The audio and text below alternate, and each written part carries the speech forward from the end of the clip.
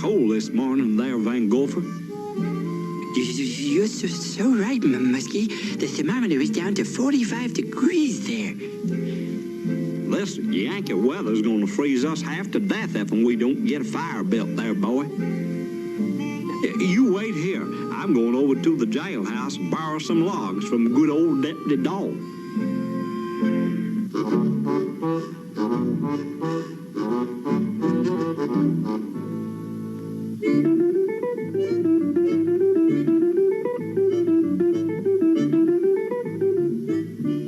All right there, Muskrat. Put 'em back. But, Deputy Dog, you wouldn't want me to freeze, would you? This is the coldest day in the South there. And I need the wood to keep me warm. Now, put 'em back, buddy. I sure wish Muskie would hurry back before I done stop myself silly trying to keep warm. Ooh-wee! Muskie! Muskie! Help! Help! I'm coming there, Vance. It's a moon monster! A moon monster! I saw it! I saw it! Snap out of it, boy. Now, you know you gophers can't see too good, except like when you're underground. I saw it, I did it. It was heading that way. Oh, wait. Poor Vance. He done got himself some mental delucination from the cold. I gotta show him he's wrong.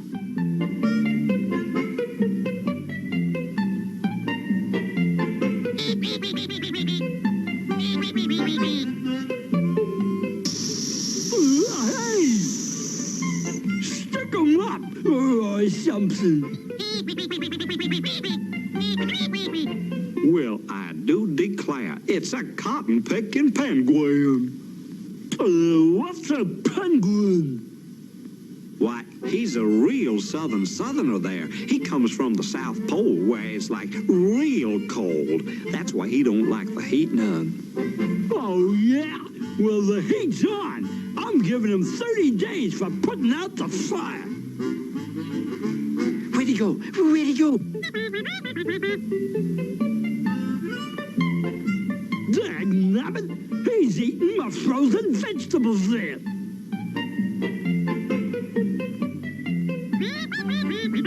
Come out of there, you frost-bitten flamingo, you!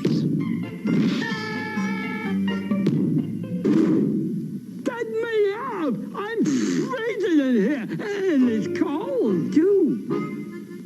It's no use, Muskie. We'll just have to blast him out.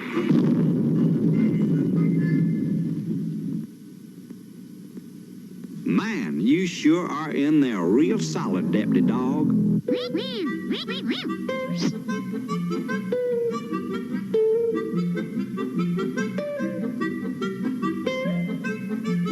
Don't you worry, Deputy Dog. We'll melt you out of there, boy.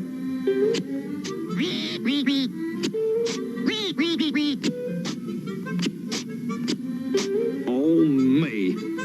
Better hurry, Muskie. Old Deputy Dog's turning a deep blue there. I got it, Vance. Come here. I was going to tell him what I was thinking. Everybody looks to the same. Well, Bobby and bobsleds. Looks to me like it's starting to snow. Brr, must be real cold out there. Brr.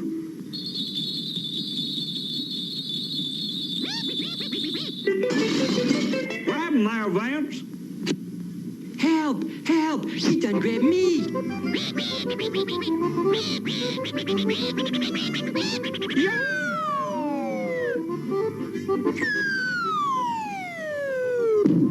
Ooh, my tailbone! My tailbone! Ooh, me! And now some good news for the kiddies.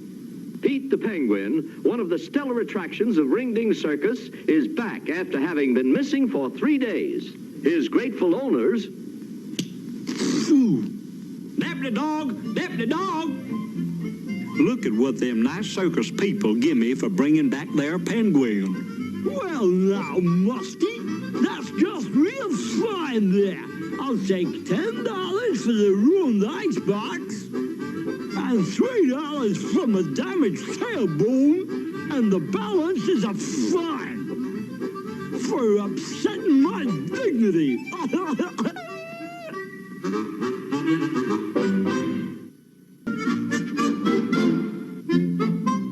What you want to do today, Muskie? Anything that's fun, Vance. Anything that's fun. Oh, wait! What happened? What happened? The cotton picking tool shed's on fire. Deputy Dog! Deputy Dog!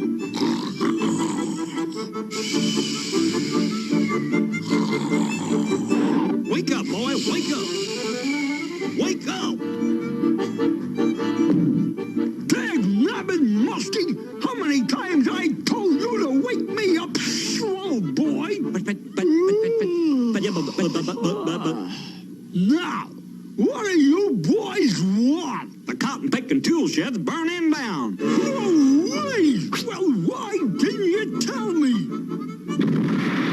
Bucket brigade! Come on, everybody! Bucket brigade! Don't just stand there. Head for the creek. Let's go, Vance. Where?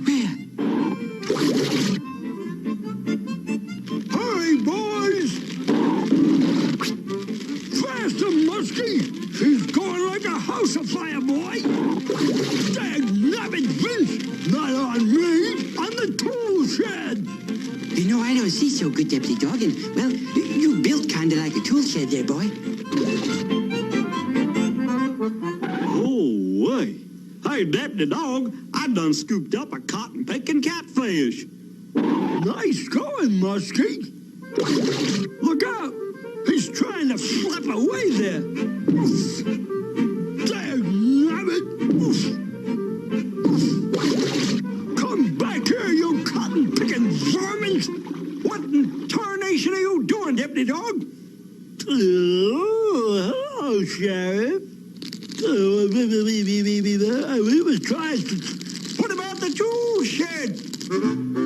The tool shed? Deputy Dog, this is a disgrace. Now I want you to train some volunteer firemen and be ready for the next emergency, or you're fired.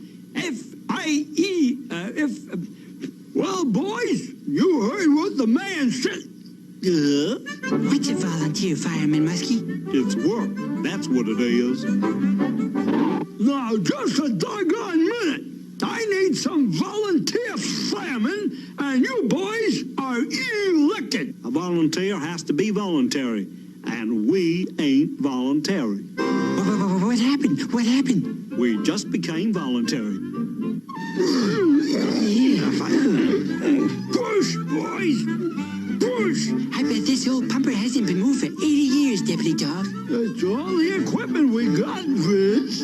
Why, that thing ought to be in an antique store. Muskie, you fill up the water tank. Vince, you oil the pump and polish her up, boy.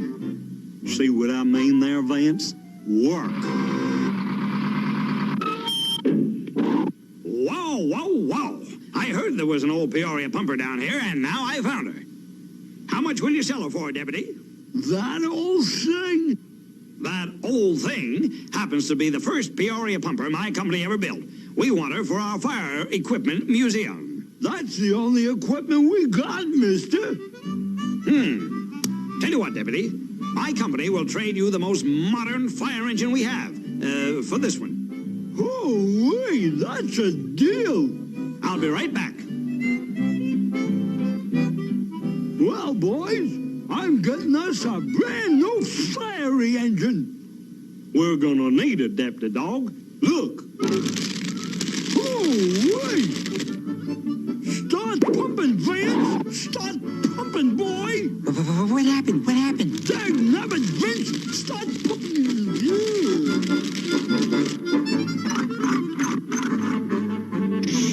Keep pumping, Vance. Oops. Keep her coming, Vince, boy. Dag nabbit. Now what's wrong? Help! Help! Let me out of here. You're clogging up the fire hose there, Muskie. Makes Makes no difference, Deputy Dog. We're all out of water.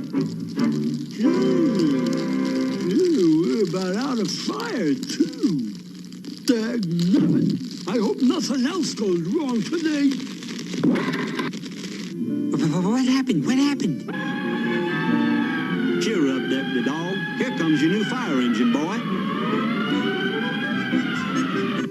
Wow! Well, here she is, Deputy. The very latest model. Now, where is my good old Peoria pumper? It's right over there.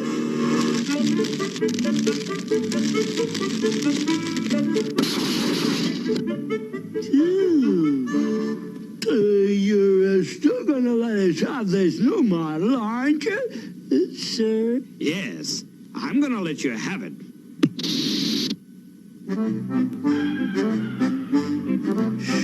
Today just doesn't seem to be my day.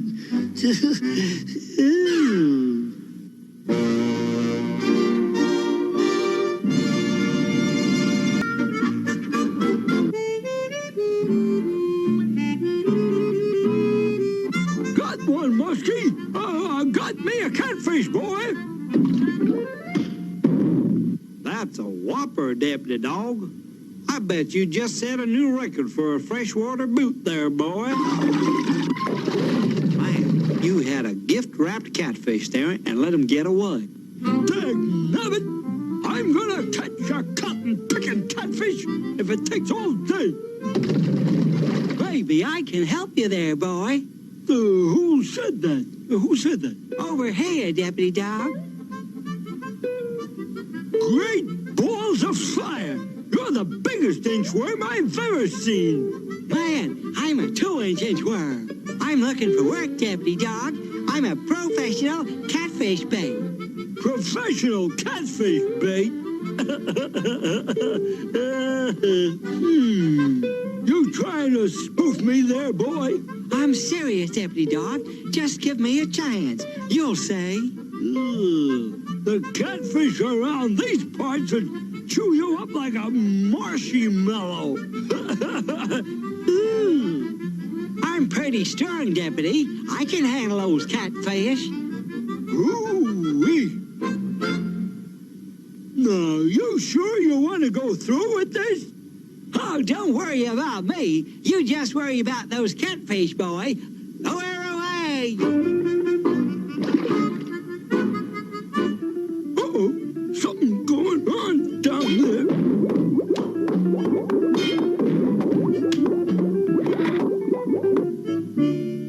Poor little fella. Our big old catfish just too much for him, Deputy Dog. Where do you want him, boys? Ooh-wee. Simmer down there, catfish. He's kind of puny compared to our Tennessee catfish, but he's the biggest I could find. Say, are you thinking what I'm thinking there, Muskie? Old fighter? Yep. With this boy for bait, I bet we could catch old Fighter. Old fighter? Who's he? He's the granddaddy of all catfish. We've been trying to catch old fighter for 19 years. What are we waiting for? Let's go. We're almost to the place where old Fighter lives. You sure you want to tangle with him? I sure do, boys. My professional reputation's at stake. Lower away, Deputy Dog. You know, somehow I don't feel just right doing this to that little old fella. Me either, Muskie. I'm going to pull him up. Attaboy, Deputy. Old Fighter! Oh, wait!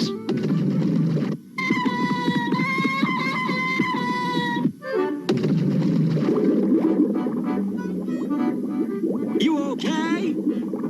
Yeah, but I'm getting out of it. We've got him now, boy. Who got whom?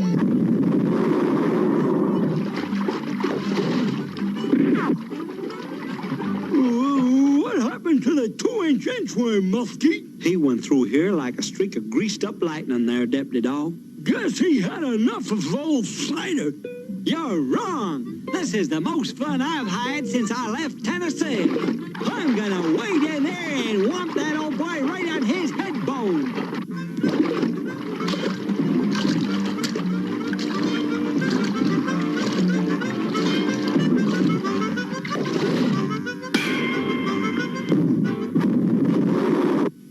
Nice catch there, Deputy.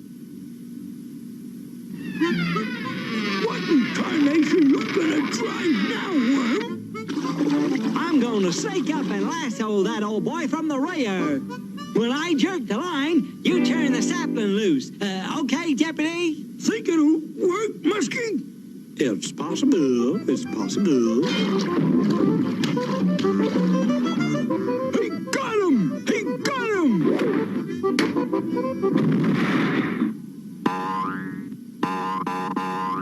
Hooray! We finally got old Fighter. Yippee! Oh boy, oh boy, oh boy! Now hold on there. We're gonna let him go, Muskie. Let him go? Why, we've been trying for 19 years to get that old boy. That's just it. This here's the grand old man of all catfish. Just don't seem right to see him hanging there, helpless. You're right, Deputy Dog. I just got carried away there, boy. As one sportsman to another, I agree with you boys 100%. Come on down there, old fighter.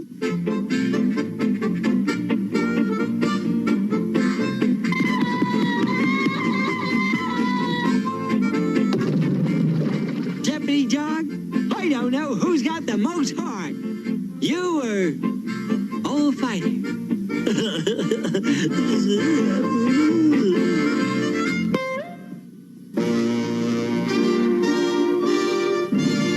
Saturday morning marked the first time that no cartoons aired on an American broadcast channel. The last channel still showing cartoons pulled the plug. Cartoons were the dominant one. Good morning! It's 8 a.m. Eastern Standard Time, and today I am Magneto. You filthy Homo sapiens, I'm going to bring to you cartoons and all that fun stuff. So, got my Magneto helmet to go up on my wall with my other helmets. That's actually pretty spot on. Yeah. It's a little light and it doesn't set on your head quite right, but it's got little thingies that fit inside of it, help it. So, all right, ladies and gentlemen, boys and girls. As always, Saturday Morning Serials is brought to you by RU Game, the best collectible video game, magic, toy, role-playing store located at 124 North Sunset Drive, Pickle, Ohio, 45356. You can find RU Game and the Captain on Facebook. You can find the Captain on Facebook, Twitter, and Instagram. So you can always reach out, and you can find me in my email. Just look it up and send me a message and stuff. Some of you guys have. Some of you guys send me real letters on real paper. That is awesome. I'm not gonna lie. Anybody takes their time out of their day to send me even a message, that is freaking cool. So, I hope you guys are still liking the little pre-cartoon cartoons. Yet again, reminds me of the old days. So I've reached out to some of you guys the last couple of weeks, and I said, I was like, man, some places were still. You guys told me, man, you still had your cartoons on at till 1 o'clock in the afternoon. Whew, I don't remember it, but I mean, I did. It must have been when I was little. Because you said it was about the time of so 81, 82, 83. Little kid Paul was 6, 7, or 8 at that time. So it might have been in either that or just at that time my parents were like, "Go outside!" And I was like, "I don't want to go outside. I want to watch cartoons, play G.I. Joe, and He-Man, and all that fun stuff." It's getting to the point where almost everything sucks because almost everything I really love is turning 40. Return of the Jedi turned 40. You know, Empire Strikes Back turned 40 a while back. Star Wars, He-Man, G.I. Joe, Transformers. Oh, just everything I loved is 40. But the captain's almost 50, so I love me a lot. And actually, Captain doesn't get along with Captain because Captain's kind of a jerk sometimes. So this week, I brought back some old favorites, some classics, some stuff that I haven't aired in a while, some new stuff, some old stuff, some stuff that I haven't aired in probably 2 or 3 months. So there's that. But man, I had real fun putting this episode together. I was just all over the board on this one. There is no rhyme or reason to any of this. Even the 2 cartoons that are similar, still no clue when I put them together. That's just how they went together. Because I'm in a mixtape joke because we were talking about mixtapes and burning CDs and stuff like that at the shop the other day, and I'm like, man, this is my. I put it there. This is my Saturday morning mixtapes. So give that a minute. Saturday morning cereals, the Saturday morning mixtapes. I don't know.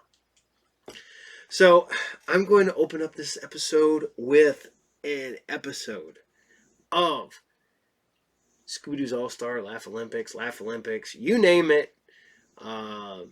It had like 4 names. So, and as people pointed out to me, the way I found these, I don't have the box set, so I really need to get down there and figure out which episodes are which. So these are all aired out of order. And if I remember right, it doesn't matter.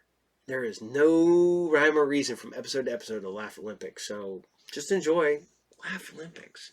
Heavens to hilarity! This is it, sports fans! Participants even! Television's greatest array of stars! Laff Olympics presents the round-the-world triple-team competition between the Yogi Yahooies, the Scooby-Doobies, and the really Rottenies. The players are on the field, in the stadium even, so let's get on with it! Laff Olympics!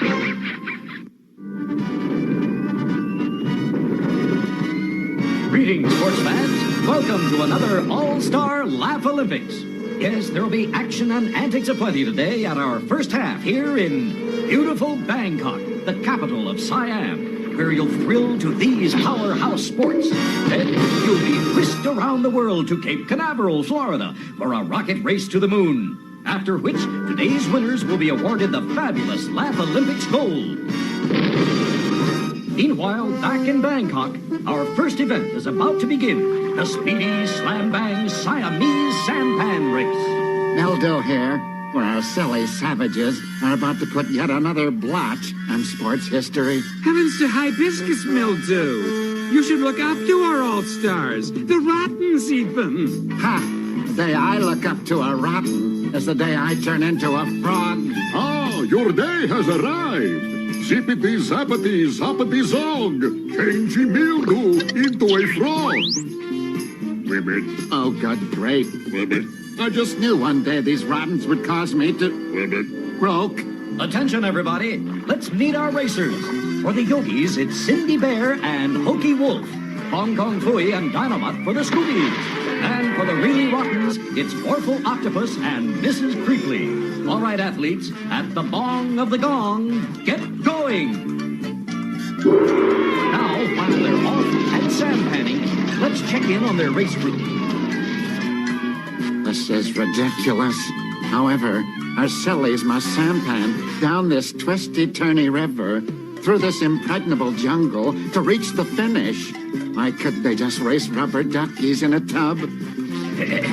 Meanwhile, back at the race, the Rottens have taken the lead. The Yogis are second, with the Scoobies a close third. Yes, and we'll stay ahead, darling. Goodness, Hokey, honey. We're no match against an outboard octopus. Are you kidding, Cindy? They won't be able to match our pachyderm power. Show her, Pamela. A jumbo jet-powered sampan? What'll these rubber ranch refugees think of next? Full speed ahead, Dynamite. Full speed? Okie dokie, Hong Kongese. Yogis are overtaking the Rottens, but wait a second, the Scoobies have just passed them both to take the lead.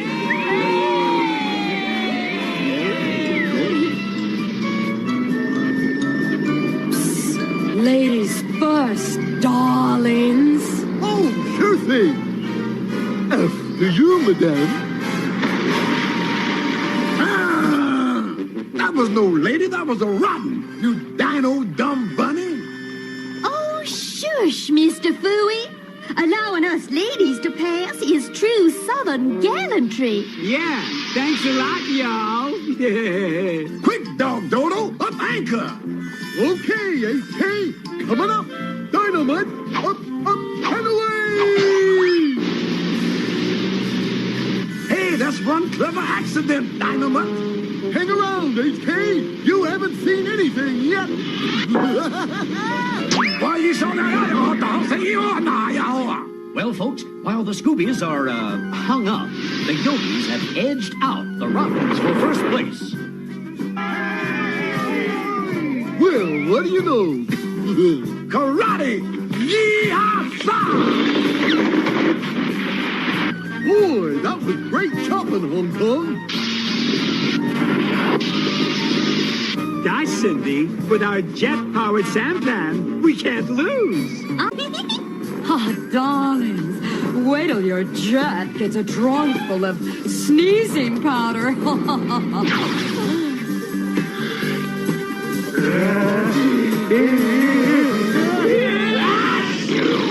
Wow, the Yogis have blasted ahead, while the Rottens have also speeded up, backwards, which puts the Scoobies in second place. And what a maneuver. Their shortcut has put the Yogis almost to the finish line. Swell! But how are we gonna pull ahead to win? Heck, HK, I've got lots of pull. It's going to be close, folks. The Yogis are almost to the finish, but the Scoobies are really reaching for a victory. Yow! Next time I go sandpanning with you, Dynamite, remind me not to go. Hey, Hong, we reached the finish first. Sorry, you mixed up, Mechanical Mutt. To win, you have to reach the finish. I'll bring the finish to you. True, Mildew. So that puts the Yogis first, the Scoobies second, while the Rottens will finish third, eventually. So now, let's see how the scores add up. The Yogis' win gives them 25 points. The Scoobies are second with 15, while the Rottens are a cinch for a third place 10. Now, leaving the tranquil jungles of Siam, it's back to Bangkok for our next event. One of the superest sports of all, the Siamese three-way soccer match. It's really simple, folks. 3 players will compete to sink the ball in their goal. First to make a goal will be awarded 25 points, the second 15, and 10 for third. Or, if a player makes all 3 goals, he could score a total of 50 points. Huh, that's silly enough. How about this for a soccer ball? Suffering soccer socks. It's a little on the spongy side, if you ask me. Softy, even. Be that as it may, Snag, it's time to meet our players. For the Yogis, it's Wally Gator, Captain Caveman for the Scoobies, and for the Rottens, it's Dinky Dalton. And now Snagglepuss will kick off to the teams. Heads up, you silly savages, and may the best klutz win. As you can see, folks, this style of soccer isn't quite as easy as it looks. Dadgum. Psst, too much English on the Tootsie, Dinky Poo. Oh, shucks. I can't miss. He's right, folks. It looks like a clear shot for Wally into the Yogis' unguarded goal.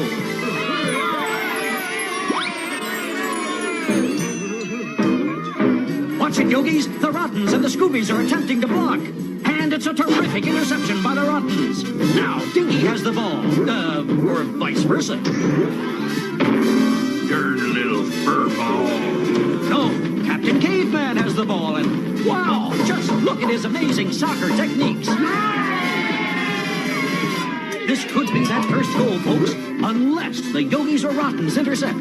Unga munga, uh-oh. Oh, no, he missed. Now the ball is bouncing off KB so fast he can't get a chance to sink it. Oops. Unga munga.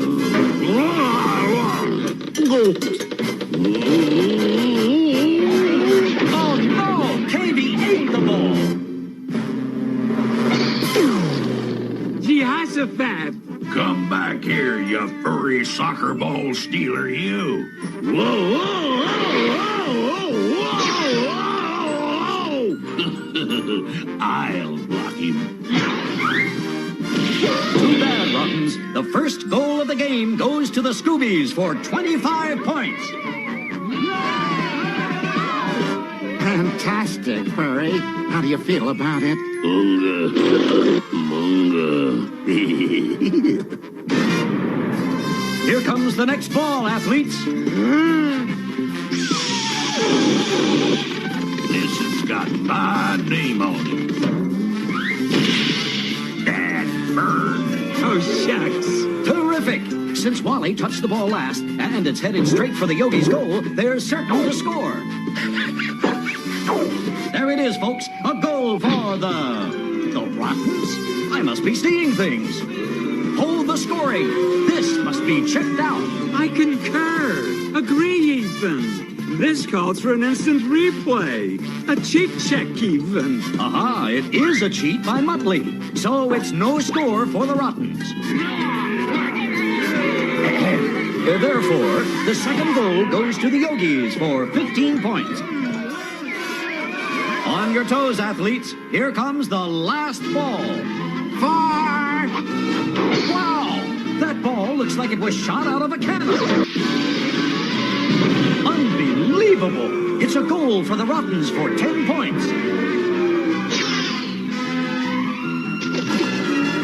Dad, gum. And that's the game, folks. Now, here are the final halftime scores. Because the Scoobies won the match, their 25 points gives them 40, and the Yogis' 15 points ties them for first place.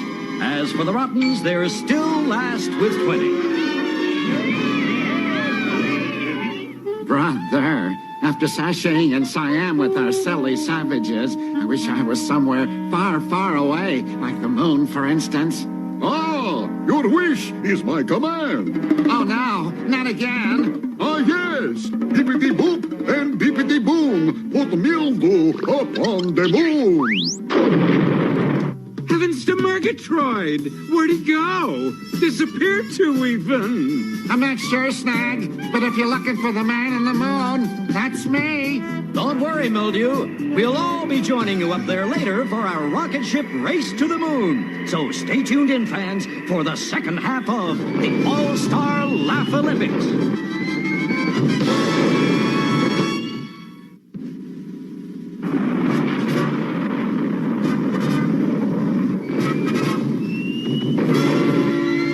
We're here at Cape Canaveral, Florida, rocket center of the world, where our first event is about to begin, a rocket race to the moon. But first, a recap of the first half scores. The Yogis and Scoobies are tied in first place with 40 points each, while the Rottens are on the bottom with 20. Now, let's go down to the launch site. Recall, Mildew got fondue to the moon, so he'll handle it from there. I'll report from here. Is that a Roger, Mildew? Roger Dodger, Snagglepuss. And it's great here, where it's silly savage free. Not for long, Em. It's only 250,000 miles from Earth to the moon. So, after blastoff, our racers will race through space to the moon's west side, to the finish line here at Oceanus Procellarum. A real out-of-this-world event, even. That's the countdown signal, folks. So let's meet our rocket racers. Team Captain Yogi Bear will race for the Yogis. For the Scoobies, it's a terrific Tinker. And rocketing for the Rottens is Red Baron and Buckley. Attention, racers, teams, and spectators. Fasten your safety belts. 3, 2, 1, blast off! And our racers are on their way, followed by our teams and spectators in a passenger rocket. the first stage separation as our racers streak out of the Earth's atmosphere. Now topping 50,000 miles per hour, all three racers are neck and neck. Hold it! The Rottens seem to be dropping back. Not for long. Hit their brakes, Muttley.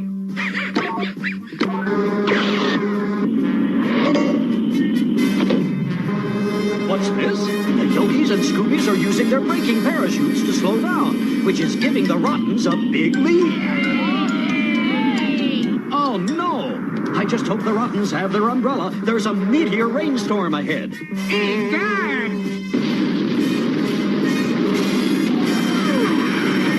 Rottens! Watch out for falling rocks! Thanks for the warning, you jellystone stoopnagel. Son of fussing rocks!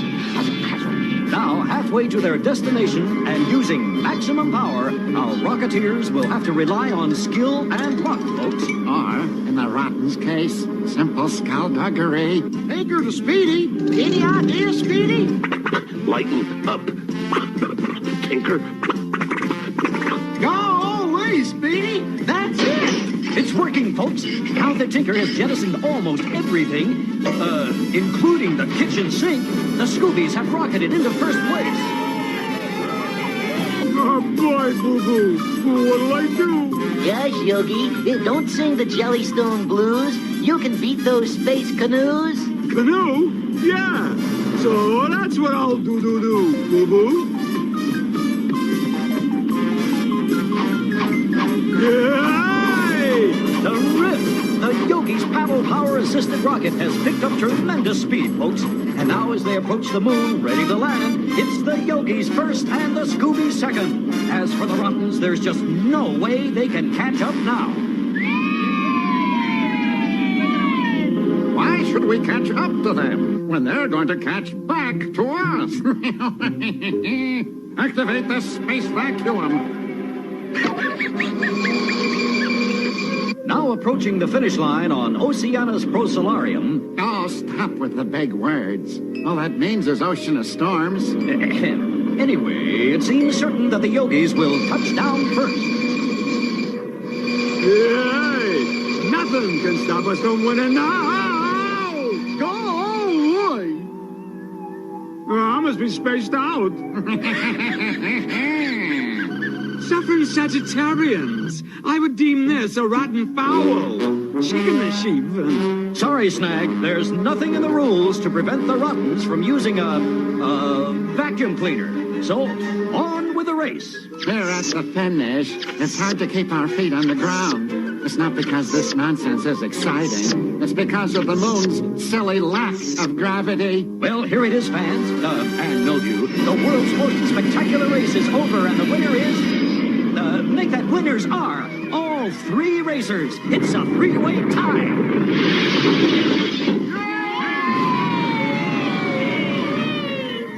Drak, we should have won. I agree.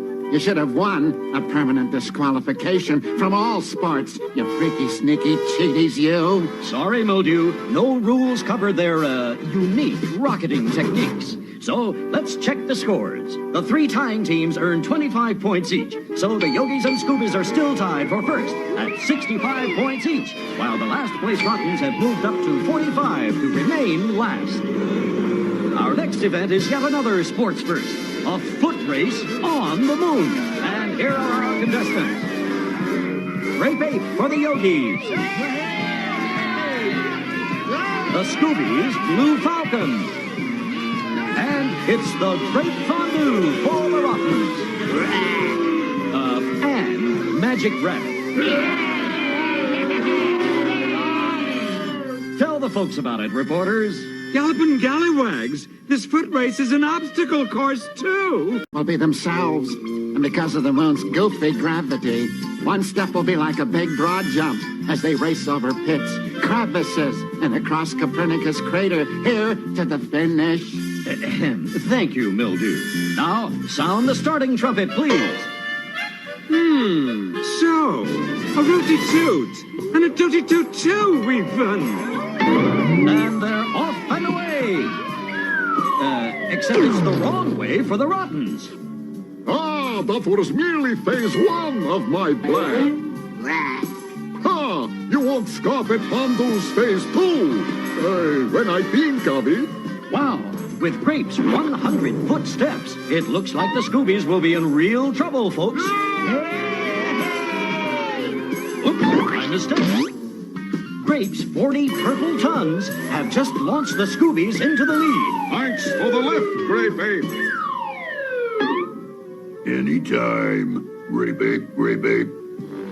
Oh, too bad, Grape. It looks like you're stuck in second place now. As for the Rottens, well, who knows what Fondue will do. Fondue will now do phase 2. Observe. Zippity-zammity, zickety-zacket. Launchy fondue like a rippity rocket. Oh no! Sometimes my fantastic magic works too well. Wow, the Rottens have taken off like a rocket to take the lead. What do you mean, like a rocket? That Wacko Magico is a rocket. Sorry, Rottens, your cheering is premature. Since this is a foot race, your entry must step, not fly, over the finish line to win. However, you tell the folks, Snag. Indeed. Although Fondue isn't running the race, the judges have awarded the Rottens a 10-point bonus for breaking the world's rocket speed record. Without a rocket, even. Now, as to the Yogis, Grape Ape is using all of his gargantuan strength to break free. Going on. Grape Ape, Grape Ape. Ahead is the finish line, folks. The first-place Scoobies might have trouble crossing over that deep crevice. And even more trouble, because here comes Grape Ape with his giant steps. As for the Rottens, it looks like they magicked themselves out of the race. Oh, not so. As soon as I recall the proper magical words. Sorry, Rabbit, wrong words. No matter the consequences, I must attempt a 300-foot leap. What bravery, Blue Buddy!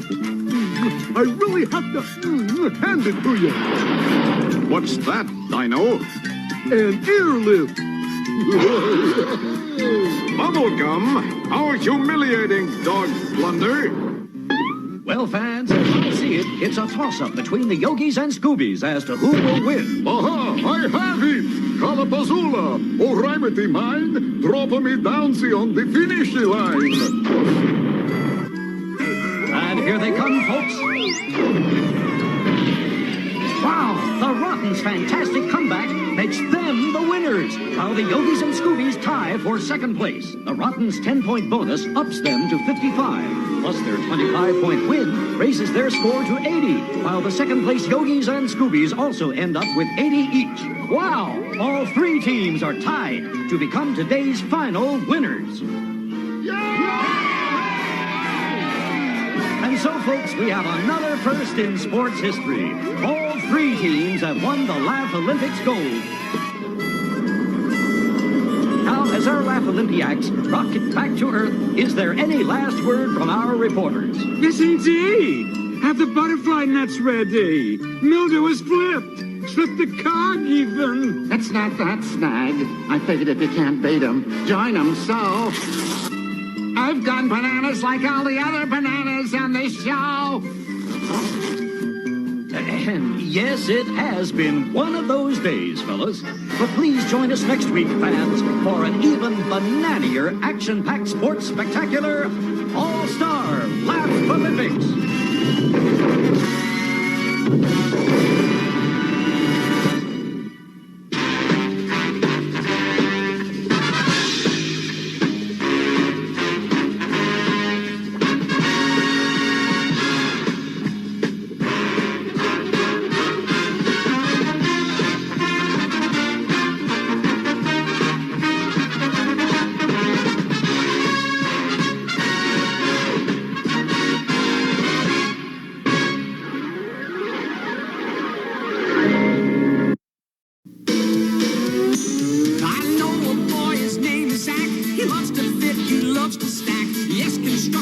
His knack, he's Zach, the Lego maniac. He builds in the window, he's off the wall. He builds them big, he builds them small. In Lego land, he'll rock and roll.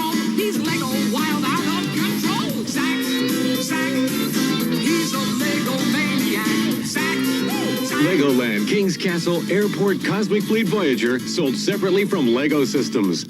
A new racing team is shifting into gear. Mask. Something's fishy. Better get down there. Meteor convert and stand by. It's a two-car race here at the Mask National. Wait! Manta's forcing Razorback into a wall. It's Phantom. Convert Razorback. Little Meteor. Vehicles each sold separately with a figure. Time to run. Mask, where illusion is the ultimate weapon. Mask, Meteor, Razorback, and Manta each sold separately. New from Kenner. Hey, I hope you guys still like Laff Olympics, man. How can you not love that classic? It had every Hanna-Barbera cartoon, like, ever in it. You know, I remember that was like, because that's why it was Scooby-Doo All-Stars, because it was Scooby-Doo, and I love Scooby-Doo. Not gonna lie, ran into a crazy person the other day at the shop. Said something about loving Scooby-Doo and immediately regretted it. Just, whoa. I do like a lot of Scooby-Doo. Was not a fan of Be Cool Scooby-Doo. Not a fan of Velma. But I mean, I like a lot of other Scooby-Doo stuff. I really love Scooby-Doo Mystery Incorporated. That's probably my favorite next to the original run of Scooby-Doo. And then, of course, the Scooby-Doo and Guess Who. That's fun. So, But I'm gonna stop babbling about Scooby-Doo because it's not something I can air. Hey, this is the closest I can do to Scooby-Doo right now. That's Laff Olympics. So, but we're going back over to Drak Pack. I don't know why this kind of is a forgotten Hanna-Barbera gem. I love this cartoon. It's fun. It's goofy. It's very much a Hanna-Barbera cartoon. You know, it has that feel to it. The fact it never crossed over with Scooby-Doo just confounds me. But this is Drak Pack. This is episode 11. And this is Dr. Dread is a Shrinker. From the monsters of the past comes a new generation dedicated to reversing the evil image of their forefathers. Under the leadership of none other than Count Dracula, known as Big D, 3 teenagers formed the do-gooder group, named the Drak Pack. With special powers, they can transform into super mighty monsters and use their skills against all evildoers, especially the diabolical Dr. Dread and his renegade rascals Toad, Fly, Mummy Man, and Vampira, a group known as Ogre, the organization of generally rotten enterprises. It's right versus wrong, good over greed, niceness against naughtiness. That's the dedication of the terrific trio, Frankie, Howler, and Drak Jr., the Drak Pack.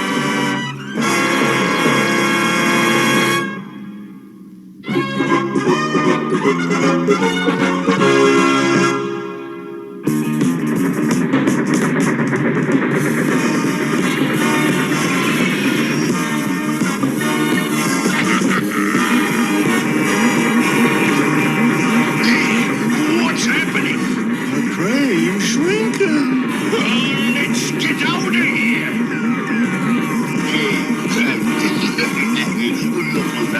Of course it's working, Mummy Man. My inventions always work.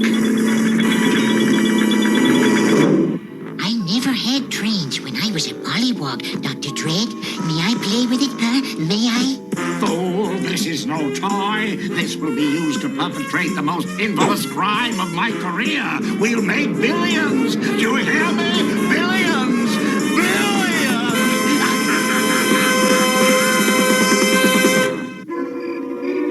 Hey, Dread, Frankie, look at this headline in today's paper. Dr. Dread is a shrinker. I'll buy that. But why would Dr. Dread shrink an empty freight train? Because it was easier to steal that way. But why would he steal an empty one? Watch it, Frankie. I'm delivering a battlegram from Big D. What happened to you? That Dr. Dread stinker zapped me with his shrinker, that's what. The message is taped to my leg. I can't read this piece of confetti. We better contact Big D and see what's on his mind.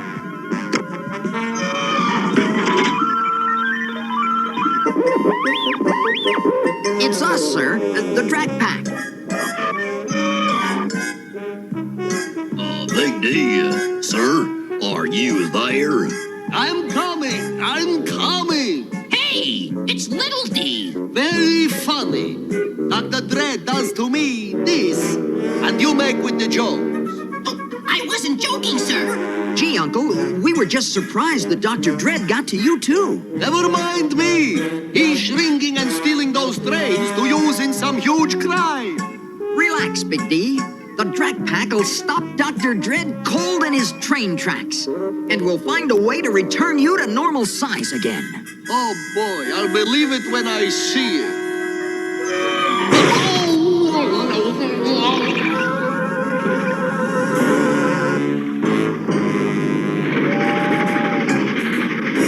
This is fun. Oh, I'm glad Dr. Dredd isn't here. I'll make them go faster. Oh,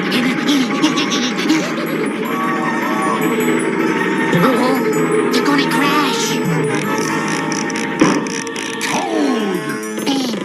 Bad Toad. You little warp factory! We need more freight cars, and you almost wrecked the ones we have. I was only playing with them. They are not for playing. What are they for, Dr. Dredd?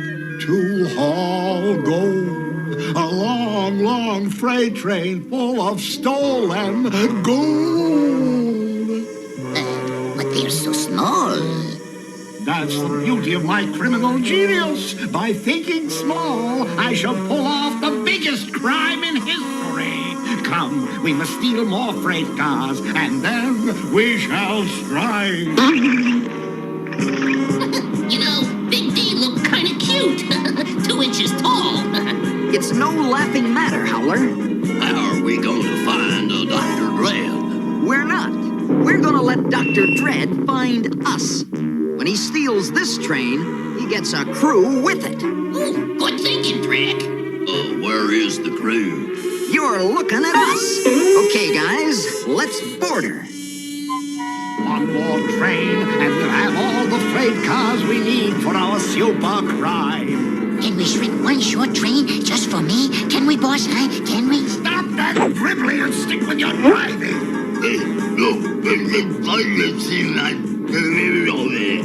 I see too, Mummy Man. Take us down over that train, Toad. Hurry. I knew Dr. Dredd would fall for my trap. We're about to be shrunk. And think how easy it'll be to hide when you're only an inch tall. I'm thinking how easy it'll be to get stepped on. Ready, aim, shrink. We getting smaller. Oh, if we're not, the telephone poles are getting bigger. Success. Bring it up, Toad. Yes, Dr. Dredd. Dr. Dredd is falling for my plan, hook, line, and sinker. What do we do now? Leap out and grab him? No, we lie low until we find out what Dr. Dredd is up to. Now we have enough equipment for the most spectacular crime in history. What is the crime, boss? You'll find out when we get back to Dredd quarters.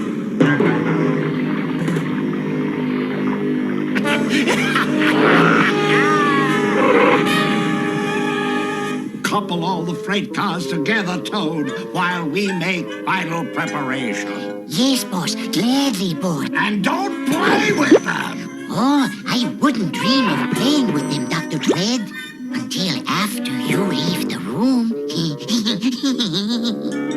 Now here's my plan. I'll try to sneak out and find out what Dr. Dredd is up to. You guys capture Toad if he discovers you. Capture Toad? But he's 100 times bigger than we are. Yeah, but we got him outnumbered, Frankie. Oh. All Dr. Dredd thinks about is crime, but all work and no play makes Toad a dull boy. So, I'm gonna play. Just what I've always wanted, a train set. Whoa! Casey Jones' Toad is gonna wreck this train. Let's get off.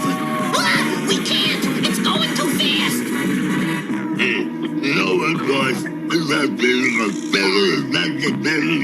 Oh, you're right, Mummy Man. It will be bigger than all my other crimes rolled together. But to steal all the gold in Fort Knox, you must be jesting. So Dr. Dredd is going to rob Fort Knox. Now all I need to know is how. I'll hide in here and find out what his evil plan is. Now here is my evil plan. We'll remove the gold from the vaults through here and... Drat!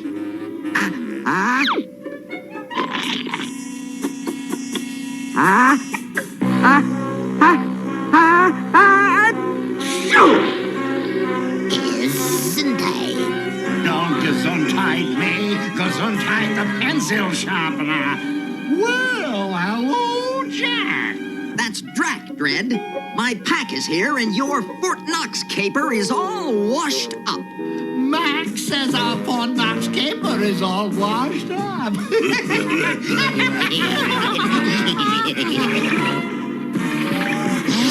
Faster! Oh, next time we travel, let's take a plane, Albert.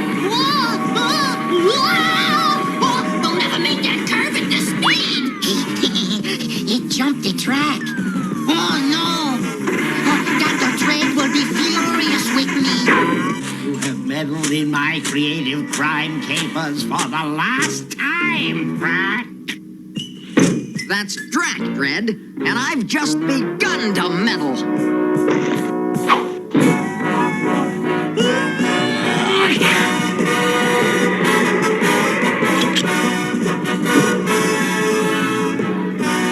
Any landing you can walk away from is a good landing. Don't just stand there, you incompetent nincompoops! Capture him! If I don't stop that train, I'm in big trouble. He's in big trouble. What about us? I think it's time to take evasive action. He went into that hole in the wall. Curses, now we'll never find him. Stand back, darlings.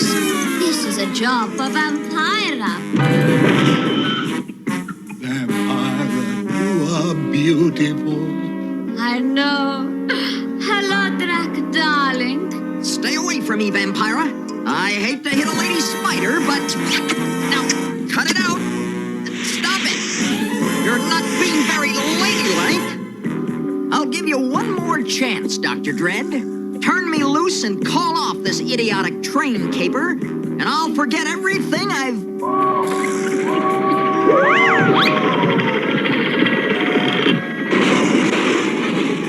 Frankie, Howler, you all right?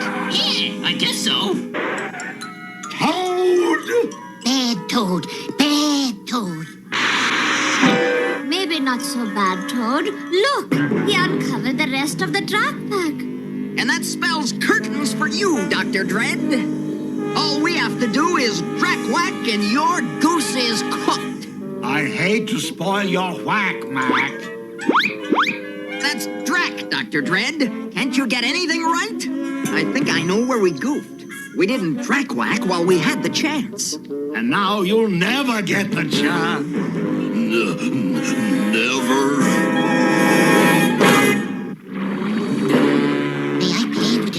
Now, boss, may I? No, Toad.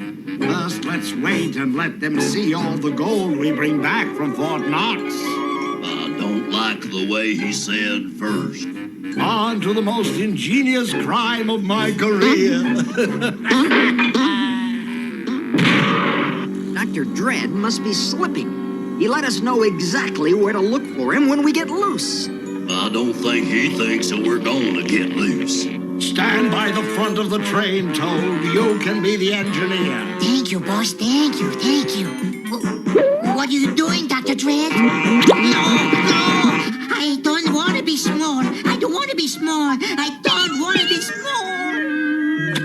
Bad little Toad. Bad little Toad. To be so repulsive big, you look cute now, Toadie. And so will you, my dear. Oh, no! He's right. You are cute. We've got to get close enough to one another to Drak whack. But how, Howler? I've got an idea. Now here's my plan.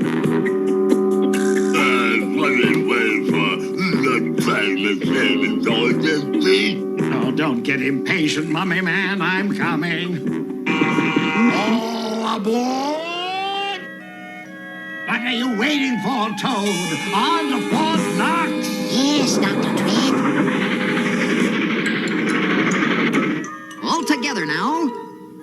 Push! Push!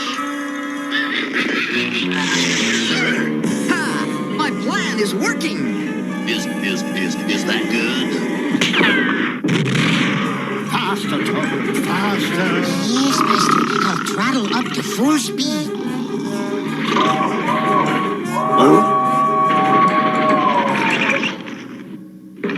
We've got to hand it to you, Drak. Now we can whack.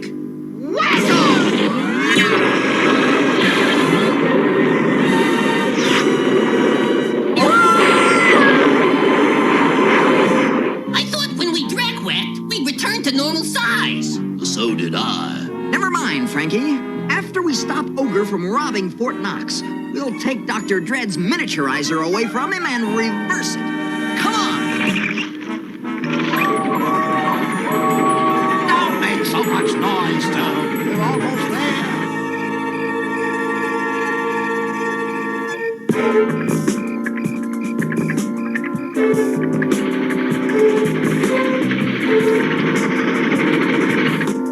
Let's go, Frankie. You're mad enough to do it. You bet I am.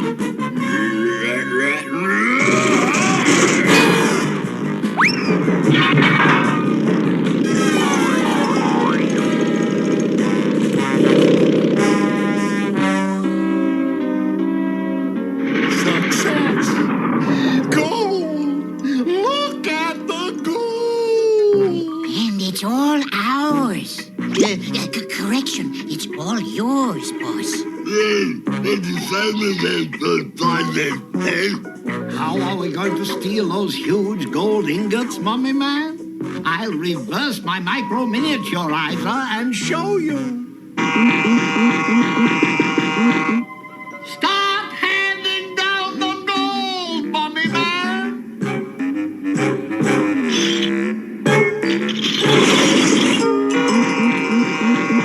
You just reduced a fortune to peanuts, Dr. Dread. Fool, when we get it back to headquarters, I'll return it to full size again. Don't just stand there, get the train loaded. I'll be famous the world over for this. I can hardly wait to see tomorrow's headline. You won't like tomorrow's headlines, Dr. Dread, because we're putting an end to your contemptible crime career. Now, you're all here except Mummy Man. Where's Mummy Man? Oh, there you are, Mummy Man. It's a good thing we've had our Drak whack, or you could have broken my back, Jack. Enough of this foolishness! Grab them! Speaking of grabbing... I hate to apprehend a woman, Vampira, but you asked for it.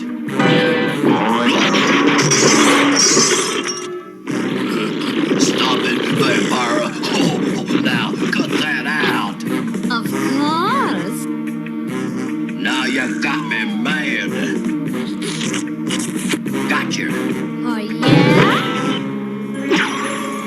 Never mind the Drak Pack, you nincompoops! Get my micro miniaturizer back! Uh-oh. I think I'd better cut Mummy Man down to size.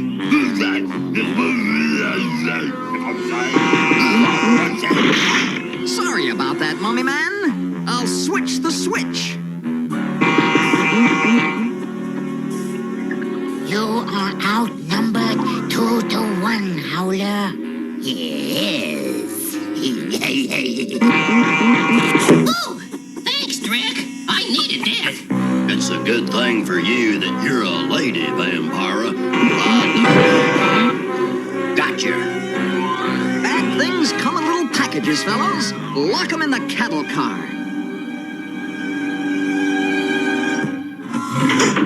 Us vampires don't reflect in mirrors. but I think I know how Dr. Dredd uses this ingenious invention on himself. There! It worked! Let me out of this cattle car! This is an insult to the greatest criminal mind in the world! You do have a great criminal mind, Dr. Dredd, and you should be rewarded for planning such a clever crime. Have some gold ingots. Thanks, Drak. You're all heart. Has Drak flipped his cape? Maybe that ray re-enlarged everything but his brain again. Relax, fellows. I know what I'm doing. Well, I'm glad one of us knows. Fools! You'll be leaving a fortune here! We're not leaving, Dr. Dredd. We're just gonna call the police. And explain what we're doing here? I've got a better plan. With 2 engines, we can get out of here fast. Do you have your driver's license, Frankie? My driver's license? Why? Because you're the engineer. Is this shrink necessary? Mirror, mirror on the wall. Come on, baby, make me small. Fair is fair, Dr. Dredd. I'll give you a chance to catch us. Let's go, Frankie!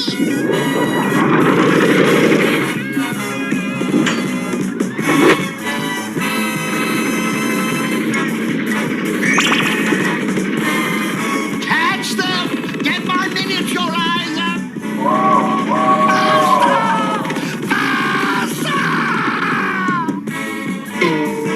Whoop it up, fellows! Make some noise! Stop! Here, stop! I want to be sure I have the ionic polarity set right.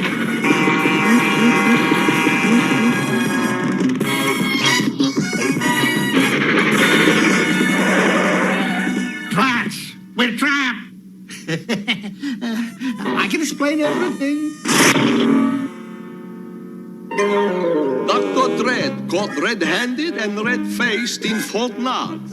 I must congratulate you, Drak Pack. I love it, I love it. And thanks for returning me to my normal size. I hope you have destroyed Dr. Dredd's evil invention. Oh, yes, sir. It's destroyed, all right. Good.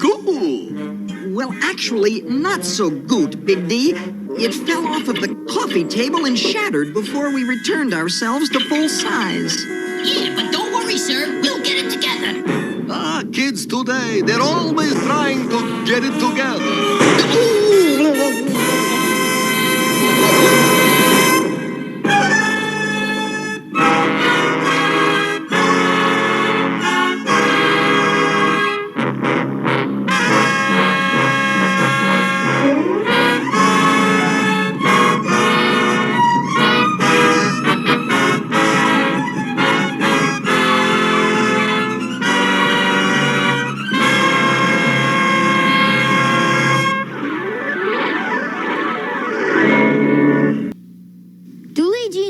Fit everybody? Let's find out. Here, try these on. You see, Lee jeans are made like no other jeans, so they fit like no other jeans on any kind of body.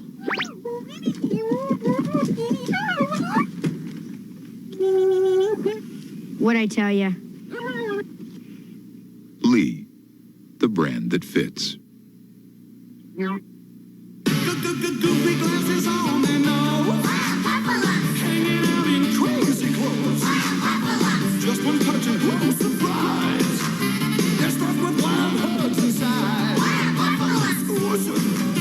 Squeeze them. You can see it in their eyes. They're stuffed with wild hugs. They're stuffed with wild hugs inside. Wild puppalums. The wild puppalums. From Fisher Price. Each sold separately.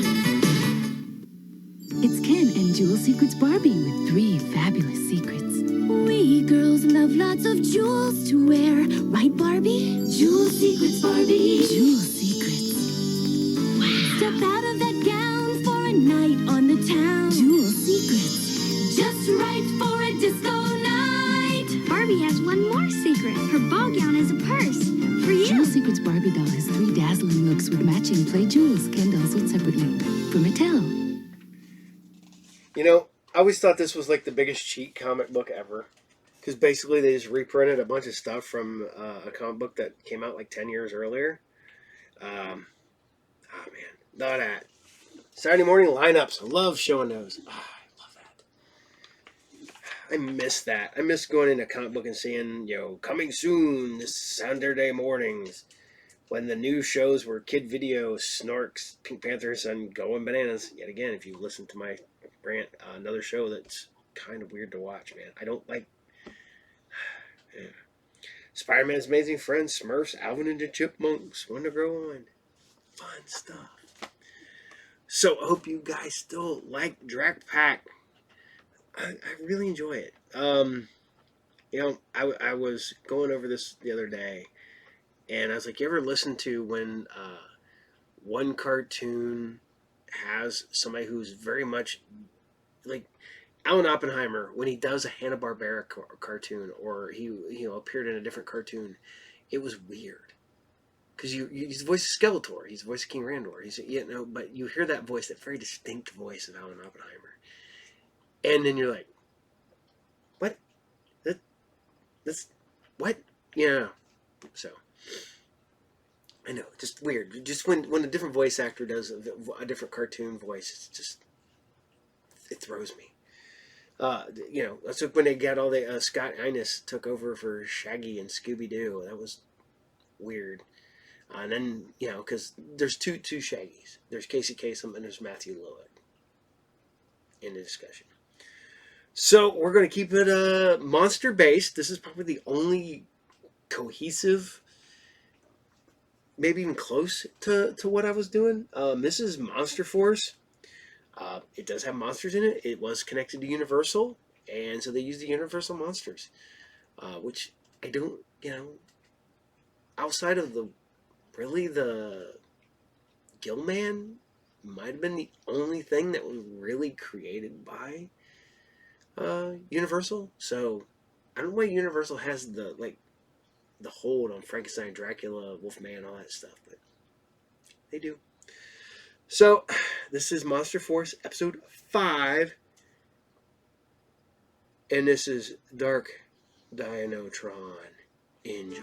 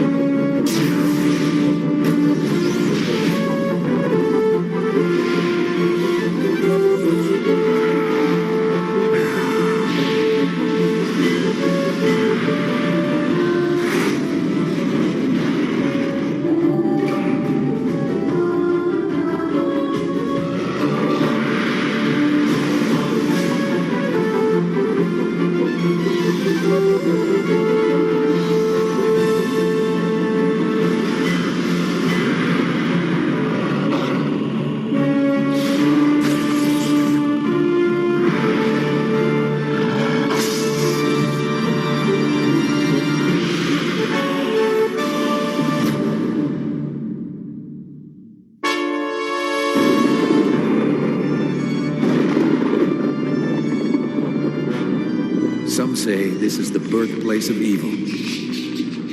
They say the first vampire spread its leathery wings here and stole its first blood.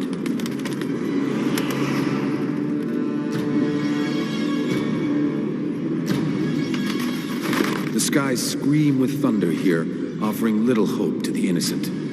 Reed, watch out! What? Don't worry, Doc. I got it. Thanks, Trip. Man, I love this arm gizmo you rigged up. Lance, you know those juggling lessons you took?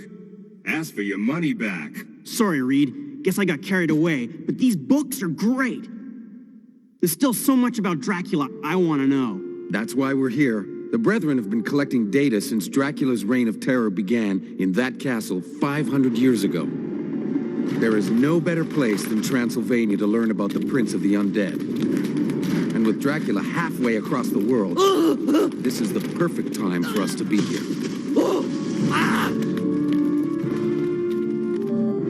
I'm almost finished downloading the manuscripts into the compad. Good, Luke. The brothers only gave us 24 hours. We'll need months to read over everything we've compiled. What? Emacs on!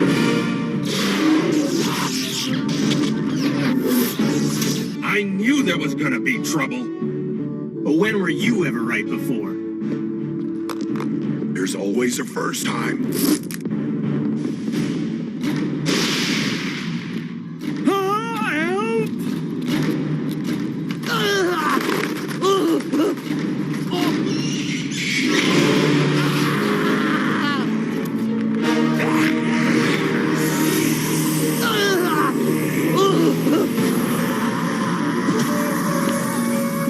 Against one.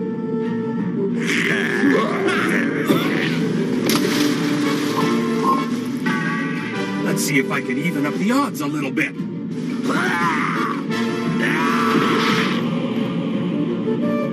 Stasis field set.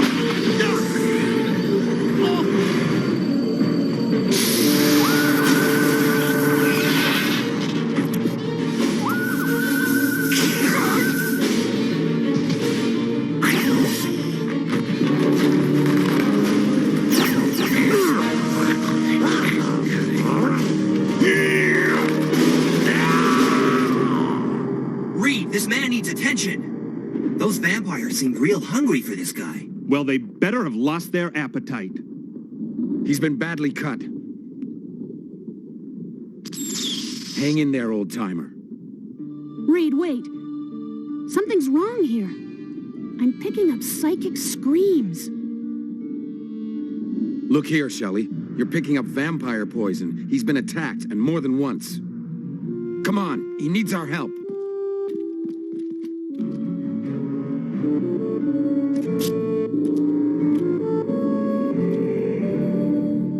His breathing's getting stronger. Who is he? My bag. You're weak. Take it easy. No. Give me my bag now. It's okay. You're safe here.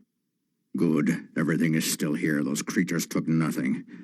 Do you find my equipment amusing, Dr. Crowley? You know me? I know you've bungled your way around the world thinking you can cure monsters with your precious science. Look at this. You want to contain the beasts, but one doesn't study monsters. One destroys them. These are ridiculous toys, Crowley. But perhaps that's why you've given them to children. Hey, that proto-neutralizer saved your butt. Easy, Lance. I didn't need your help, boy. I have everything I require right here. You're a vampire hunter? The last of a forgotten breed. Dead last if we hadn't saved you back there. I've tracked Dracul for 50 years, boy. You really think his mindless slaves could stop me? Hey! Ha! I've been bitten so many times I'm immune to their blasted poisons. Of course. You're Abraham Stoker. I heard about you when I started my work, but then you vanished from sight. You wasted enough of my time. I need to get ready. Tonight, I'm searching Castle Dracul. We were planning a trip there ourselves. We'll be your backup. You really believe you're man enough to walk my path? Ha!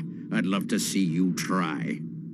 You don't know Dr. Crawley, or us. I know your kind. Midnight, the castle cemetery, if you have courage enough.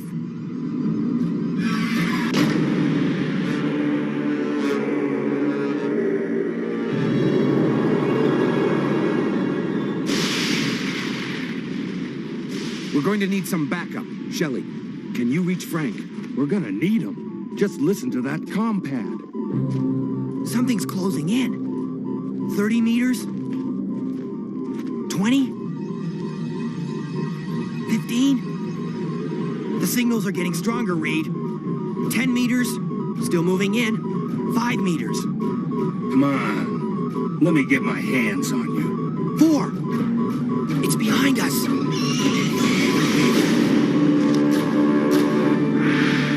Such children. Without your science, you are nothing. Stoker! Be silent, Crawley, if you still insist upon following me. Good going, hotshot. Hey, I chased him off, didn't I? psychic connection with vampires. Kind of like my psychic senses. What are your senses telling you now? To keep our necks covered. I'm picking up readings all around us. More toys? A real vampire hunter can smell the undead. Why do you keep putting down our weapons?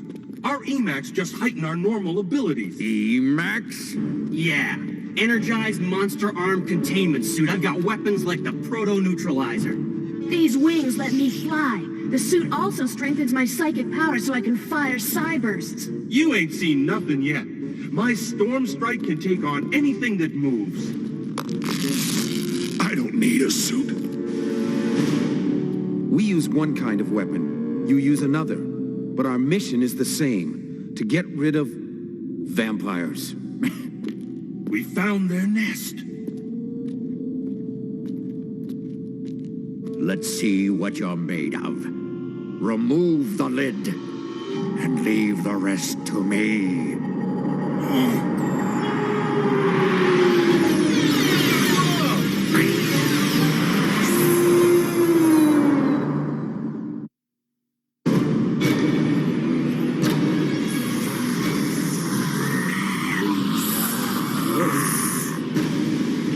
Emacs on full power. Defend yourselves.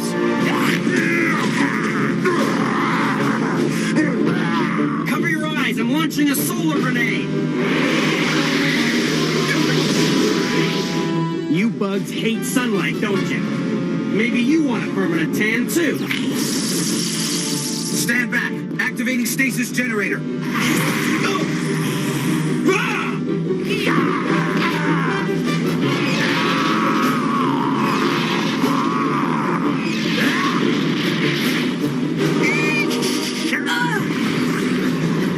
Stasis generator activated.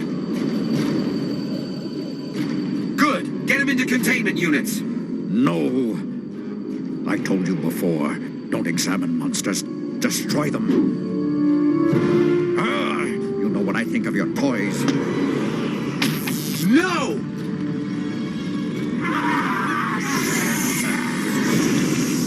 You freed them! And I'll destroy them my way.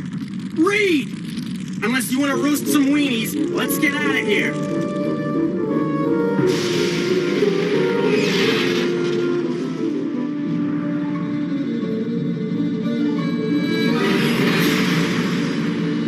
Now they have one less place to hide.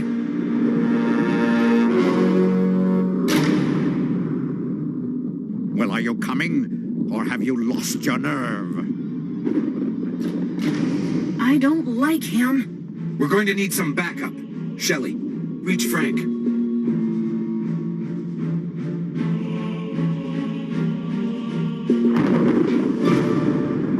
Castle Dracul, birthplace of the greatest and most powerful vampire of all.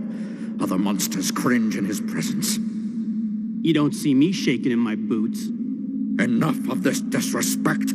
Dracul could destroy you fools with a snap of his finger. Dr. Stoker, please. Lance didn't mean anything. Very well, Crawley. But these children must learn to respect their enemy, underestimate Dracul's power, and you will not survive another night. My students and I are here for research.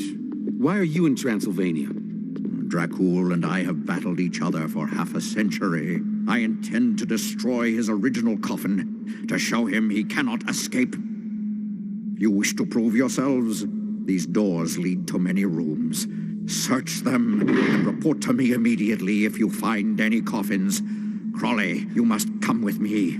I'll show you how a veteran vampire hunter operates. What do we do? What he said. Keep your compads on voice contact. I don't want anyone getting lost here. Guys, you gotta see this place. It's like a theme park for the terminally cruel.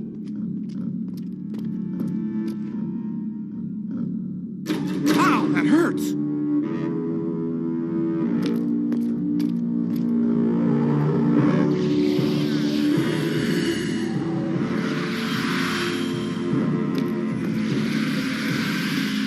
Uh-oh.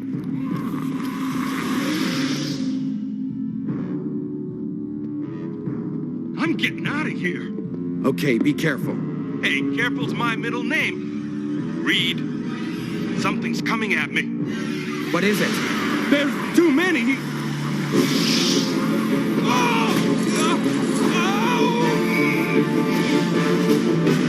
Use your pulse lasers. Blast your way. What the? Trev, can you hear me? We have to save ourselves. Look! Viper's breath. Hurry, man, hurry! It disintegrates anything it touches. Dead end. But I can blast our way free. Ugh. Your science is useless here, Crawley. It's closing in.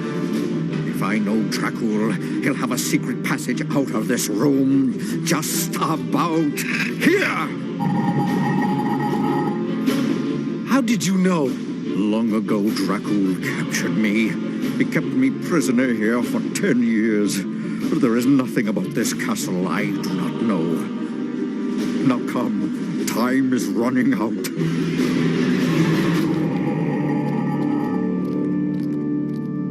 Lance? Shelley? Luke? Can any of you hear me? Call in. It's too late for them, Crawley. You should never have brought those children here. Reed! They're coming after me!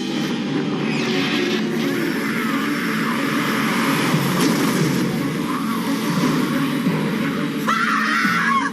Get off me! Shelley? Shelley! You doomed her by bringing her here, Crawley. Stop! I have to find them. Lance! Luke, can you hear me? Monster Force, report in! Too many. Can't fight back. Luke? Luke! Reed, they're after me. Lance, use your weapons. Fight back! They're gone, Crawley. Your science couldn't protect them. It's my fault.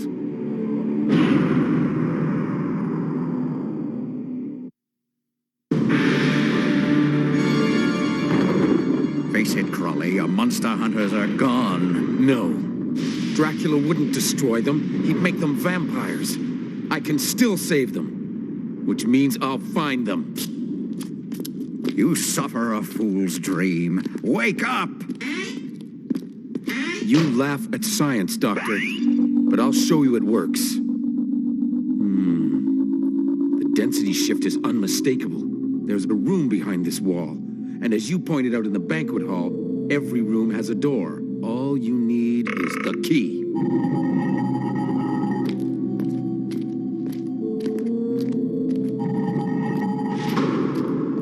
We must be getting close to Dracula's chamber. You said Dracula had captured you? And every day he threatened to turn me into one of his minions. That must have been torture. The strong survive, the weak perish. I don't recognize the language. It is ancient Romanian. Legend decrees that only the undead may pass through this portal. Rules are made to be broken.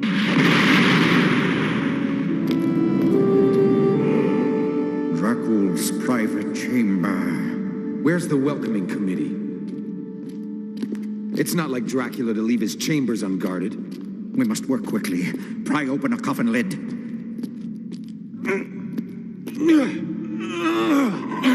What? Luke?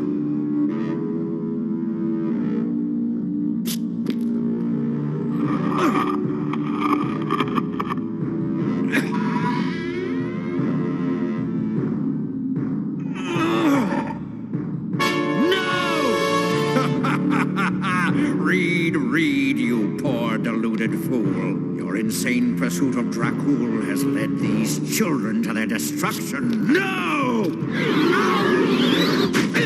They are not very happy with you. In fact, Reed, they want you to have this last coffin just for yourself. You're not Stoker. That fool. I destroyed him years ago. As I will do unto you. Dracula! I I wanted you to suffer. I wanted you to see your force destroyed before I finished you.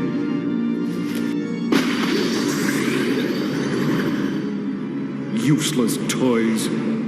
I told you the old ways are better.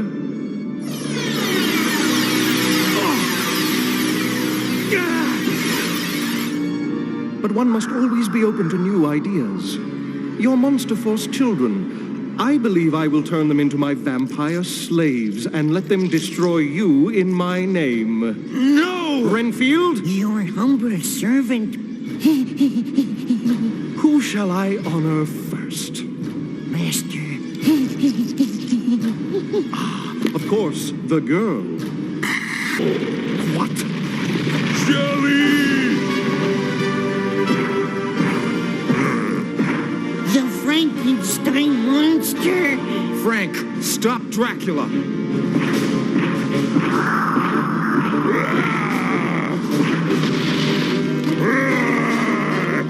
Fool! My minions will destroy you as I destroy your friends.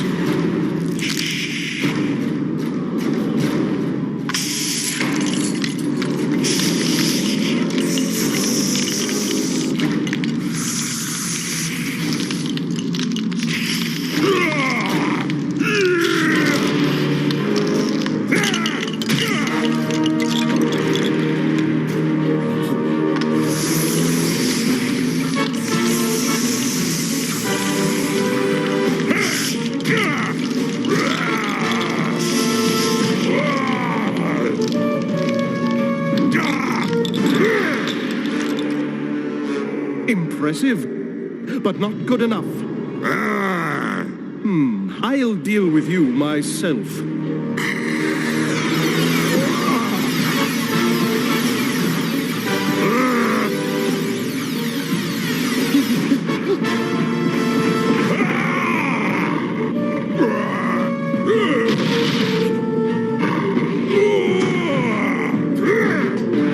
You can't win, monster. I am your superior.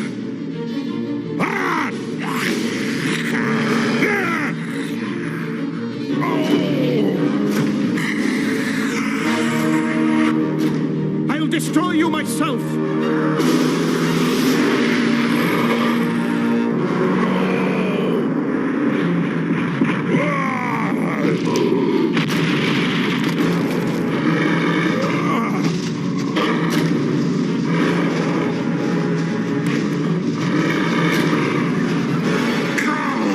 The sun!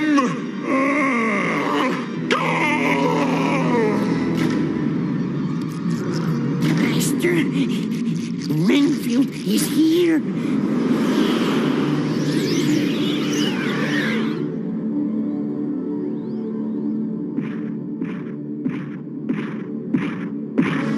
Shelly.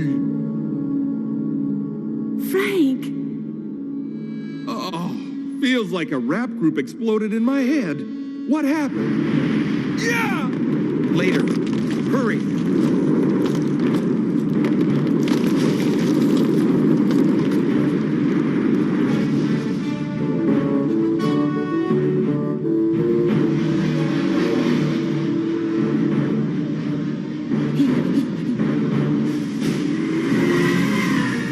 Did we win? You said Dracula was destroyed. I wouldn't celebrate yet.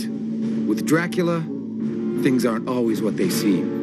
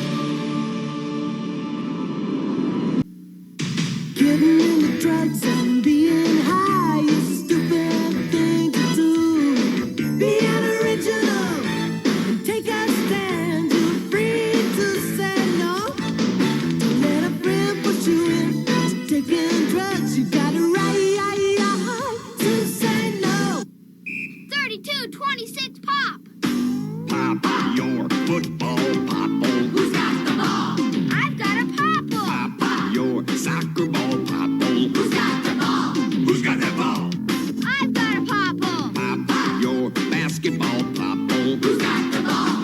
Pop it, it's a popple. Still, it's a ball. Pop your sports popple, they're a ball. Sports Popples, soccer ball, football, and basketball, each sold separately from Mattel. Yeah, you know what? I really need to put the glasses on. I can't. It's Dark Deception. Wow. The captain's going blind. I can legit read a license plate like a quarter mile away. But man, you put something 2 feet in front of my face, it's blurry. And as an avid reader, comic book writer, and all that stuff, this is killing me as an adult. Oh, I hate it. Hate needing glasses all the time. I walk around with my broken glasses so I can read. So, hope you dig Monster Force, because we're going to keep it going. And we're going to air something I have not done for a while, and one that I really liked, and one I finally found the comic book that went to it. And we're doing Martin Mysteries. Martin Mysteries is back. I love this cartoon, man. Found the comic book, read it. Yeah, it's way different.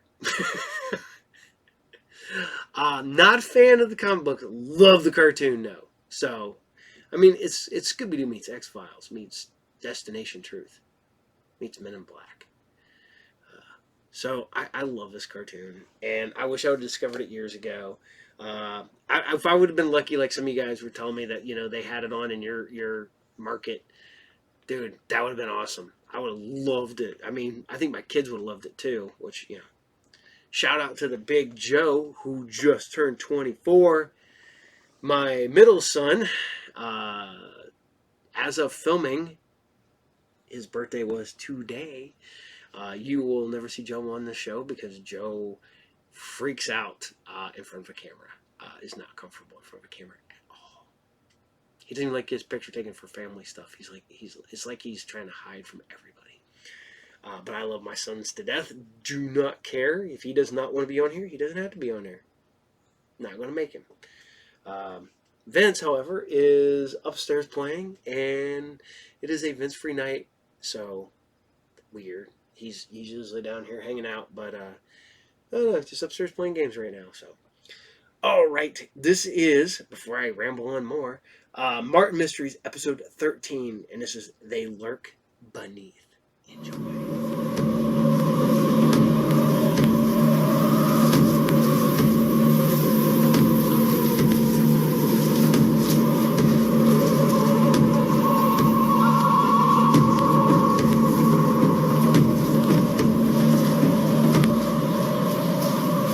The Nazca lines are thought to be ancient paths etched by a long-forgotten people. But I no longer believe this popular theory, not since I unearthed new stones on a Nazca line concealing an altar.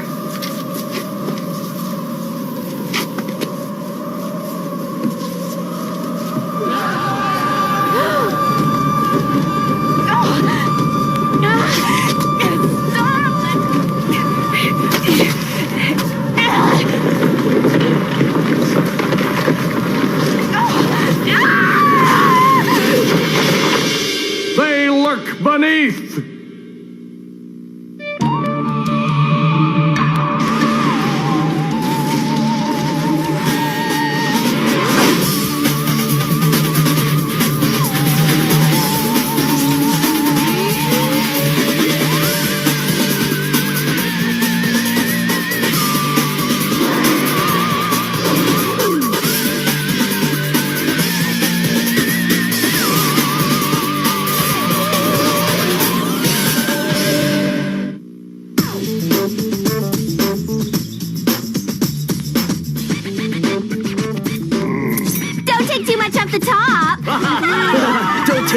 Off the top.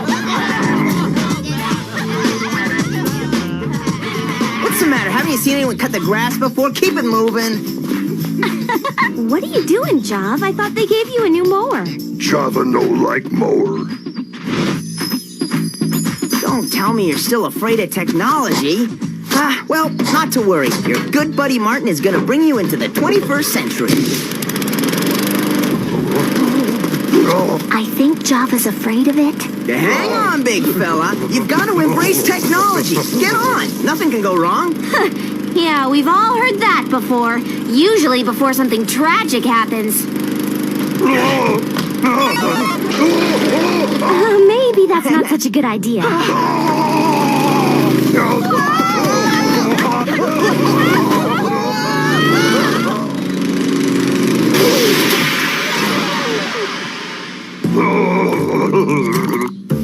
Okay, maybe we need to start with something simple. Like a pager. Pager? What a pager?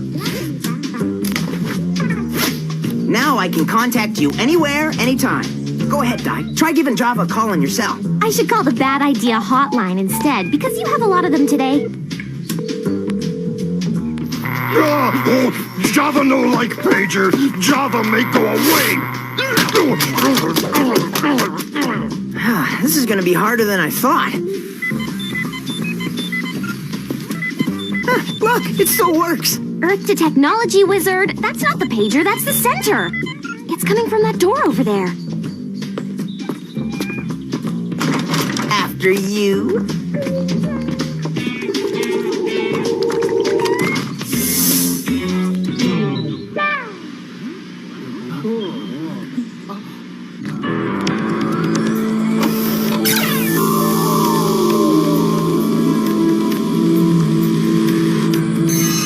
Mystery, cleared.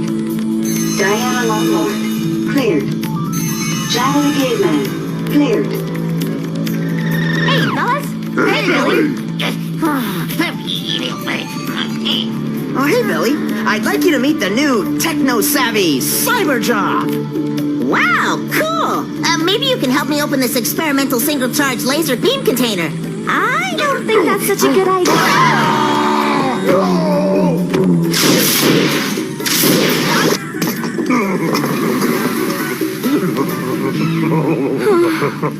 Wow!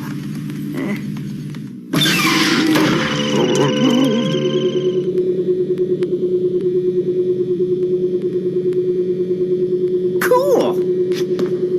Now that's some seriously cool technology. Easy does it, Martin. Listen up, gang. An archaeologist disappeared while doing research on the Nazca lines. Aren't they those mysterious earth etchings in South America? Mm-hmm. Peru, to be precise. And since Professor Sampson's disappearance, very strange things have been happening there. I bet you was engulfed by a dust devil. They're fairly common in that region. Billy, would you mind recalibrating? I've got it covered, Billy.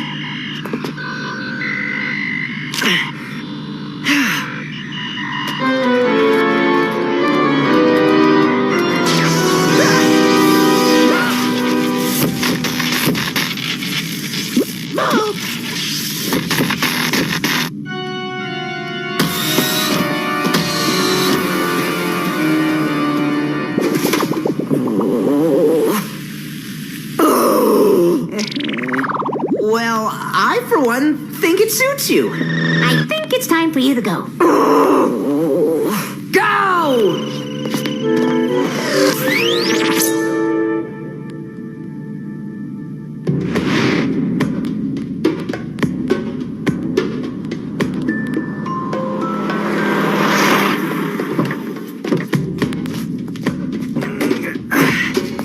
Odd, I haven't seen a single person since we got here.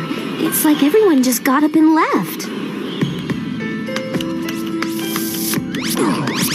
Yeah! Take that, zombie demon! Hello! We came here to find an archaeologist, not zombies. Good point. Take it from here, Job. Okay, so there's approximately 300 figures etched in the surface of the desert. Huh, I see someone's been reading more than the back of a cereal box. Actually, I've been reading Supernatural Digest. The Nazca lines are a hotbed of supernatural theories. I'm afraid to even ask. My theory is they were made to summon spirits that will protect the Nazca people. Well, the spirit didn't do its job very well because the Nazca people obviously bailed on this place.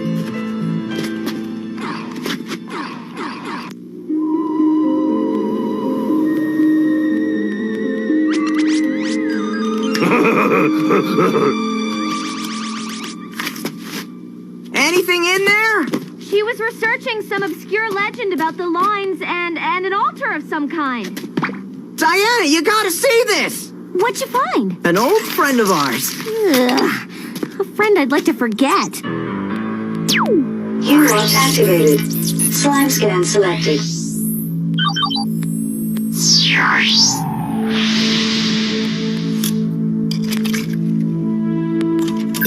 Analyzing data. Ectoplasmic residue composition unknown. Conclusion: does not exist or is not of this earth. That's strange. It's not in the databanks. Let's send the sample to the center. Huh. What's this? Java win!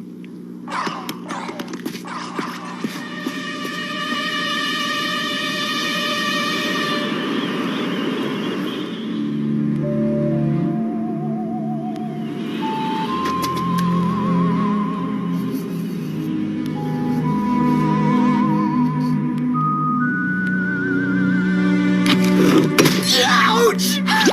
Now this is what I call a quality clue.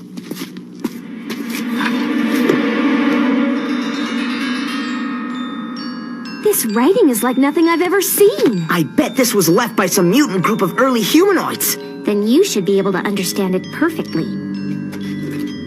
We have to figure out what these hieroglyphics mean. Maybe it can tell us where the professor disappeared to. Ah! Ah! Look at this!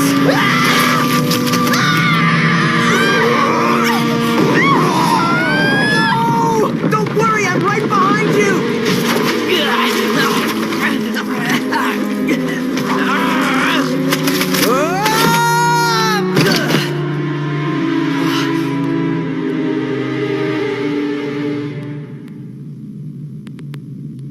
Diana! Java! If you're down here, give me a sign!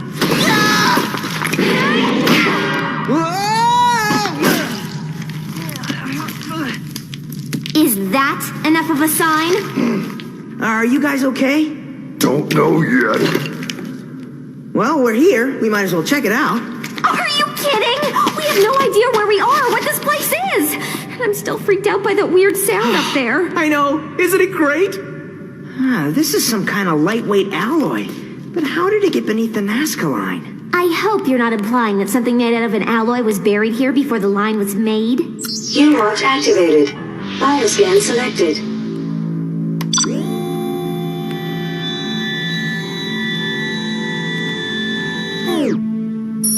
Not buried. Crashed. Subject consists of hybrid alloy. Estimated date of construction, 200 BC. That makes it official. We're in an alien spacecraft.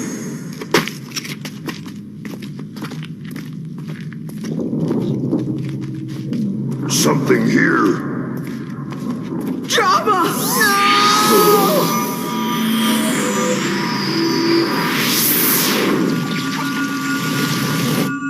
Just when I thought it couldn't get any creepier. Hey. Correction. We're in an inhabited alien spacecraft.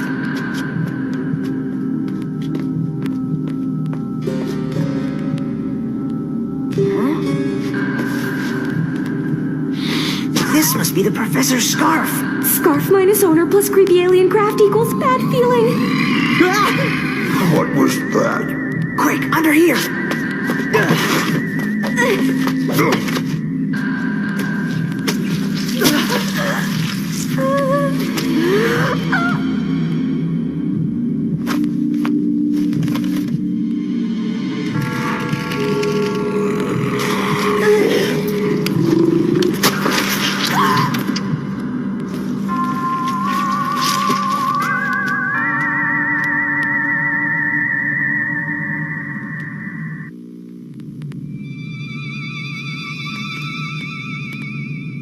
I think it's gone.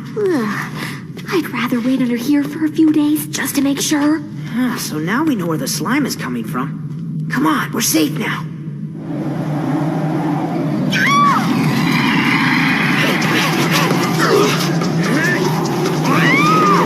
I can't stop! It's pulling me!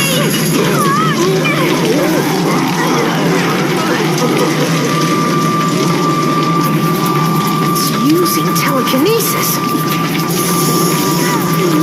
Spread out so it can't focus on all of us.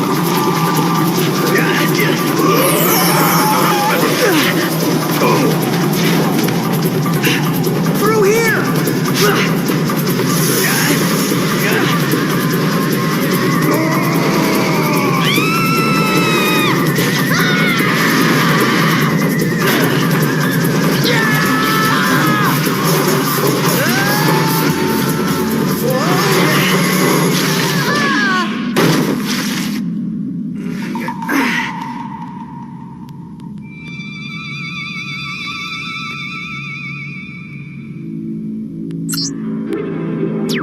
U-Watch activated. Alpha goggles selected.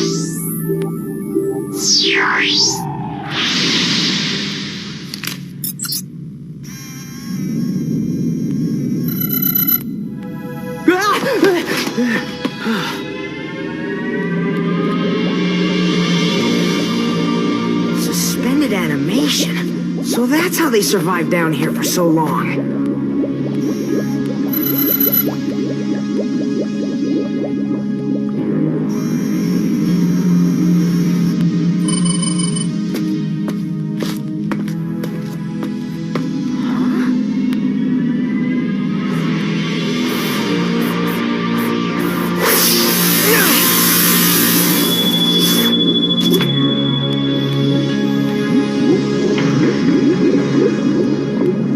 This isn't an alien colony. It's an invasion force! Human intruder!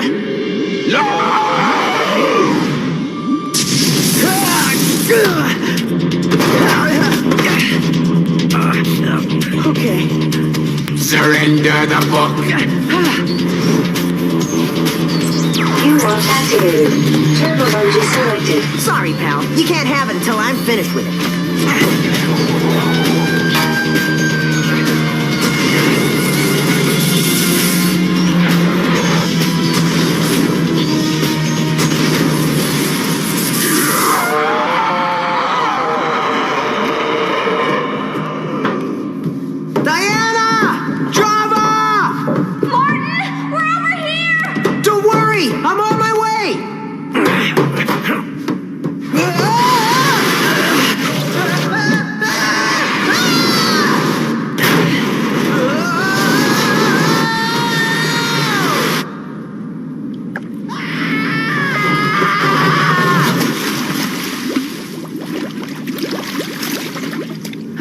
There always has to be a slimy pool of trash. Uh-oh, an intergalactic trash creature. All right, bring it on, creep. Creep? You're one to talk. Thanks for leaving us behind back there. Hey. Wow. Well, hello. I'm Martin Mystery. Hello, I'm not interested. Apparently, this is where the aliens dump all their prisoners. Is that what I think it is? Unique script.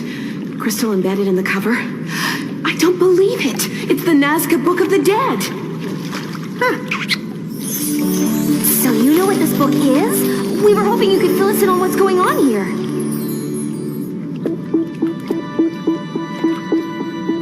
I found evidence that the ancient Peruvians confiscated a tome from hostile aliens and were able to trap the aliens underground with the use of these mystical Nazca lines. If only I could translate the language. Maybe we can use the U-Watch. Huh. Ah! The U-Watch, Martin? All right, the U-Watch. U-Watch activated. It's translating. It says the aliens were planning to take over the world when the ancient Peruvian shaman trapped the aliens in their ships by hiding the Book of the Dead. It also says here that there's a ship under every line. Whoa, that's some translator. Considering we all entered the Nazca line the same way, the altar must be some sort of portal. And whatever opens must close. We just need to get back up there and seal it up for good. Oh, sorry.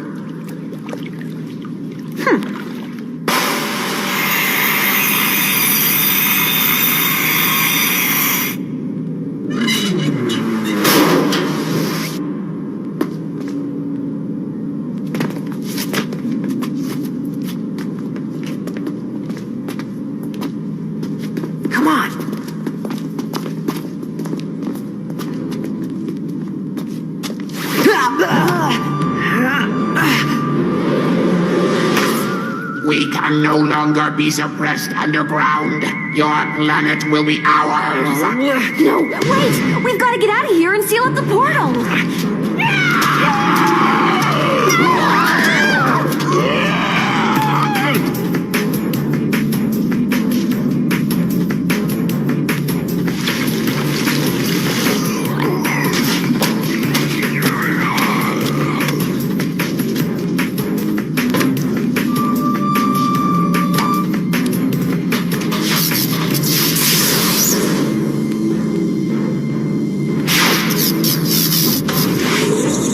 Restoration complete. Our army awakens.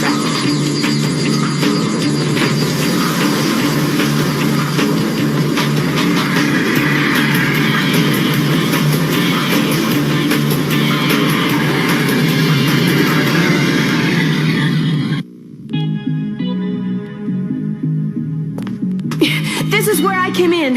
And this is where we go out. Fast! Not before I take care of some unfinished business.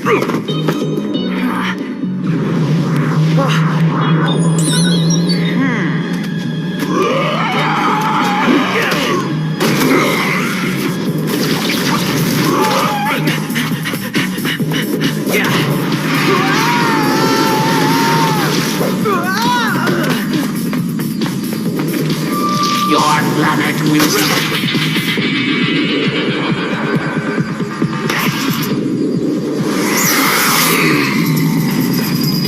Sorry, man, but I need this.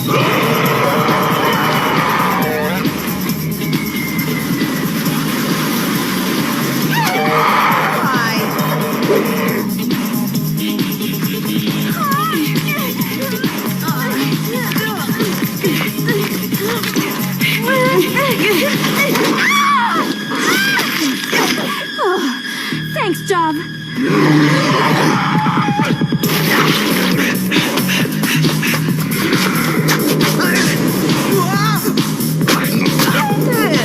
This is like trying to climb a wall of jelly. Except it doesn't taste as good. Look out! They made it to the surface! Wait a minute. The handprints!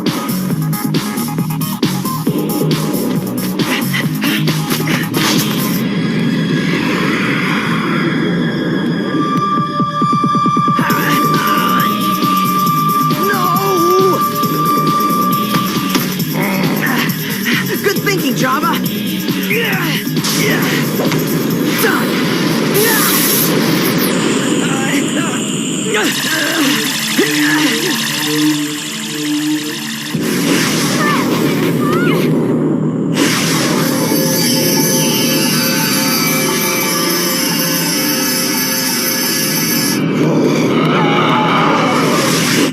Aliens gone.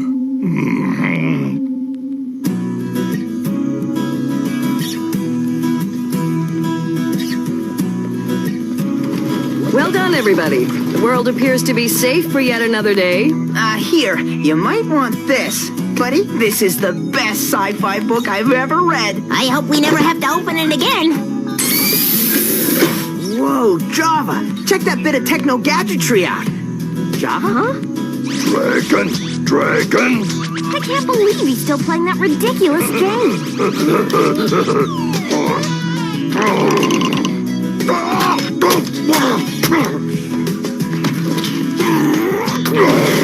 Java no like technology.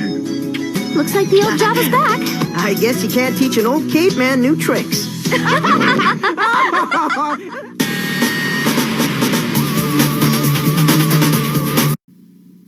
Delete messages. We'll be right back. The night starts ordinary with forever friends. It's extraordinary. Here's Plushy Tail, Cozy Tail, and Snowy Tail too. Each sold separately. Powder Tail and Rosy Tail came to see you. All dolled up with forever friends. Making long tails always makes us smile. Looks so right with forever friends. 'Cause now we're all dolled up with style. Plushy Tail comes with everything you see here. Other Forever Friends sold separately. From Kenner. The honeycomb hideout. It's Big Bad Wolf! Big taste! Big taste, honeycomb, big taste. Honeycomb sweet! Yeah, yeah, yeah! It's not small. No, no, no! Honeycomb's all a big, big taste. Big, big crunch for a big, big bite. Honeycomb cereal, part of this big, complete breakfast. Honeycomb's a big, big bite. Yeah! The Mutants and the Micronauts. Does anybody remember that? Does anybody remember when the Micronauts joined up with the X-Men? Because X-Men were hot and Micronauts were too. So they decided they need to put them together. So I hope you guys still dig Martin Mysteries. I know I do. I dig it. So I've been thinking about asking you guys a question again. And I came up with a question. Did you have a go-to toy when you were kids? Like the toy you carried with you everywhere. Like, you know, was your favorite toy Boba Fett? You know, would you clutch your Boba Fett? Were you one of them kids that had their R2-D2 with them everywhere they went, you know? For the longest time, as a kid, I carried a Hot Wheel in my pocket. For years.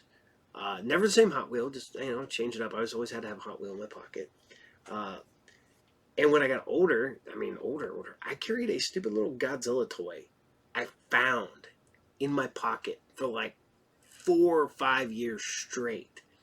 That thing went with me to weddings and funerals and work, but I had a little Godzilla in my pocket. I carried it everywhere. And I have no idea why. I found it, put it in my pocket, and never just kept going from one pants to the next pair of pants, to the next pair of pants, to the next pair of pants. It just kept going and changing over. But I need to know, did you have go-to toys? Did you drag around the G.I. Joe Vamp? Did you have a Spawn figure, a Wolverine figure you carried with you everywhere? I probably, G.I. Joe wise, Snake Eyes. I had Snake Eyes with me like constantly. Maybe my Secret Wars Wolverine at a certain point. But that was later. But no, I just had that stupid figure with me everywhere.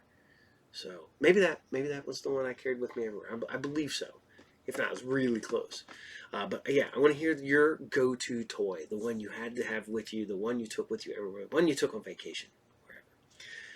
So we're going back aboard the SDF-1. We're bringing you some more Robotech. This is Robotech episode 10, and this is the blind game. Enjoy.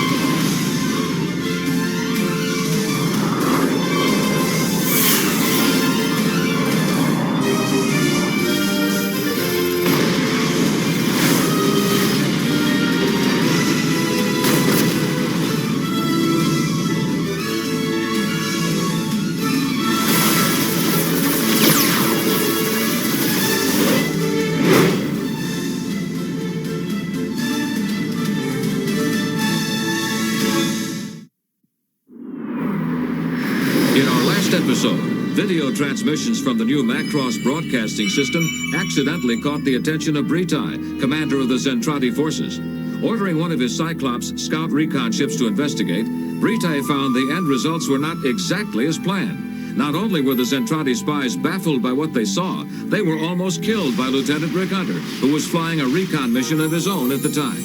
The spies escaped death, and returned to Britai with their report. They were wearing these little military costumes. And looking at them just gave me this strange feeling I can't explain. I still believe they were, You see, Sir Bron here believes that they just might be weapons. They're not weapons. What do you think they are? Enough, be quiet. It's apparent nobody knows what he's talking about. It's too bad the recorder was blown up. I think we should deploy another reconnaissance patrol. And I believe it would be advantageous to capture one of them alive, Commander. To examine here? Yes, Commander. No. What do you mean, no? Huh? He means no. It's a weapon, I'm telling you. You got a big mouth. And you got a broken mouth. Stop this at once, all of you. Well, I didn't have anything to do with it, sir. It was Bron and Rico. That's because I'm sure that what we saw were enemy weapons, sir. And I think he's right. I don't think so. Because you're an idiot. Enough of this babbling. You were given an assignment and you bungled it. Now get out. Aye, sir. We must resolve this and put an end to this bickering. It's bad for the morale of the men, sir. You're right. Your point is well taken. In that case, I would suggest that we begin to act more aggressively, Commander. I like nothing better than aggression. Exodore, I think we should discuss this matter further in my quarters.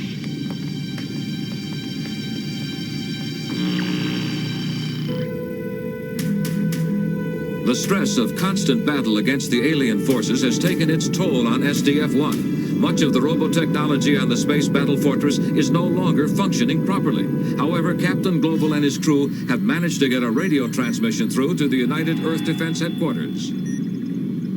Sir, I'm receiving a priority response signal from Earth Headquarters. So we've finally gotten through to them, eh? All right, Lisa, you can punch up the audio for me now. Yes, sir. This is Earth Headquarters to SDF-1. Go ahead, sir. Captain Global, due to the possibility that our security may have been breached and this transmission intercepted by the enemy, I cannot give you the information you request about our support systems. Fortunately, the enemy forces have been more interested in following you and the SDF-1 than in attacking Earth. Consequently, you are hereby requested to continue to keep them at bay and not, I repeat, not to return to Earth in an attempt to buy more time for us and deplete their energy. That is all. So they expect us to be sitting ducks out here. Oh, forgive me, sir, I'm sorry. Don't apologize. I understand your feelings. What they do need is to buy time for them. What I don't understand is why the enemy didn't jam our communication signal this time, Captain. They've always tried to block every one of our transmissions before. Because they're being clever this time and trying to intercept any information they can get. I hadn't even thought about that, Captain.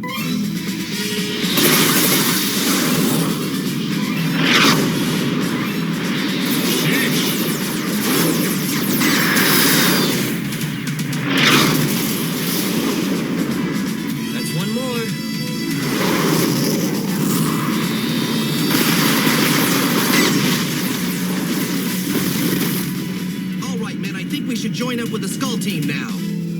Roger, Lieutenant. Right behind you. I'm losing fuel, sir. Hey, are you all right, Ben? It looks like you took a hit. It's nothing, Rick. Just a scratch. I'll be okay. Bridge control. This is Lieutenant Hunter. Vermilion team is heading back now. SDF-1 calling Veritech Group Leader Hunter. You are not cleared to return to base yet. One of my Veritechs has taken a direct hit. If the plane is not damaged too severely, Lieutenant, I would prefer that your group remain in position. Sir, the damage is really nothing to worry about. I'll be the judge of that. I'm the leader, and I'm responsible for the safety of my men. I'm bringing the squadron in. Are you telling me that you're deliberately disobeying instructions? Commander Hayes, you seem to have forgotten what you learned at the Academy. There's no atmosphere here in space, and the smallest damage could prove to be fatal. And while you might feel perfectly safe gambling with our lives when you're safe and sound at your control desk, I'm not about to put my men in that kind of jeopardy. Where do you come off giving me a lecture, Lieutenant Hunter? That's enough, Commander Hayes. This time, Lieutenant Hunter just happens to be right. Now hear this, Vermilion Squadron. You will return to SDF-1 base right away. Lieutenant Hunter, you talk too much. Whatever you say, sir.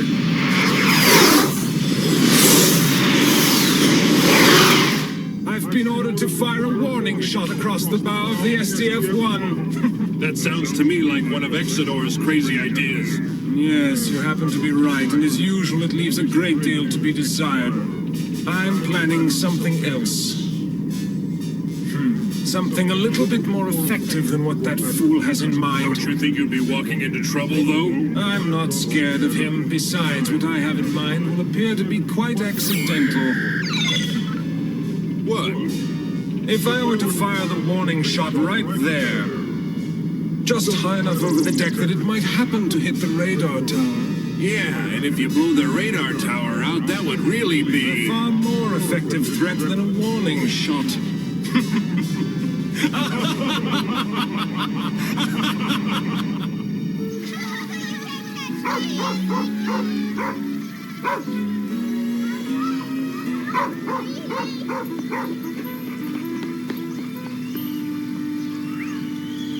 I think I'm being stood up.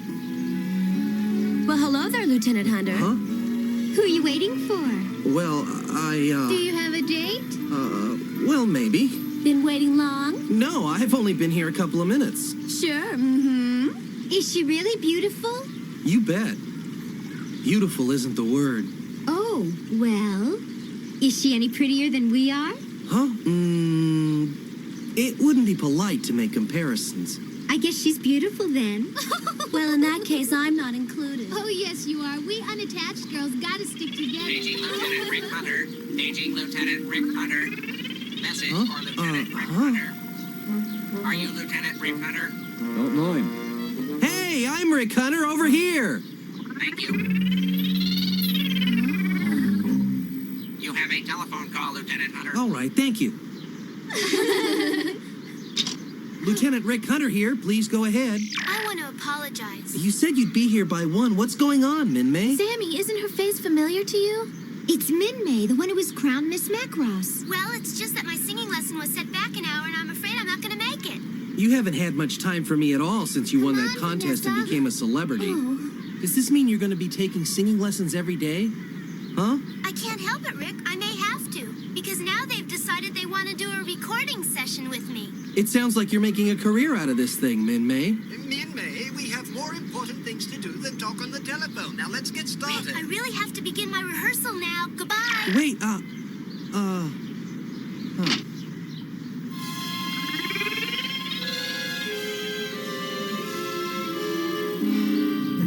Chiron Squadron has now taken up its position. All guns are aimed and ready. You will commence firing in 10 seconds.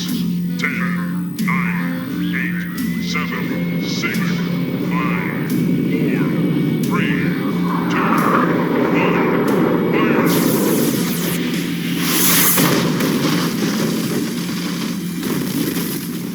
Sir, the planet Palmir's been destroyed. It looks like the enemy conducted some kind of weapons test. All systems on yellow alert, Claudia. Yes, Captain. All systems have been set on yellow alert.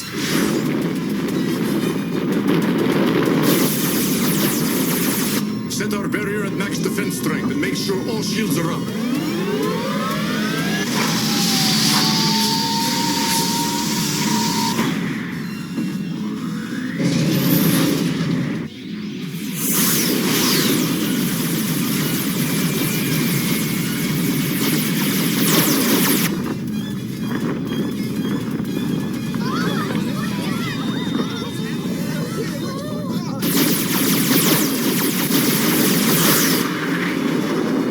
Another bombardment approaching.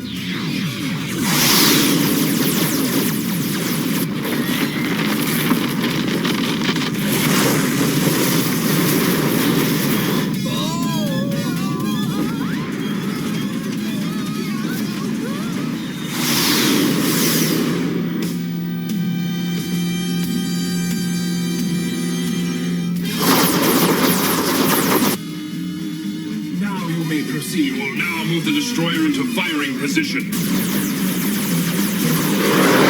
Destroyer aimed at enemy radar tower as ordered. What? Strange, Captain. The enemy ship seems to be deliberately firing over our bow. I guess they're going to fire a warning shot in hope of terrifying us. Get them now! No! We'll be hit, sir. What?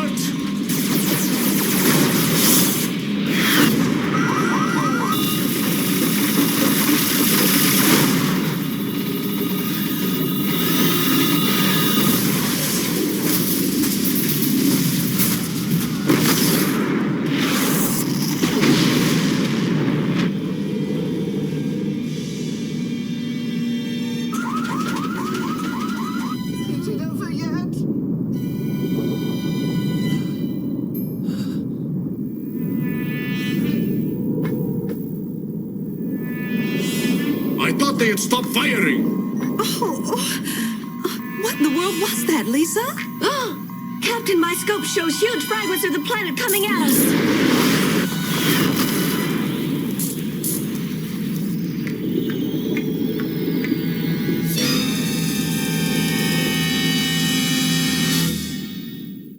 You're commanded to stay tuned for the return of Robotech.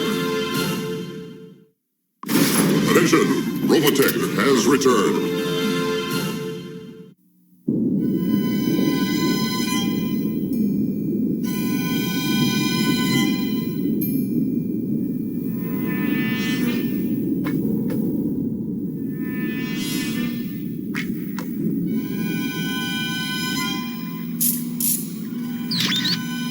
Captain, I've just received our radar report. They say it will take at least 5 hours for us to pass through the shower of meteorite fragments. All right, Vanessa, let's look at it on the wide-range radar. Yes, sir. Oh, the wide-range radar doesn't seem to be working, sir. What?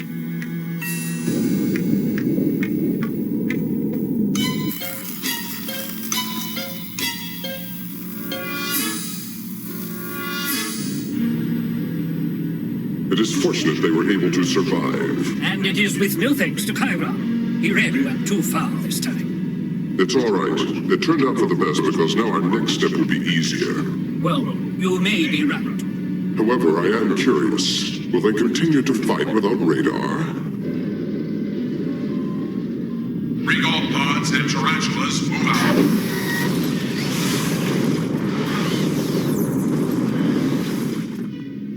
In 10 mil.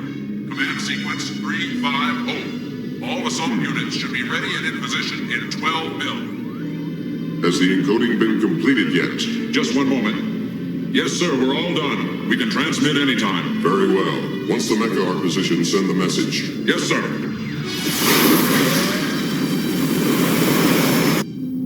Oh, no.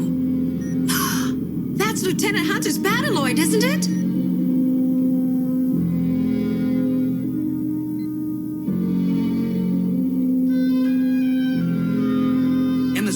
Damage could prove to be fatal, and while you might feel perfectly safe gambling with our lives when you're safe and sound at your control desk, I'm not about to put my men in that kind of jeopardy. Lisa? Huh? Lisa, are you all right? I'm fine. I was just daydreaming, that's all. I have to admit, Rick was right. I can't make out this strange code. Hey, Kim, I'm receiving some kind of really weird transmission. Probably a telesignal from Earth Defense Headquarters with a coded message for Captain Global. But the source of the transmission doesn't seem to be Earth. What's the problem? Oh, well, I'm receiving a communication, but I'm not sure it's coming from Earth. Well, Sammy, I suggest that we listen to it then. Yes, sir. In the name of the Zentradi forces, I order you to surrender. The last attack on your ship was a warning of what we will do. You cannot escape. If you wish to live, you must surrender at once. It's a transmission from the aliens. We repeat, in the name of the Zentradi forces, I order you to surrender. The last attack was only a warning. Stop Surrender at once. I must admit they're truly amazing. They destroy our radar and within minutes speak to us in our own language. I want you to keep monitoring them constantly, Claudia. What answer are we going to give them, Captain? We'll just ignore their transmissions. A reply isn't warranted. Their threats are insulting. Think, Henry, think. But what do you think the aliens are going to do, sir?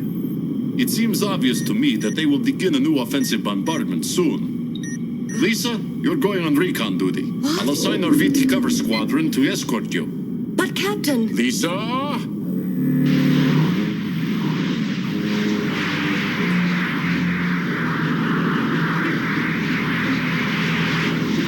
Ironic, isn't it, Commander, that I was chosen to fly cover for you? It really is. But I think we can handle it.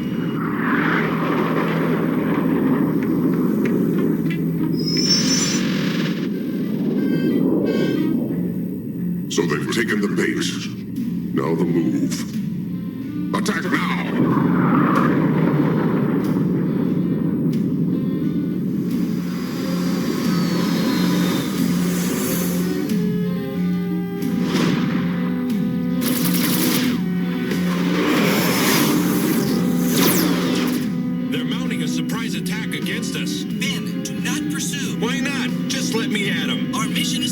cat's eye. Yes, sir. Lieutenant, I've got 4 enemy pods at 4 o'clock. Roger, Ben, you stay and fly cover for the cat's eye. Max and I will take out the enemy pods. Don't leave me behind, Lieutenant. I'll be fine. All of you go. I don't believe it's safe for you without a guard, Commander Hayes. I can protect myself. Now move out. I'm giving you a direct order. Do you understand? All right, Max, Ben, you follow me.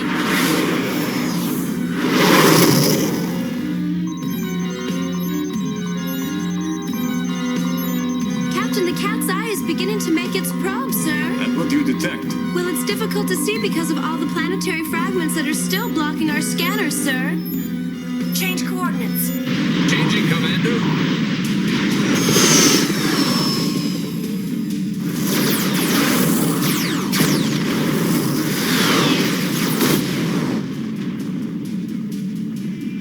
Hey, I think these characters are really playing for keeps, Lieutenant.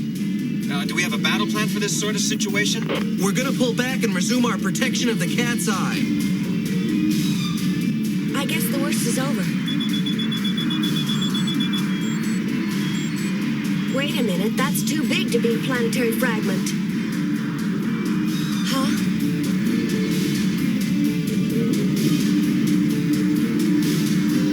Be careful. The enemy recon vessel has been hit by fragments. All survivors are to be captured, but none are to be harmed.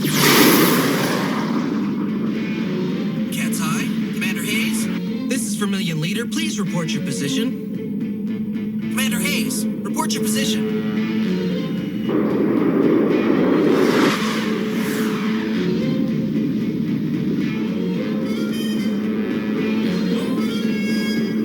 The enemy survivors have been captured. They are now being brought aboard on the lower deck.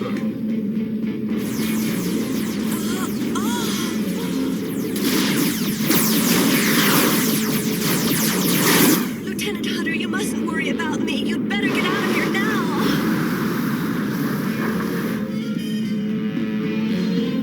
All right, Ben, let's try to hit them from below.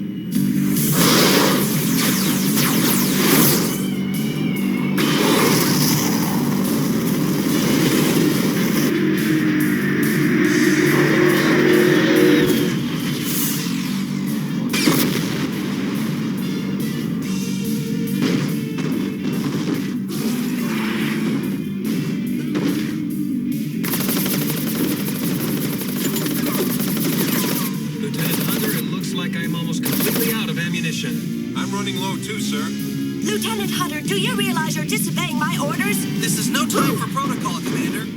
Watch out. Micronians have broken into the lower deck holding area and are attempting to rescue the captives. Your Excellency, wait for me! Uh-oh. Looks like that's it for my ammo, Lieutenant. You, sir. All right, plug in Commander Hayes and we'll make a break for it.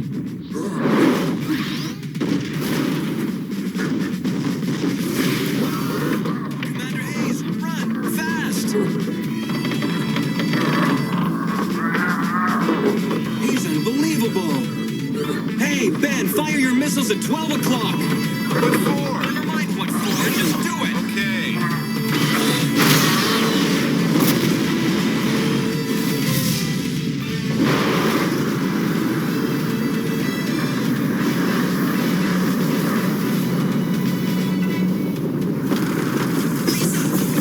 I've got you, Commander. Hold on.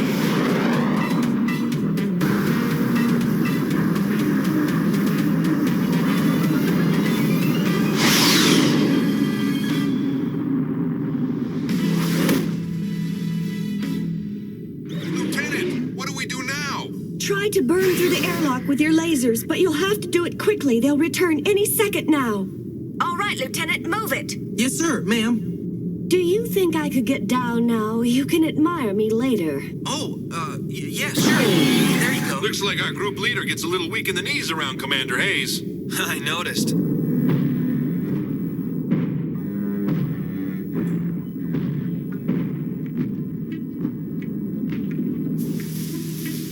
Lieutenant Hunter, our lasers are overheating. All right, you and Ben change places. See if that'll help. I just hope this works and that we can get out of here alive.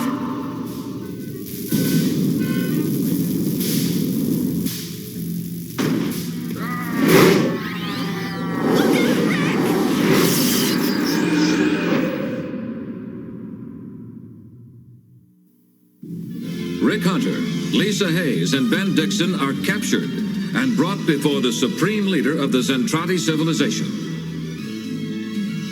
Helpless prisoners, they witness the awesome power and destructive capability of their alien adversaries. Be with us for First Contact, the next thrilling episode of Robotech.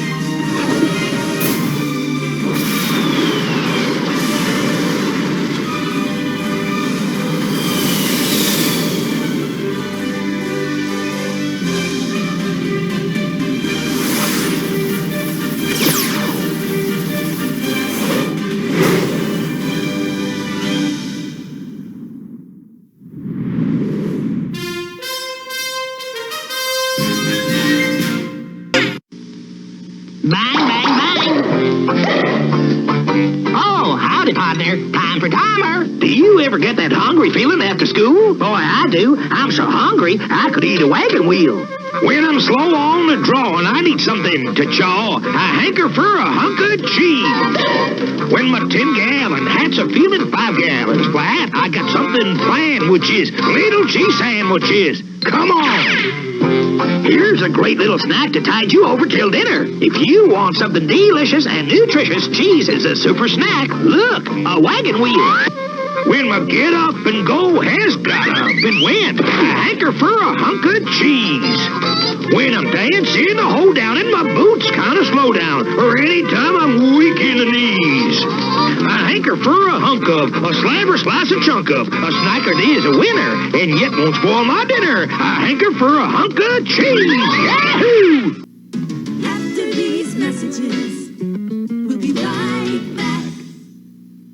She's so gorgeous. She's so hot. Barbie and the Rockers. Is she great or what? Tops and rock cool shirt and shiny pants. My mini is the max, and my stars dance. Love her hair. Barbie, you're my dream. Oh, Ken, dance for us, Barbie.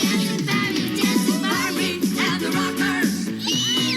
Barbie and the Rocker dolls with dancing action. Ken and Derek dolls, each sold separately. New from Mattel. You know, I know this is a really super basic cover, but I absolutely loved this cover when I was a kid. And the 20th anniversary issue of Fantastic Four, with everybody on the cover, all done by John Byrne, and even Stan Lee's in the corner. Yeah, there's something cool about it. I think Shang-Chi is in there too. Like, if you look, it's like everybody who's cool back then is in this picture somewhere. So, hope you guys are still digging Robotech, because why not? It's Robotech. You should, by law, have to enjoy Robotech. But we're going to sneak on over, and like I said, no rhyme or reason to this episode at all. Well, I guess aliens may be the only connection in this one.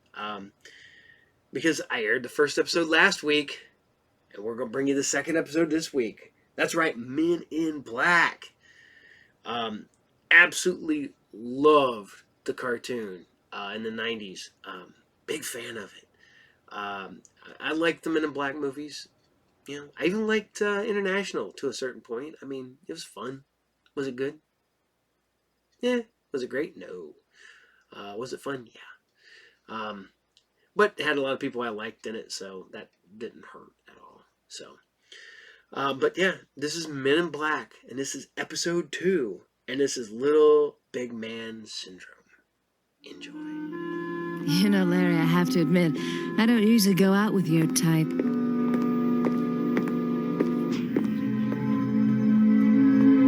But I get the feeling there's more to you. You don't know how right you are, sister. Cassandra, I can explain.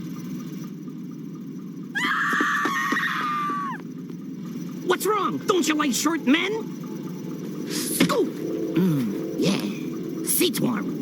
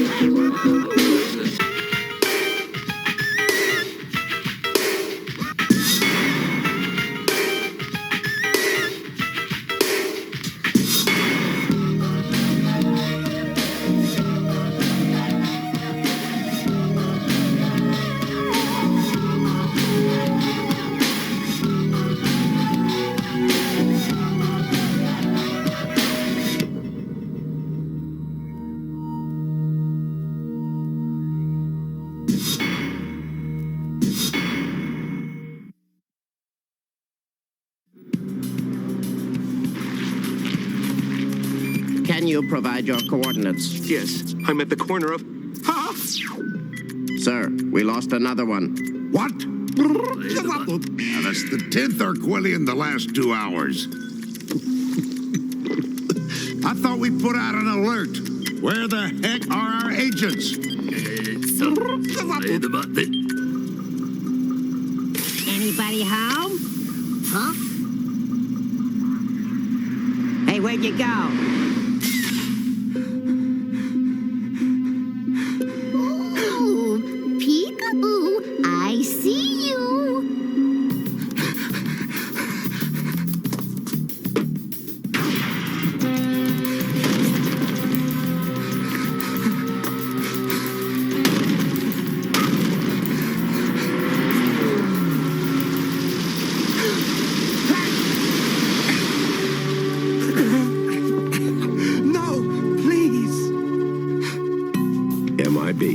We got your back.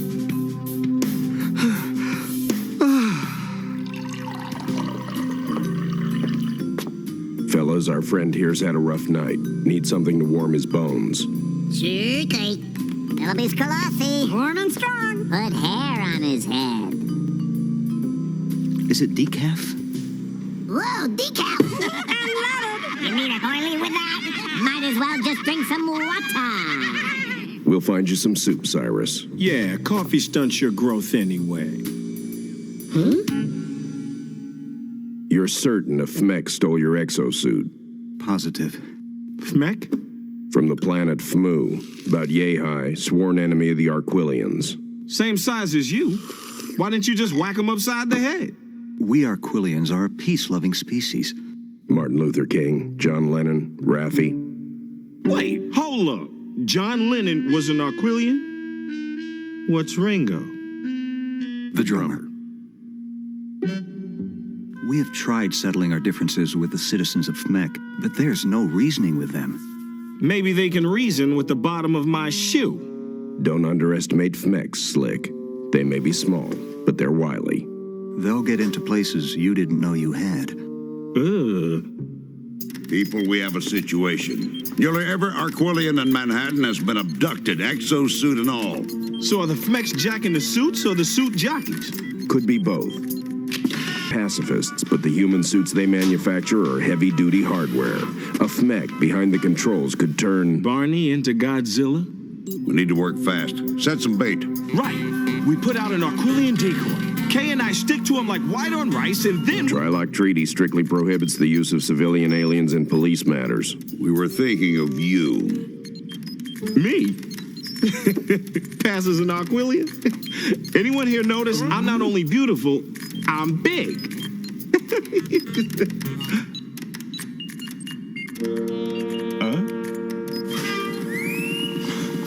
Hey, what's that?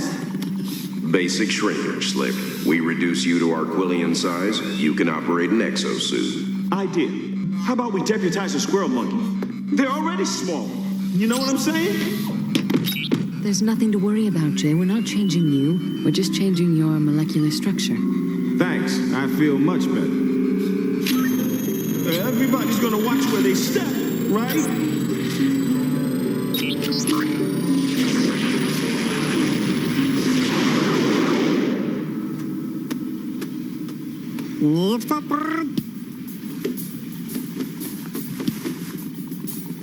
How do you feel? Embarrassed. Don't be shy, I'm a doctor. Wardrobe? Ready to take a spin? And what, a CD player? Yeah, am I supposed to kick Fmeck butt or take their temperature? This is the only suit we had access to. She looks like my elementary school nurse. She was your elementary school nurse. The chassis isn't important, Slick. It's what's under the hood that counts. All right, Jay. We're going to walk you through manual operations. Remember driver's ed? I know how to drive. I just need a little practice with my parking. Yo, what's with my voice? Digitized modulation enhancement. Your words, her voice box.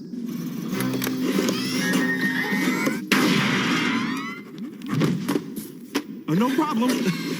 Got it covered.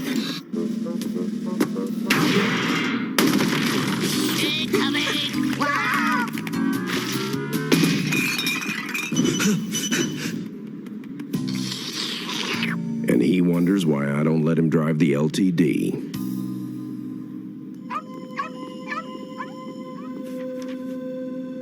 No activity so far. Not unless you count the guy who asked me to lance a boil.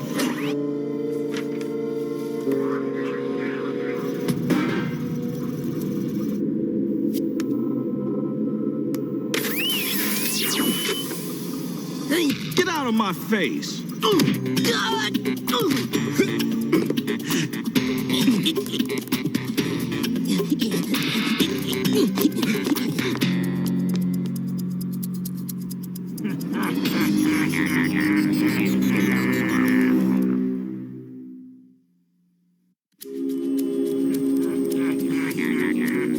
Brothers, you do not want to mess with me.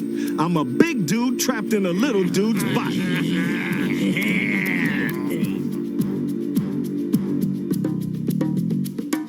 Thought I'd even things out a bit.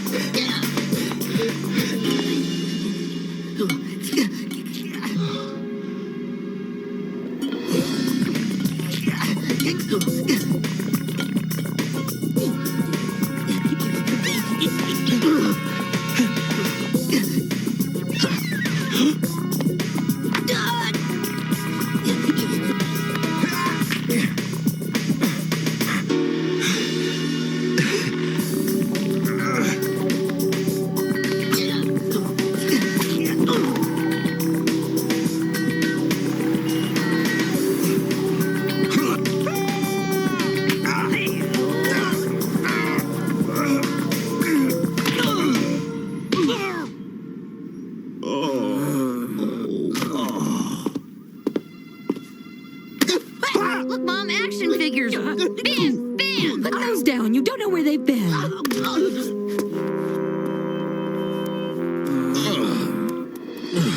Hey!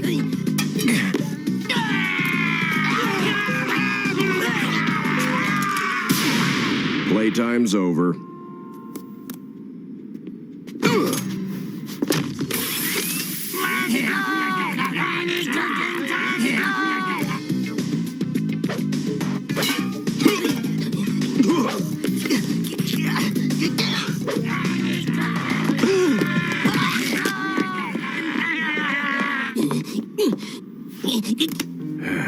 Small world. Well, her heard you bagged a FMEC. Good work, son. All in a day's work, Chief. Now I'd like to slip into something more comfortable, like my big, beautiful self. Of course, we're just testing the experimental right now. Experimental?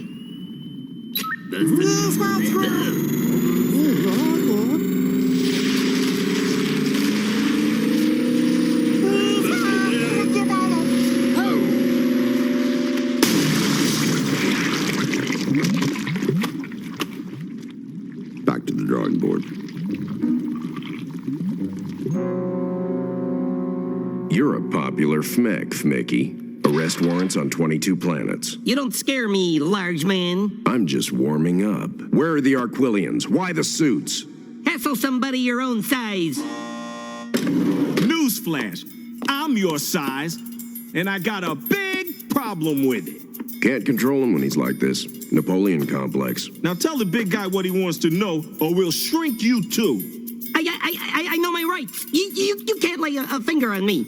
Sure, but let's say we're taking you back to your cell. Say we go through the lab. You trip, accidentally triggering a shrink ray. Next thing you know, you're flea food. You wouldn't. We shrunk him, didn't we? And he's family. Okay.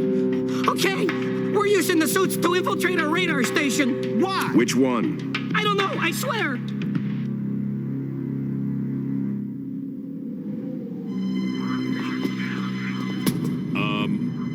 No admittance without proper clearance. Miss?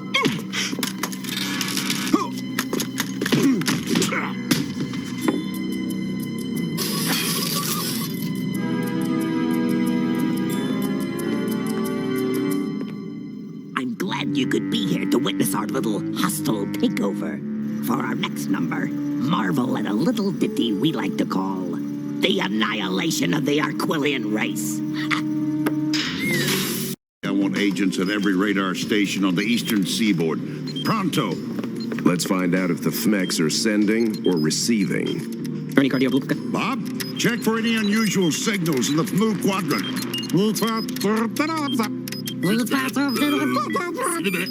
What about us, Chief? I can't send you into the field looking like Jiminy Cricket now, can I, son? I have a new suit for you. Cyrus thought you might be more comfortable in this.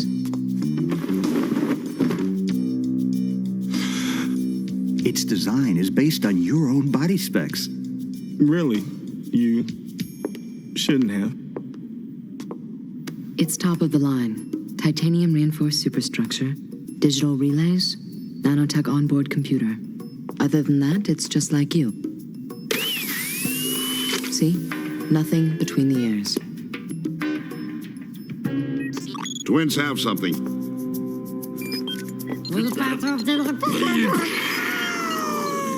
A 4,000 milliwatt death ray has been fired from FMU at Earth. Why in blazes do they want to blow up Earth?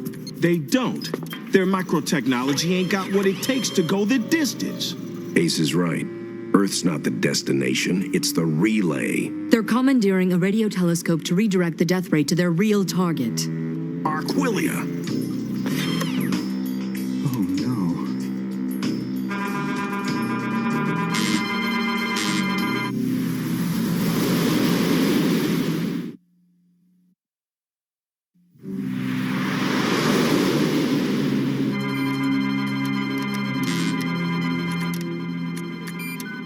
How long before the ray reaches Earth? Less than an hour. We gotta locate that radar station. Bob, calculate the exact triangulation point on Earth between FMU and Arquilia.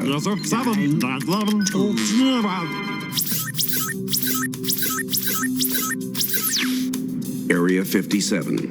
That's where we'll find the FMECs.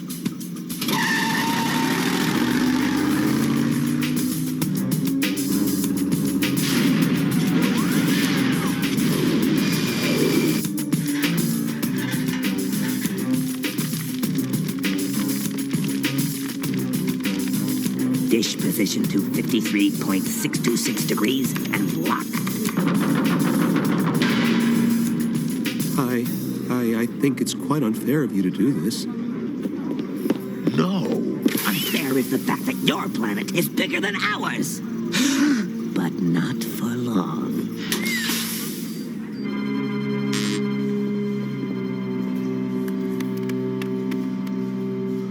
It's decaf. Just the way you like it.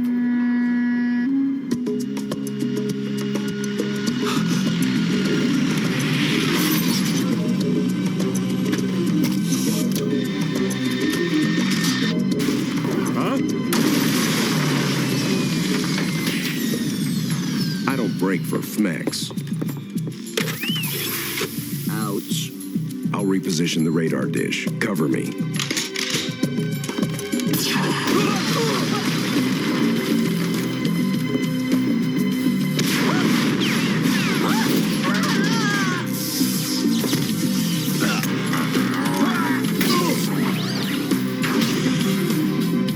Whoa, must be the shoes.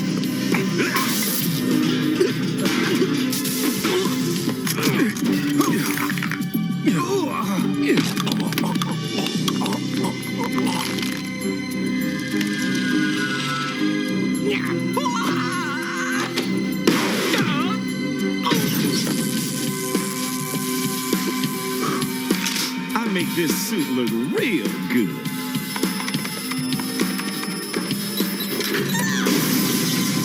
Main controls are out. We'll have to reposition the dish manually. How? Outside.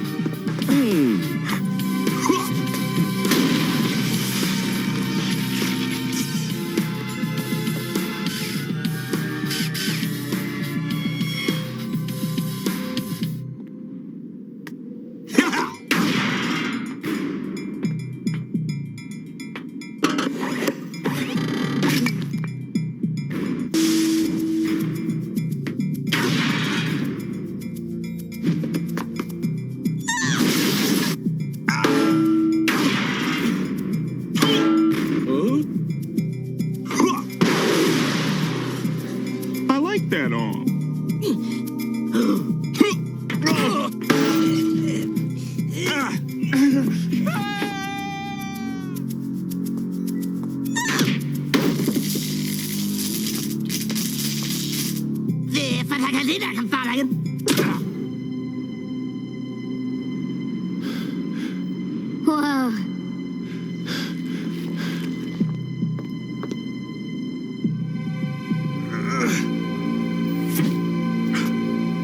Whoa.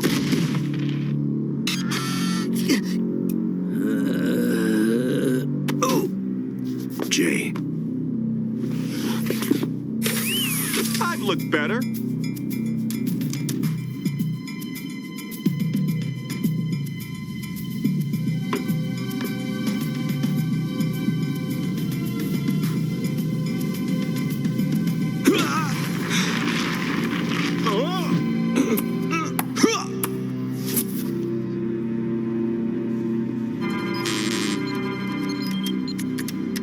Yes, that's it.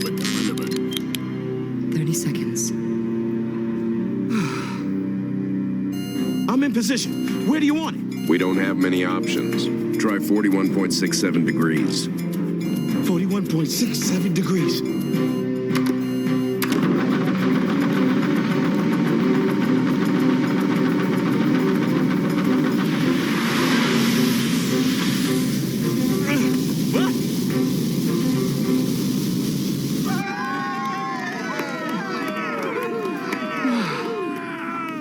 So where did I just send the mean green beam to anyway?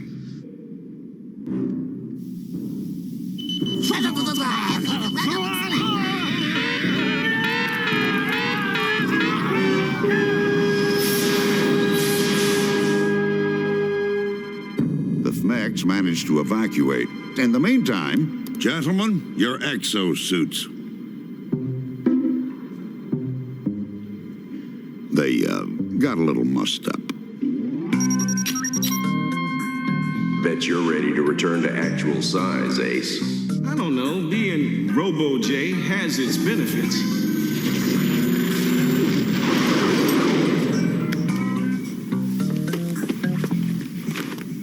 And a suit that fits is one of them.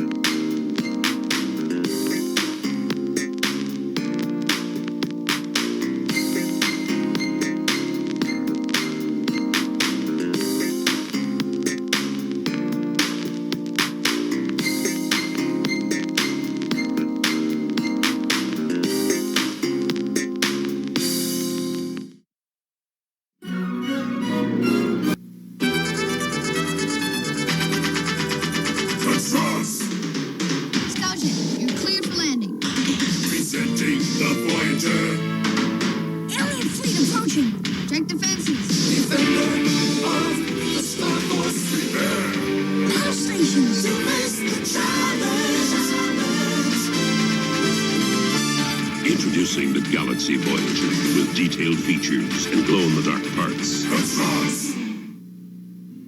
After these messages, we'll be right back. Yeah. Did you see the latest Nintendo newsletter? Whoa, nice graphics. I'd like to get my hands on that game. You mean you haven't played it yet? We can play it on my Nintendo Entertainment System. It's The Legend of Zelda, and it's really rad. Those creatures from Ganon are pretty bad. Octoroks, Tektites, Levers too. But with your help, our hero pulls through. Yeah, go Link, yeah, get Zelda. Awesome. Intense. The Nintendo Entertainment System. Your parents help you hook it up. The Legend of Zelda sold separately. And how many of you remember that Men in Black started out as a comic book from Malibu, which is now owned by... Well, technically, Malibu was bought by Marvel. Marvel bought by Disney. So I guess through, I guess Disney now owns it. I liked Men in Black going back to the old comic books. So I can't help it. It was a good show, a good idea, and I liked it. I liked the concept. I love the fact that the cool weapons and stuff like that. Everything was really cool about it at the time. So, all right. Hope you guys dig it. Hope you guys like Men in Black. It's a fun cartoon, man. And there's a lot of them. So we'll have that for a while. But I guess speaking of comic books and all that fun stuff, we're going to be bringing you some Spider-Man. I can't say nothing more about this show. Love it. One of my favorite cartoons of all time. Because I just go ahead and say Spider-Man and the Spider-Man's Amazing Friends are weirdly not connected, but are connected and whatever. But I don't care. They're still... I consider that one cartoon. One of my favorite of all times. I probably watch the entire run 3 or 4 times a year. I know I'm weird. I will do that all the time. I'll get on hit kicks where I just watch stuff all the time. I probably haven't missed a day of watching MASH in probably 5 years. I've watched every episode probably 20, 30 times. And I don't know. It's OCD. So it's got to be at that point. So this is Spider-Man episode 9. And this is the Carnival of Crime.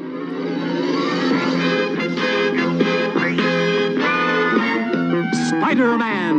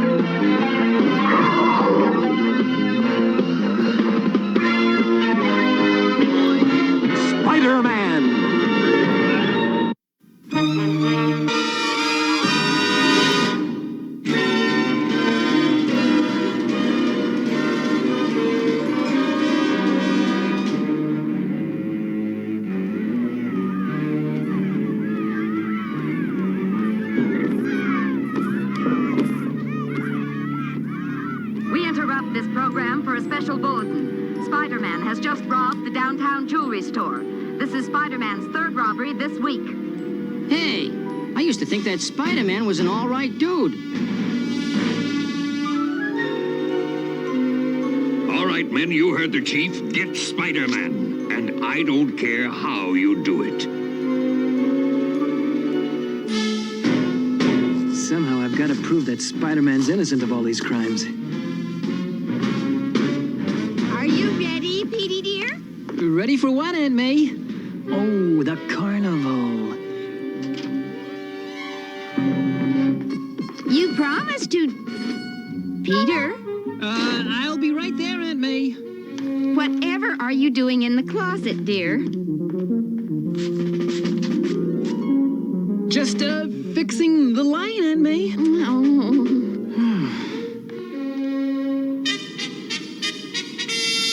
Mortimer, the federal bank's getting a big shipment of gold, and I want you to cover the story. Uncle Jonah! Don't take any unnecessary chances. That rotten Spider-Man's on a crime rampage. Don't you worry, Uncle Jonah. If Spider-Man shows up, I'll be ready for him.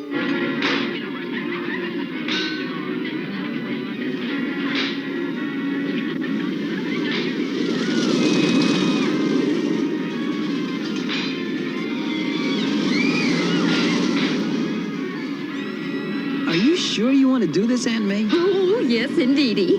Unless it's too much for you, dear.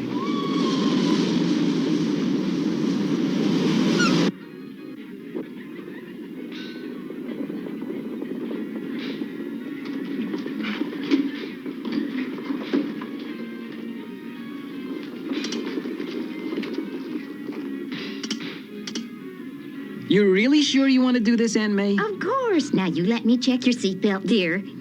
Now, what do they say? 3, 2, 1, blast off!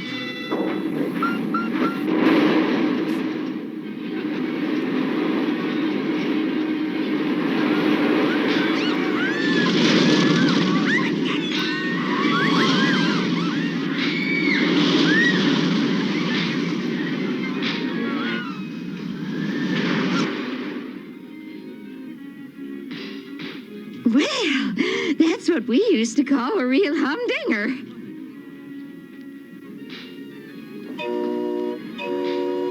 Hurry, hurry, hurry! Step right up! It's only a quarter! Who's next? Ooh, that looks like fun, children. Uh-oh, my spider sense. What'd you say, Peter?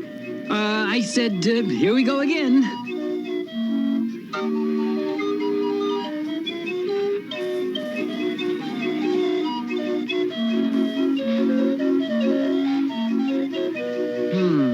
Why, I haven't been on one of these in years. Peter. What, Aunt May? Maybe you should wait here for us, dear. I'm worried about you. Yeah, right, Aunt May, thanks. I think he may have been bitten by a bug.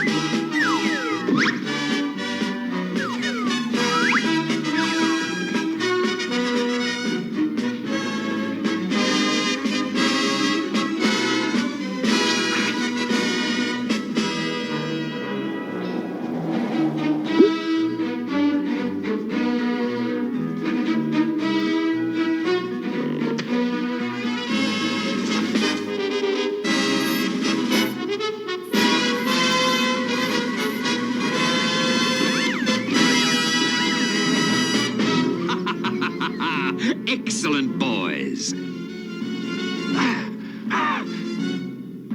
Ringmaster, come, my friends. It's time we pulled off the crime of the century. And with my special hypnotic gas, the eyewitnesses will swear they saw Spider-Man do it.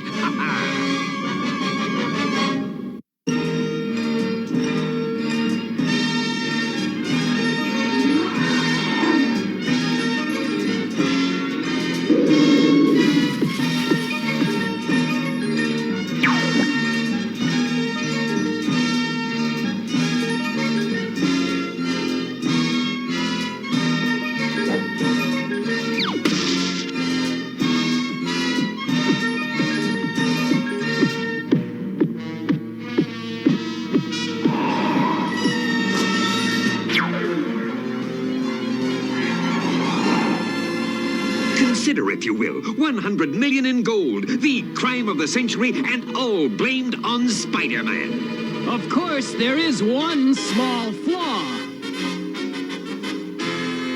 Spider-Man! Very good. You got it right the first time. All right, get him, boys.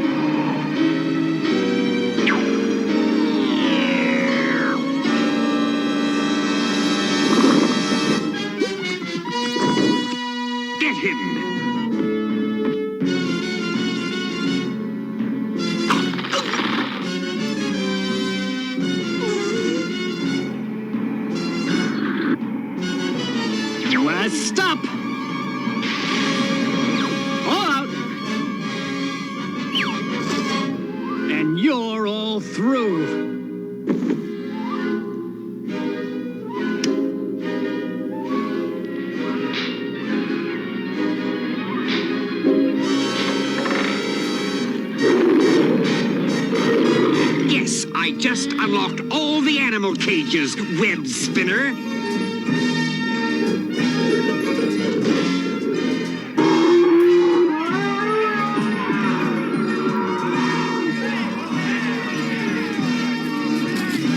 Okay, what'll it be, wall crawler? Stopping me or saving all those innocent people out there? Your choice, webhead. Round one to you, Ringmaster.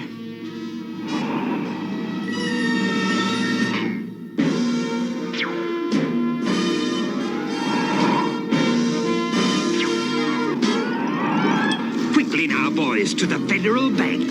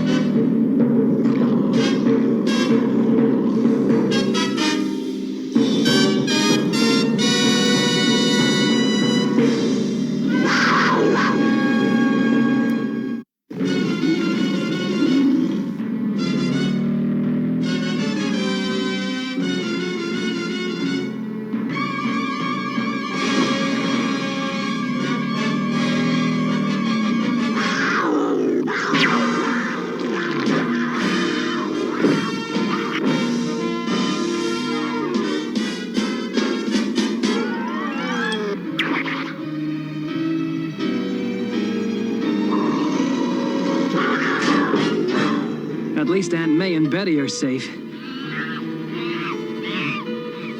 This is worse than Kitty Day at the movies.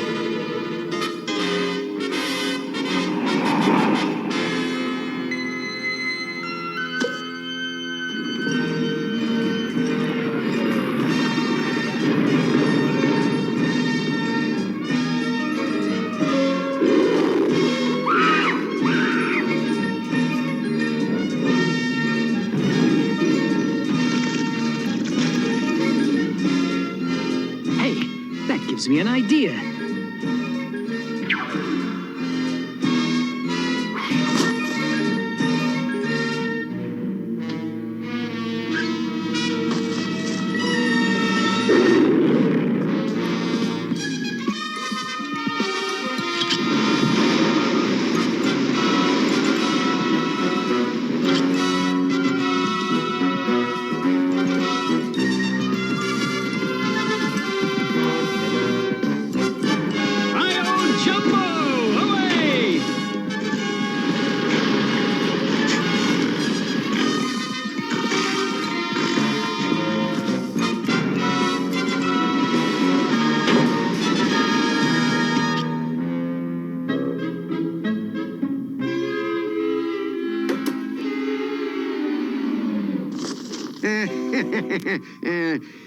All right, folks, trouble's over.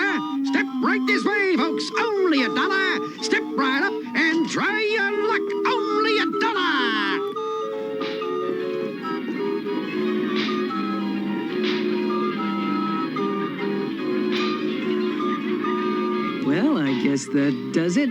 Heater! Heater, dear, where are you? Well, almost.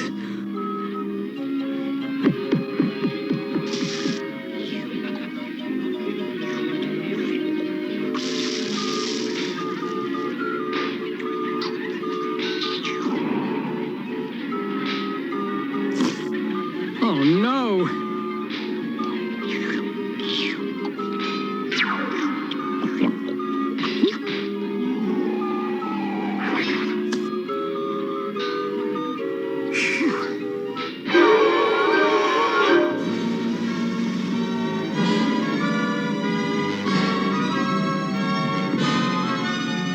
I'll show Uncle Jonah I can take pictures better than that creep Parker.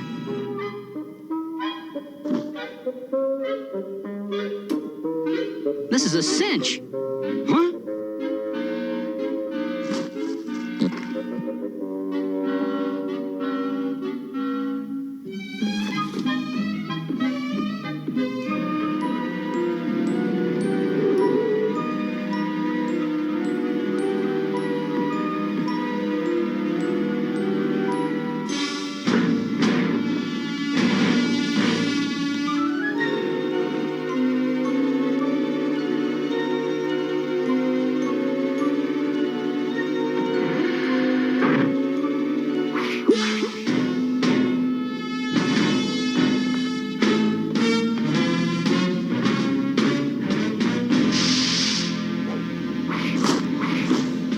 are we waiting for?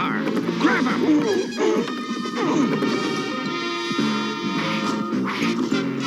Now! You'll never get away with this! One more spider line, please. Now, friend, my hypnogas will allow you to believe you saw Spider-Man commit this crime.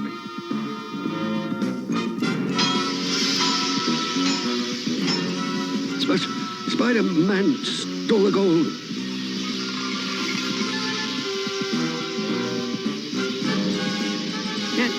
It was Spider-Man. Spider-Man took the gold shipment. We interrupt for a special report. Spider-Man has just robbed the Federal Bank of more than $100 million in gold. I repeat, Spider-Man has just made off with $100 million in gold. More on our regular newscast. Spider-Man did what? Oh, something bad, as usual.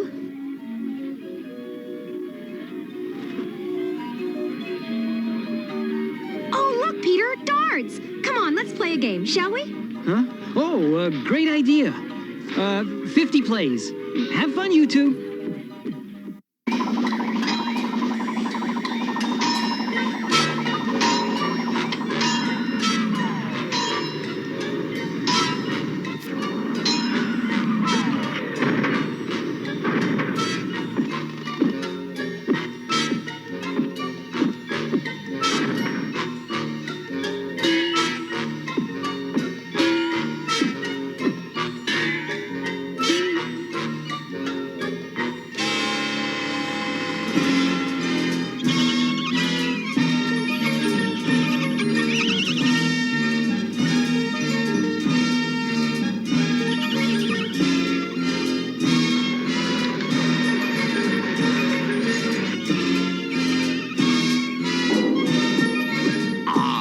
What I call beautiful. 100 million in gold. Now for the final touch.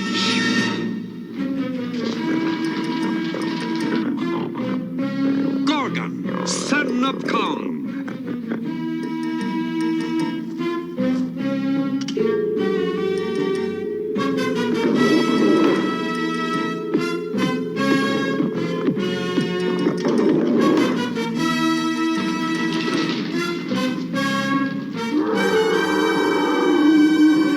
Not even Spider-Man would fight Gorgon. Haven't you learned your lesson yet? Hi there! Oh, now, we're not going to go through this again, are we, wall crawler? Not planning on it, Top Hat.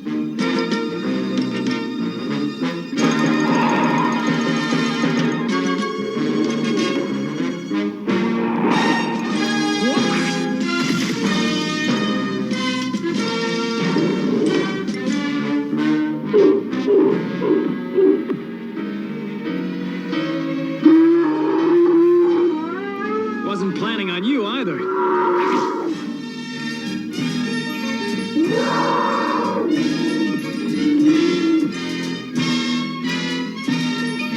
Oh, great. I'm out of web fluid. Good thing I carry refills.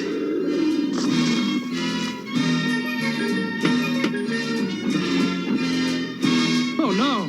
That was my last refill. Nice monkey. Good fella.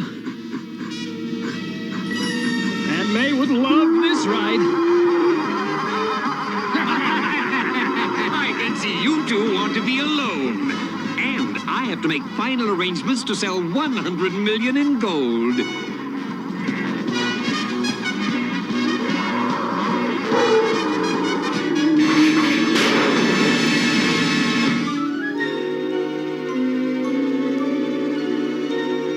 Of course. Gold is soft. These bars should...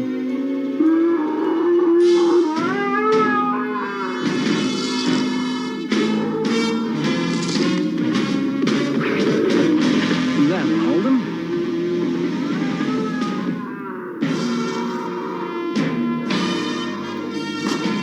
Now to stop the ringmaster from selling that gold.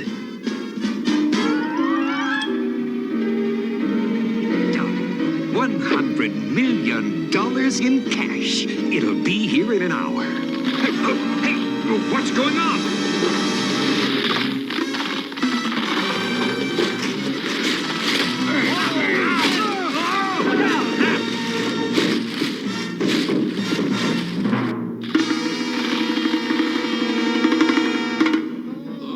Don't forget to feed your little friend. When he's out of bananas, he gets out of sorts.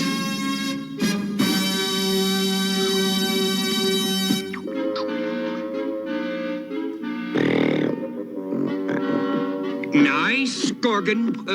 Good, Gorgon. Have a banana. Step right up, ladies and gentlemen. See the wildest animals of all. Thieves, crooks, and dummies. This is great, my boy. This should put that blasted Spider-Man behind bars for sure. You're due for a raise. Why, thank you, Uncle Jonas. What? Spider-Man didn't commit the bank robbery? Some clown at the carnival did? Mortimer? But, I saw him, didn't I?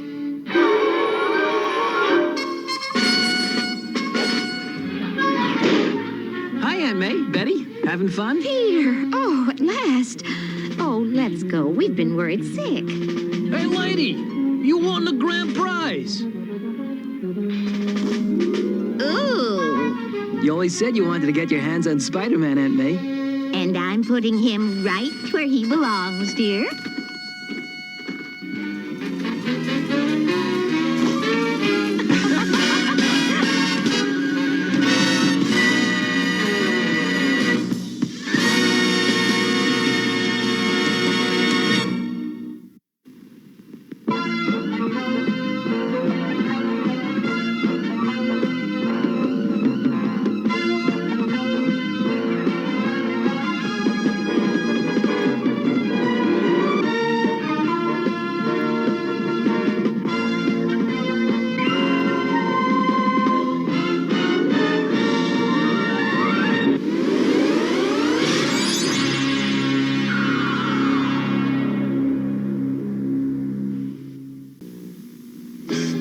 Want to see some pudding?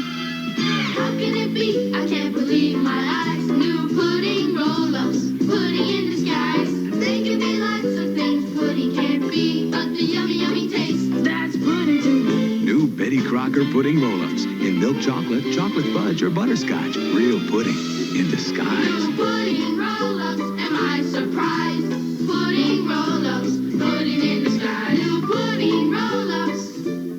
I wish we got for ice cream. It's easy. We're Wish World kids. Treats and sweets opens up to more. Wish a fridge into an ice cream store. Ooh. Shelby serves her favorite treat. Scoops up sundaes that are neat. Wish World kids. Read and speed becomes a car. Now Jessie can drive for an ice cream bar. Great. When you wish for one, you get twice the fun. Wish World kids. Each playset sold separately. Treats and sweets and Read and Speed come with their very own dolls. Wish World kids from Canada. Oh, right. You know, I hope you guys still dig Spider-Man, but Carnival of the Circus of Crime, just one of the worst villain groups ever. Outside the Ringmaster, you know, you just watch the episode, but you if you don't remember, like tomorrow, you'll be sitting there going, "Who were the other members outside the Ringmaster?" The fact that one of them left the Python Princess and joined the Serpent Society at one point and left, and I don't know if she's ever been back, because she's snake based, so she gets to hang out with them guys. That is one of my favorite weird groups of villains, is the Serpent Society. That is a hill I will die on. I was so disappointed when it wasn't Captain America 3, the Serpent Society, like it originally showed, and ended up being Civil War. I loved Civil War, but man, when it wasn't Serpent Society, just want to see cool ass versions of Death Adder and Sidewinder and all those stuff. Oh man, be cool. But I'm weird. It's like I said, love them. So, we're going over to other weird groups of supervillains. No. We're going over to Mask. And, you know, it was pointed out to me that Deke, why so many people had Deke do it, and especially when G.I. Joe quit and then Deke picked them back up, because Deke stood for DIC, and that was do it cheaper, animation-wise, because they could undercut everybody else. And I'm like, man, the animation wasn't bad on Mask. It wasn't bad on it. And then I've watched G.I. Joe next to Deke G.I. Joe, and I'm like, yeah, no, it's not as good. The older animation outdoes the new animation. So, all right, so this is Mask. This is episode 27. 27. And we're not even close to done on this one. And this is Panda Power. Enjoy.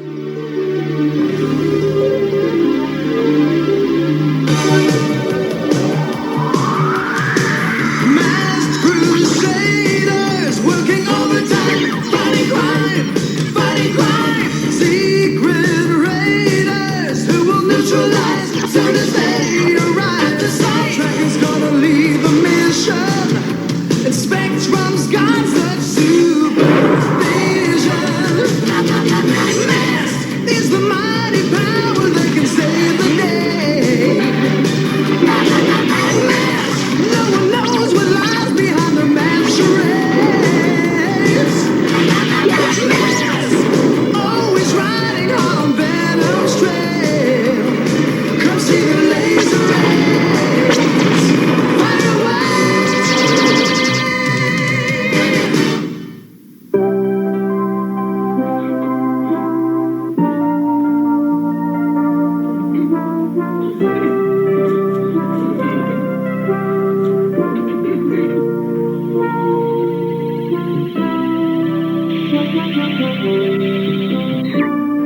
There you are, Matt. A teddy bear for all times. If you painted it black and white, Andre, it could fool a real panda bear.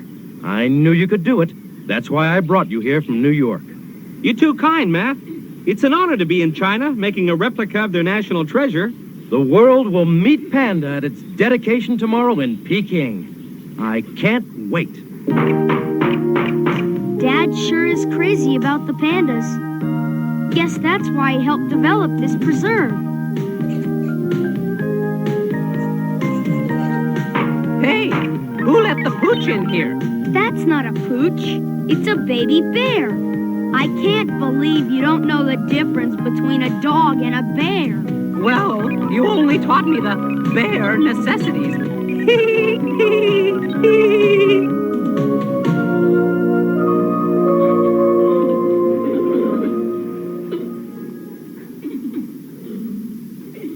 Listen to the pandas. It's great to hear nature. Yeah, it sure beats your snoring. I don't snore. Oh, yeah? Last night I thought a herd of wild buffaloes were in here.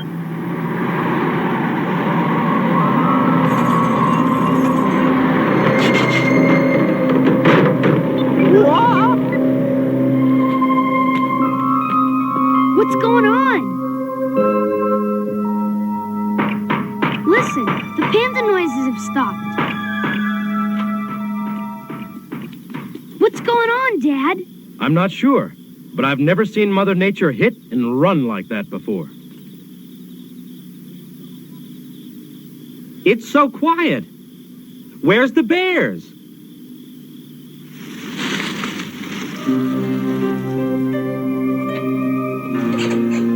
He sure is scared. So what are we supposed to do with him? You two can take care of him for now.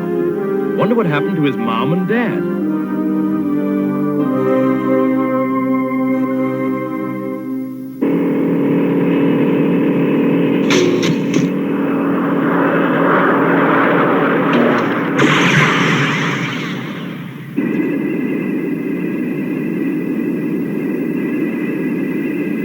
What are those funny scrape marks down there, Dad? I don't know, but there doesn't seem to be any panda left anywhere in the preserve. I don't get it. How could all those bears disappear like that? Must be a bad case of pandemonium. Whatever it was, I'm going to get the bare facts. How can anyone be so cruel as to steal innocent animals? I wish I knew, Andre. See you at the Tiananmen Square for the celebration. Okay, Matt.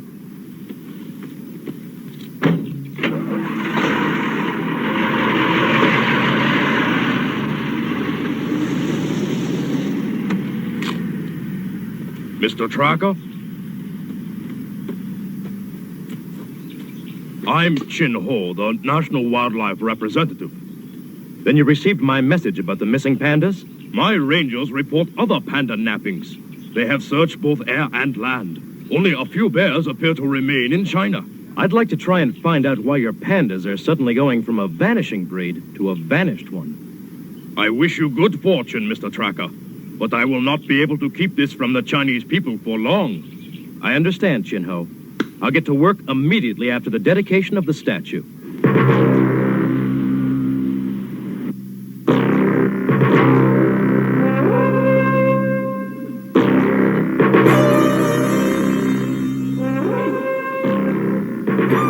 At last, Venom will soon be immortalized. What immortalized mean? It means you'll be in the history books forever, you idiot. I've dreamed of this for years. Well, being stuck out here on Easter Island with all these bears is sort of a nightmare, if you ask me.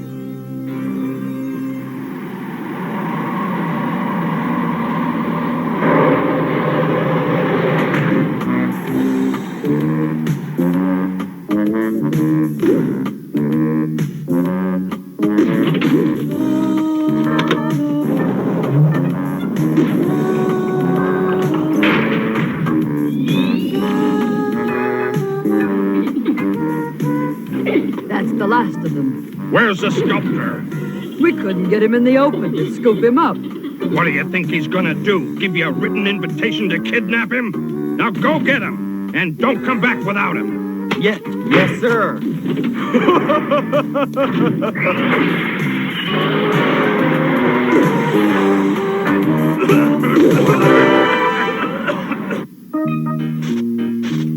Hey, that tickles. Maybe I'm working close to your funny bone. I'm starting to feel warm. That's 'cause I hot-wired you. Then you're gonna be the world's only walking, talking incubator. I'm not sure if this is such a good idea. I mean, I'm gonna look like a kangaroo. You mean a kangaroo bot. Okay, the thermostat will regulate the exact temperature of a mother panda. T-Bob, you make the perfect mother, and this will make you even better. You would have to say that. Well, we better get going, T-Bob. We're supposed to meet Dad at Tiananmen Square for the statue dedication.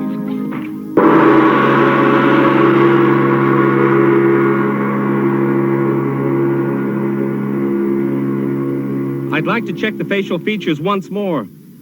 I'm starting to like pandas as much as you. We've got time. Yes, the crowds will not arrive for 2 hours.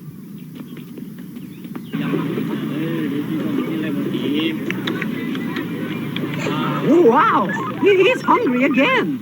That's the second bottle he's had since we got here. Yeah, we're gonna have to get him his own cow.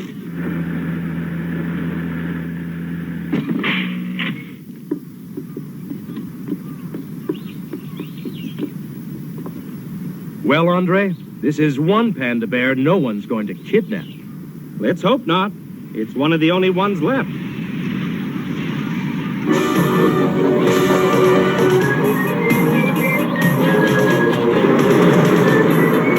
Wait till the newspapers get this scoop.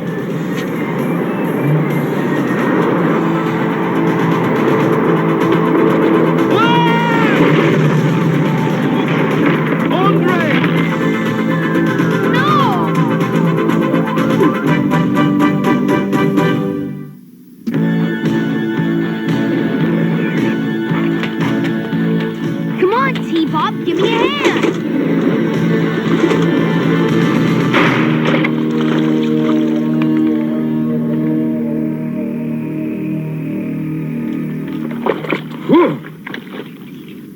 Dad. Any crackers to go with this tomato soup, Scott? Next time, Dad. That was Venom, wasn't it? Yeah, and it's obvious they stole the bears. But why? And what do they want with Andre?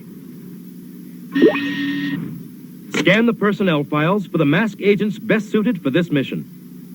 Personnel selected. Alex Sector, computer and communications expert. Rhino Systems commander. Animal expertise critical.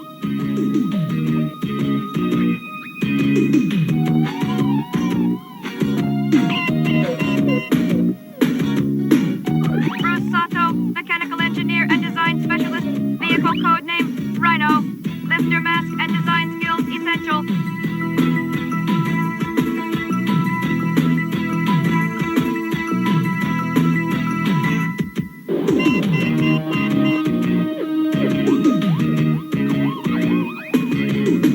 Novus Lane, weapons specialist, tactical strategist, vehicle code name, firecracker, all-terrain vehicles potential necessary.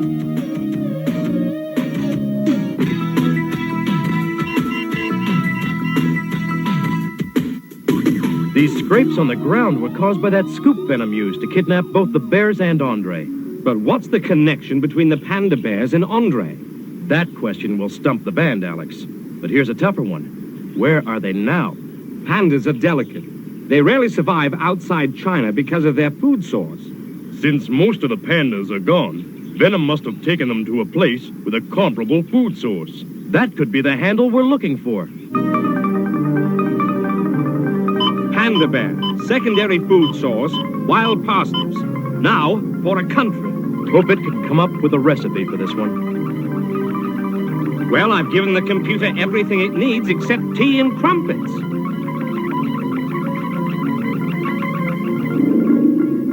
Large numbers of pandas can survive on the wild parsnips of Easter Island. Pandas on Easter Island?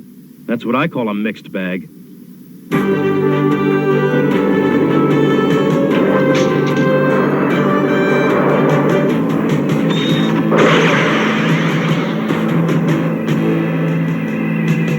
How does Easter Island look at 5,000 feet?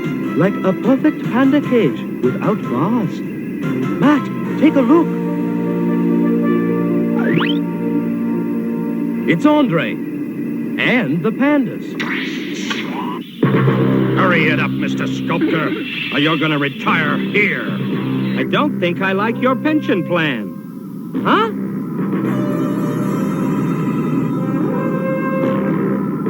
I was wondering when Mask would get here.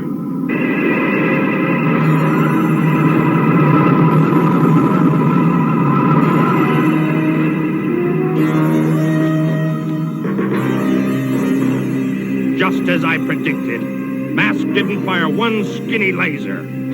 But what happens when they attack? They won't, airhead. Who'd want to hurt a teddy bear?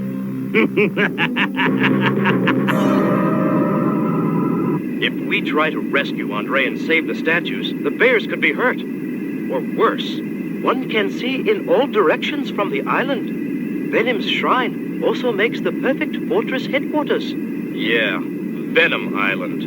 And the pandas are an insurance policy. You're right, Bruce. That gives me an idea for a plan. We'll call it Panda Power. Panda Power?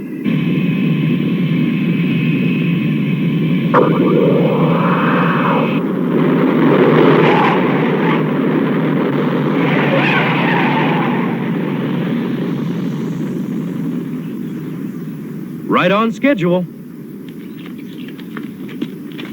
All finished here.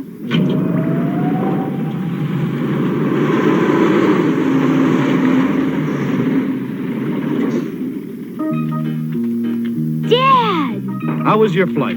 Bumpy, old chap, and no first-class accommodations. The baby panda loved it. He slept almost all the way. Like a real baby. Yeah! Now he's gonna be wide awake all day. Oh. It's all part of being a mother, T-Bob. Cheer up, T-Bob. I wanted you and Scott to come here so we can reunite him with his mom and dad.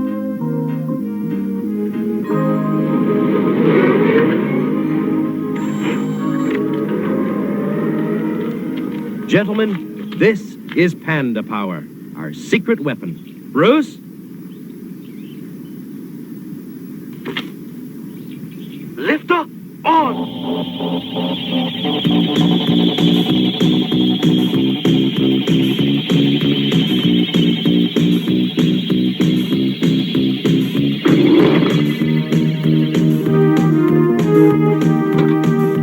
Scott, T-Bob, stay here while we try to arrange a family reunion for your little pal.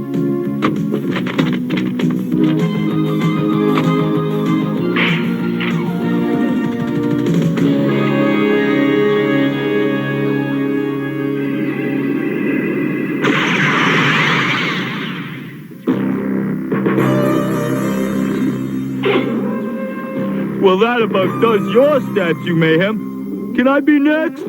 Stop pestering me. You're like a flea on a dog. But you said my statue was next. I'm next. Ladies before...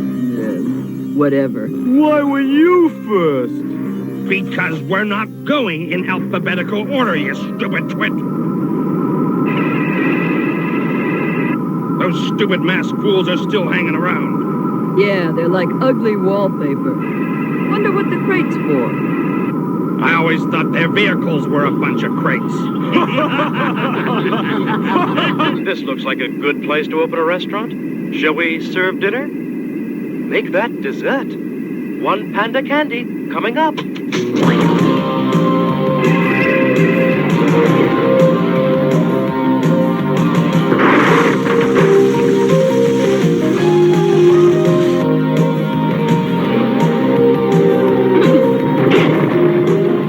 Smell something fishy going on here, but it ain't fish. Mask has done something to take the pandas away. We've got to get them back, fast.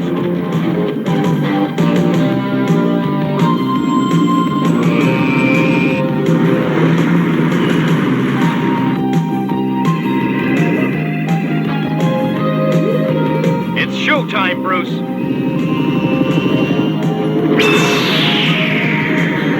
This one's a warning. The next one's gonna give you a flat top. Looks like the animals got out of the zoo.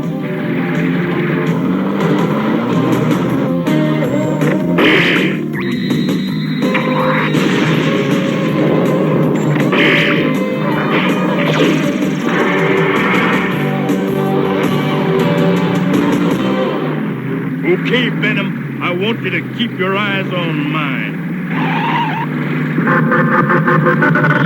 What's happening? I'm getting drowsy. I'm being hypnotized.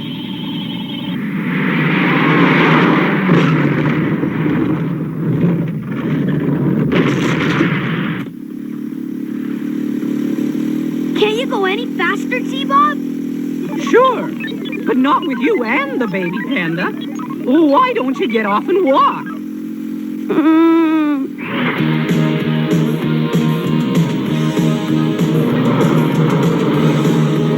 I'm gonna shake matters up for you a bit, Venom.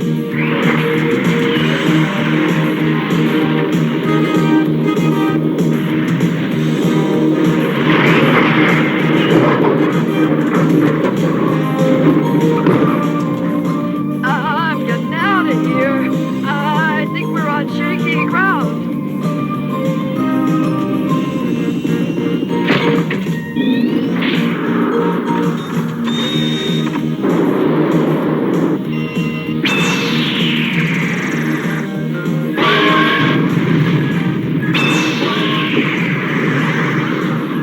One good shot deserves another. Talk about a reign of terror. Getting out of here.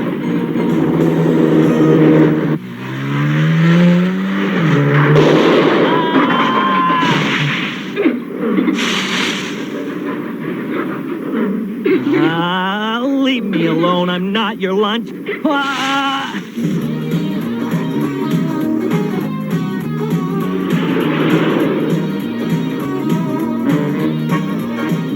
Those morons.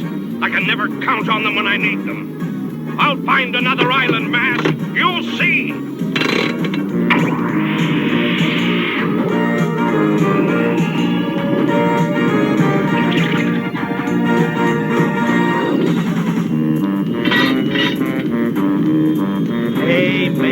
let me get in on this trapeze act. Get away. Venom's escaping. We've got to let them go, Bruce. We have to take care of the pandas.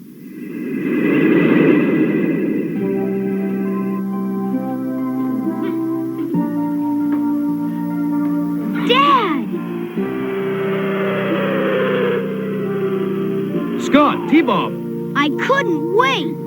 Here you go.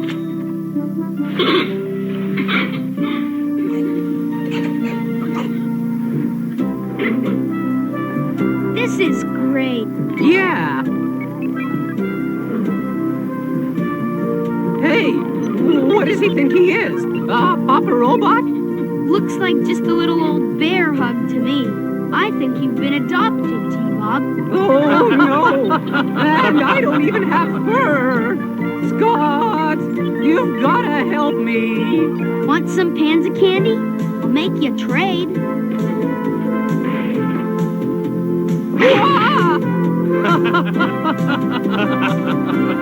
Oh, brother.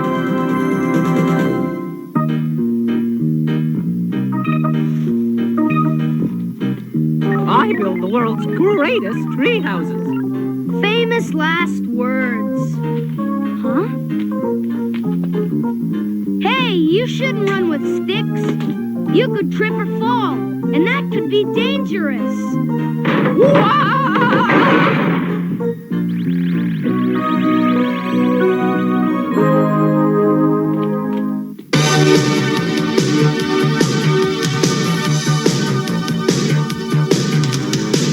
Secret raiders who will neutralize soon as they arrive.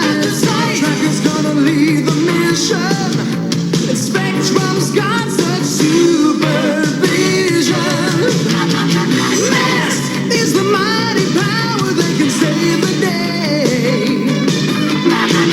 Masked, no one knows what lies behind the masquerades. Masked, always riding hard on Venom's trail. Come see the laser rays. Fight away.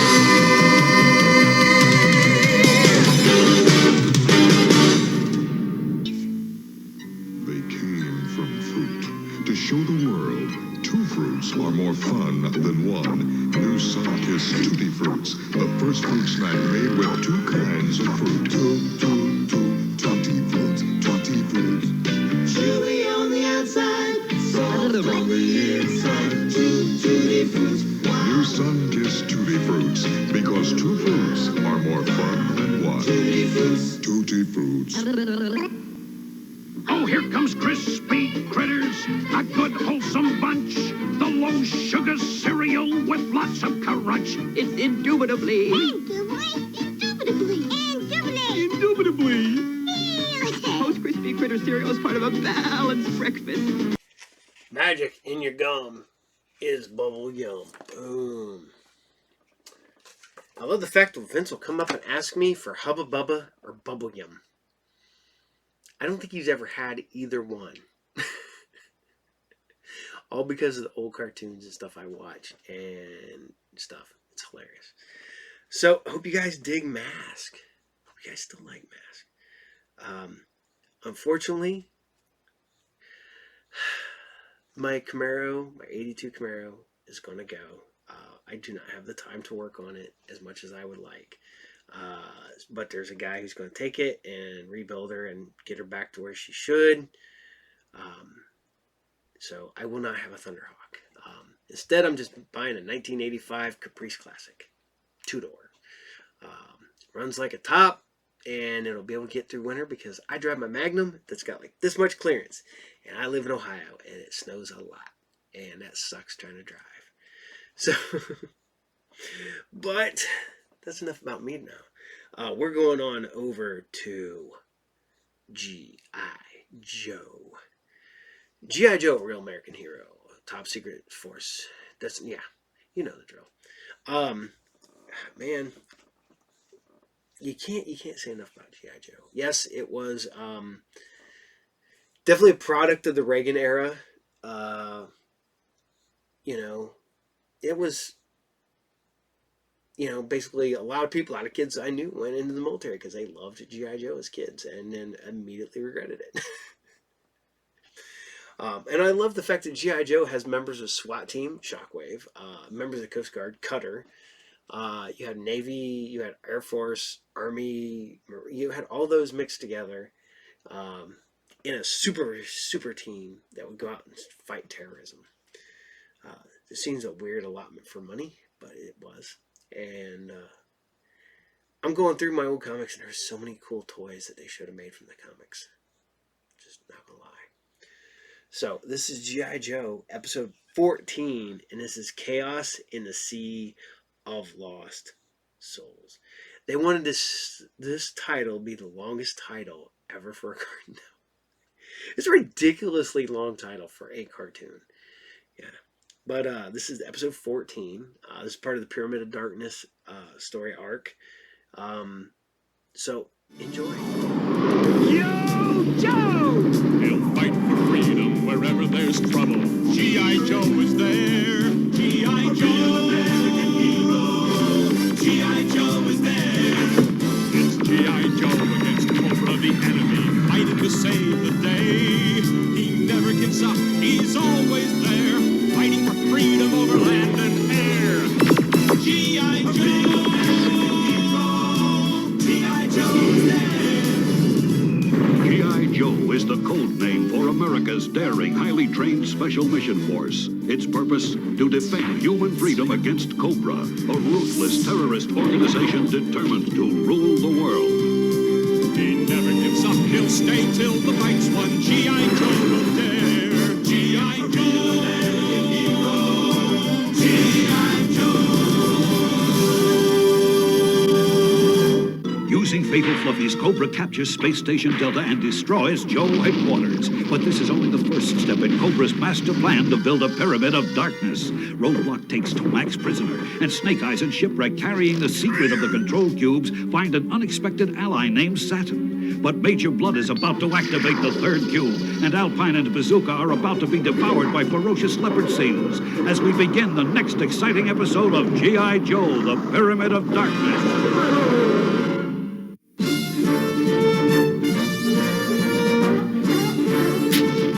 Let's rock the boat!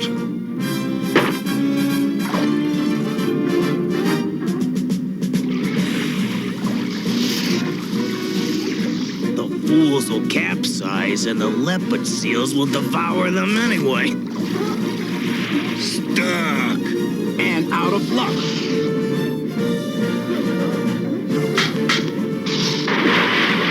Row to shore! Look!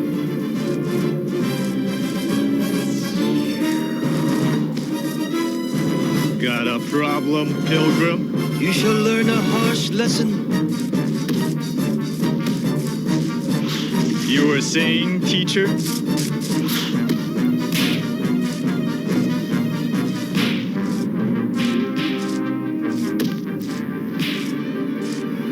Don't know the dude, Bazook, but he's got a winning personality.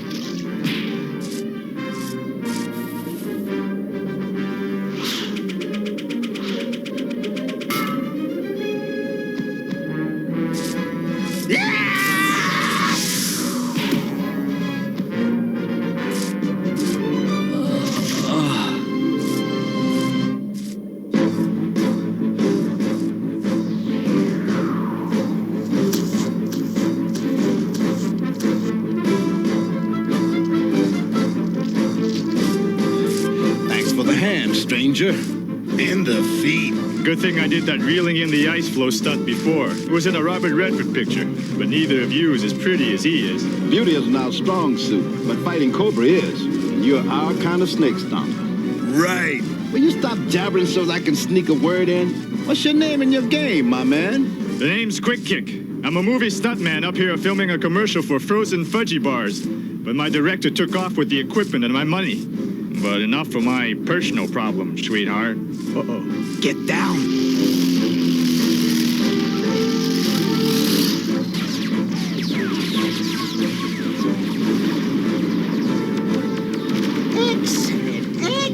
command. The control cube is ready.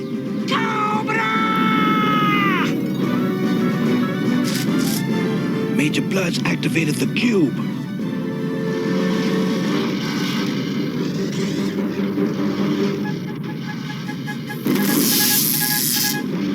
Now's our chance. Come on. Hitching rides can be hazardous to our health, but hanging around here would be fatal.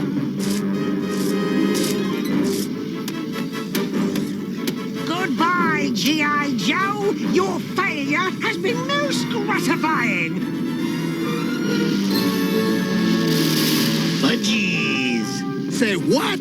Fudgies. You mean the candy bars I was plugging? Uh-huh. Got any? Frozen fudgies, what a treat. Lots of chocolate, really sweet. Full of taffy, raisin, and nuts. They'll melt in your mouth and turn to lead in your guts. Mmm, gross. Mmm, good. Thanks to Roadblock, we've got a prisoner to interrogate. Let me read him his rights first. Here's one right, and here's the other. Now talk to the man. Yes, I will speak. The answer is on this insignia. Look closely. No, don't! Condition red. Tomax has escaped. There, in the rigging. Break out the rocket boats! Sorry I can't stay, but I'll drop you each a line.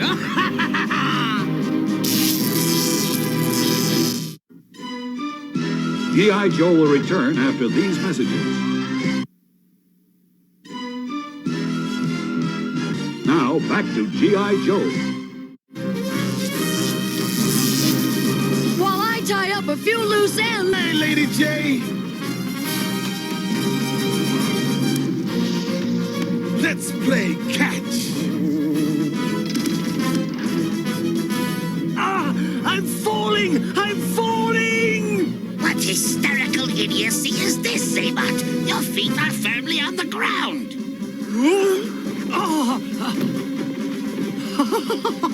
A safe landing.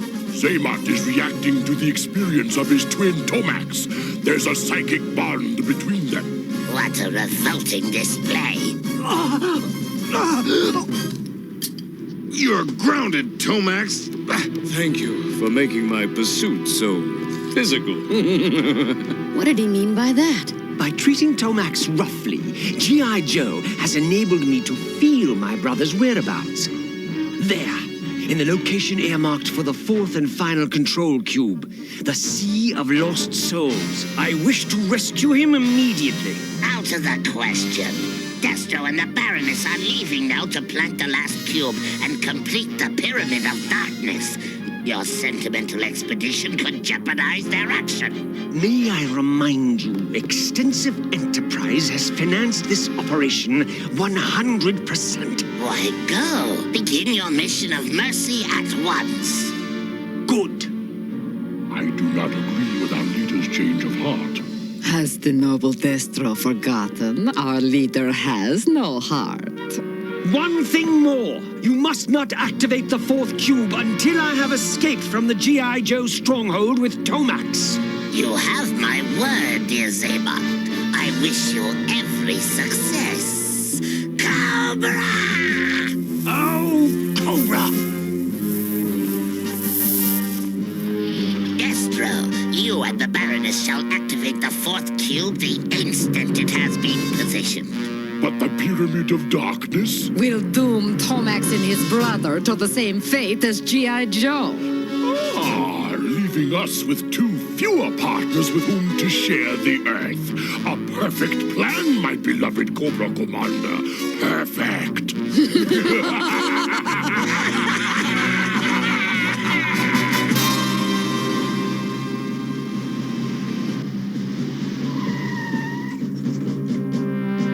Raise the gate, honey. We're late for a gig.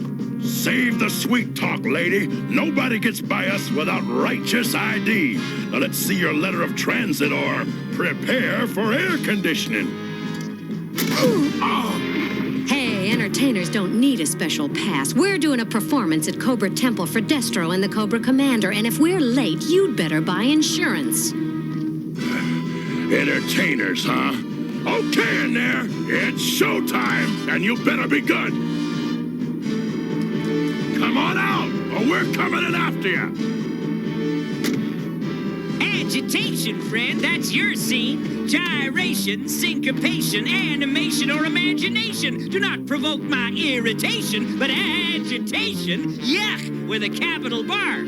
Let's amuse the man, compadres. Music to soothe the savage beast.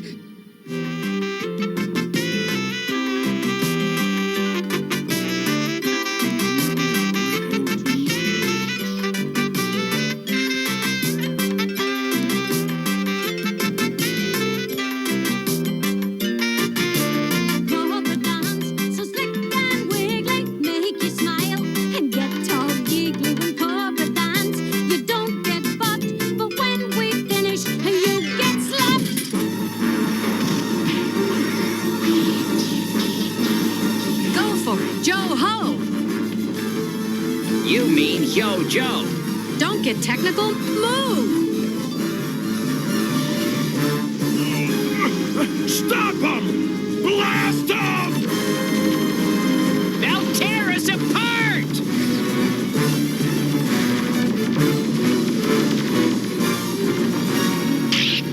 Holly wants bulletproof feathers!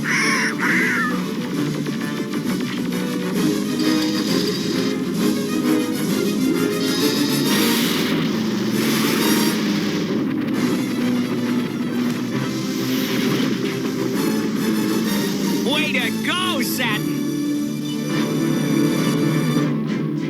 They're heading for the Sea of Lost Souls. It's been a graveyard for ships for 1,000 years, and I can get us there in less than 2 hours. By which time they'll have planted the last cube.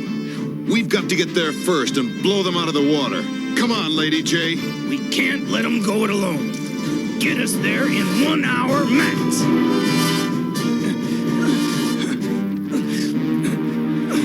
Soon, brother Tomax, you shall be free. This way, Tomax is here. I can sense his presence. Guard yourself well, Destro. Now align the cube and bring us victory.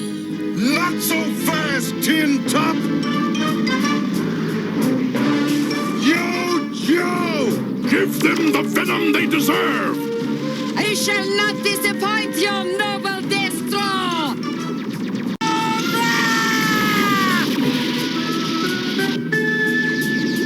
Destro's going down to the cube. Wait! Don't worry! I've been in worse dives! Good luck, Lady J! Yo, Joe!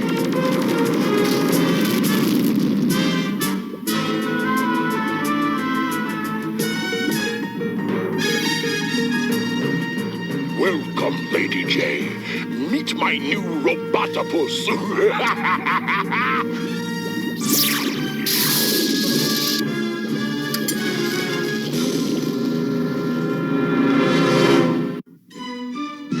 G.I. Joe will return after these messages.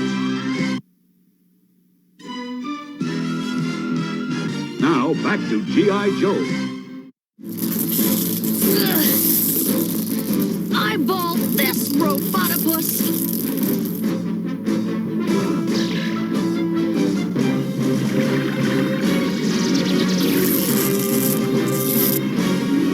Now, release the starflies. Hey, look at the pretty butterflies.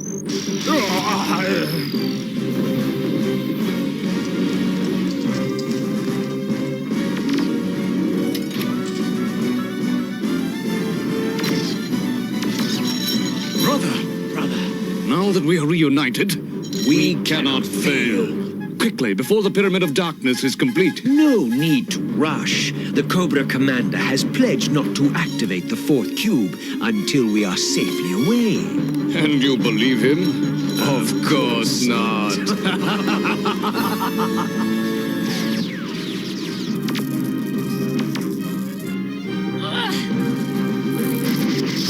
little, too late.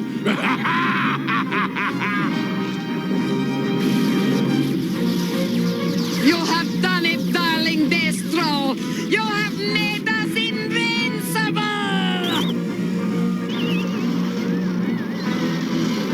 Done! The Pyramid of Darkness is complete at last! Now no electrical energy source can function unless I permit it. I hold the destiny of the world in my hands. Flint!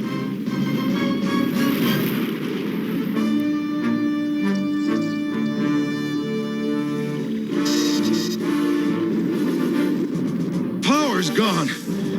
Going to crash. The Pyramid of Darkness may cancel out modern power sources, but it can't stop the Falcon Glider. Don't forget about me! I couldn't if I tried.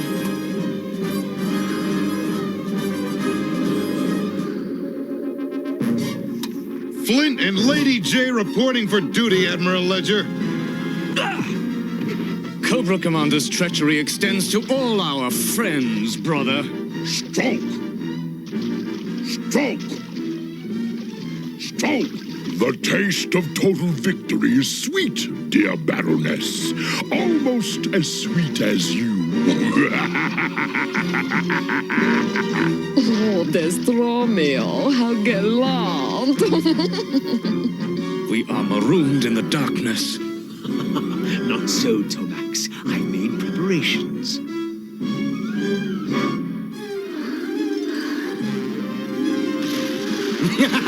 We ride in style. The time has come to get a return on our investments. We must signal our agents aboard Space Station Delta to take control of everything.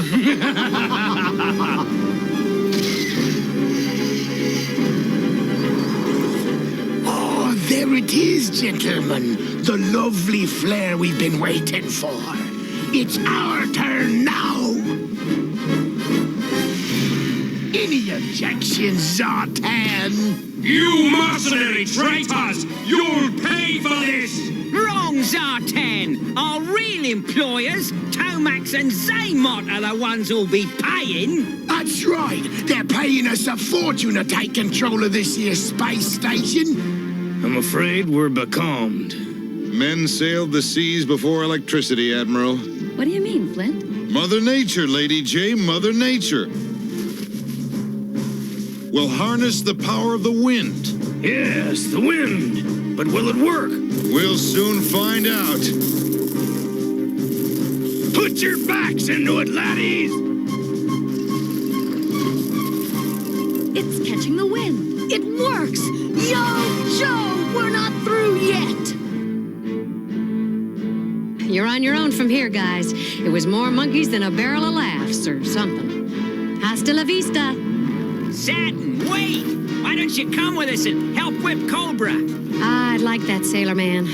But I've got my own song to sing. You see, Cobra framed my father for crimes he didn't commit. And Dad never recovered. Well, maybe we'll get together again sometime. The Cobra who got away.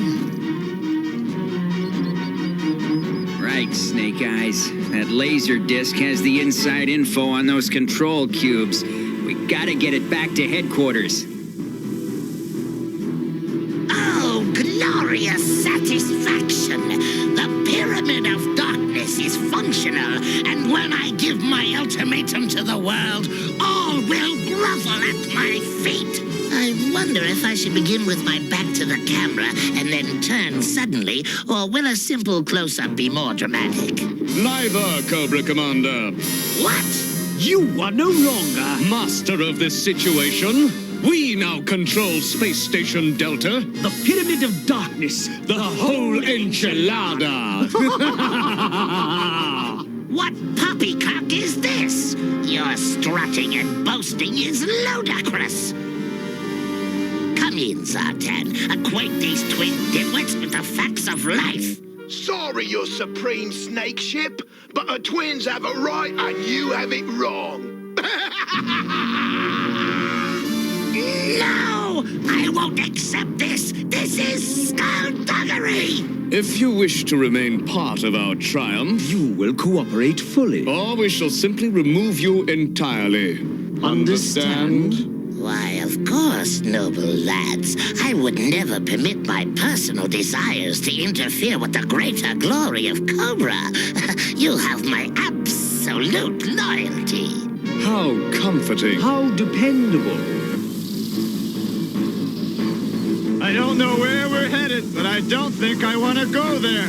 I doubt Major Blood's planning to take the shower of a lifetime, so I'm betting something's behind those falls. Cobra! Go! Hey, let's make a getaway like the one I did in the martial arts flick Last Jet to Killer Karate College. Wonderful notion, Quick Kick. Only there's no aircraft within a mile of here. Right, Bazook? Wrong. Closer. Like the fella says, and away we go. Nothing like lasers to hasten weary footsteps.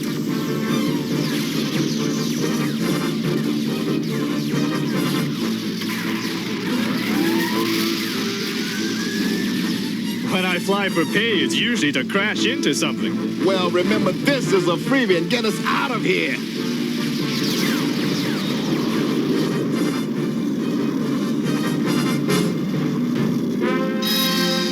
Made it! Way to go, QK! If you don't mind the initials. Your new initials are M-U-D. And if you can't spell, that means mud.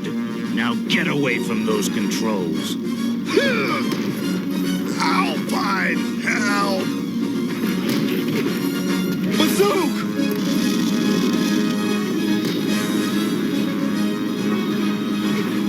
G-forces! Can't move! Look out!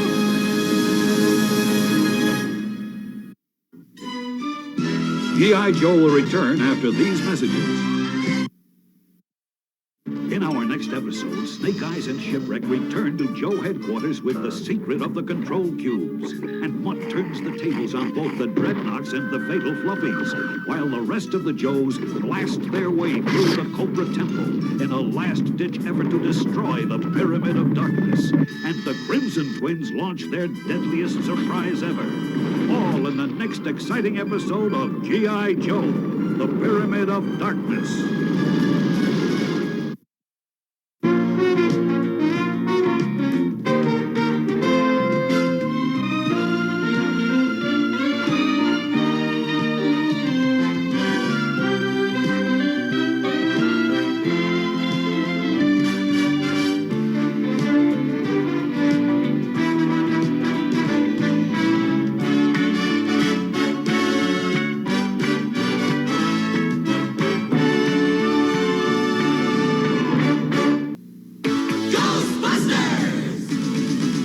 Sold separately. See any ghosts? Not yet. Figment, it's back to the bone. Give me out. Looks like you're really into him, Stan.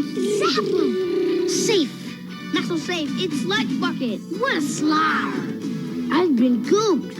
Activate Neutrino Blasters. We ain't afraid of no ghosts. Ah! Peter Venkman, bad to the bone, and Sludge Bucket with ectoplasm, each sold separately. Ghostbusters from Kenner. Kellogg's Rice Krispies, the part of this complete breakfast that goes...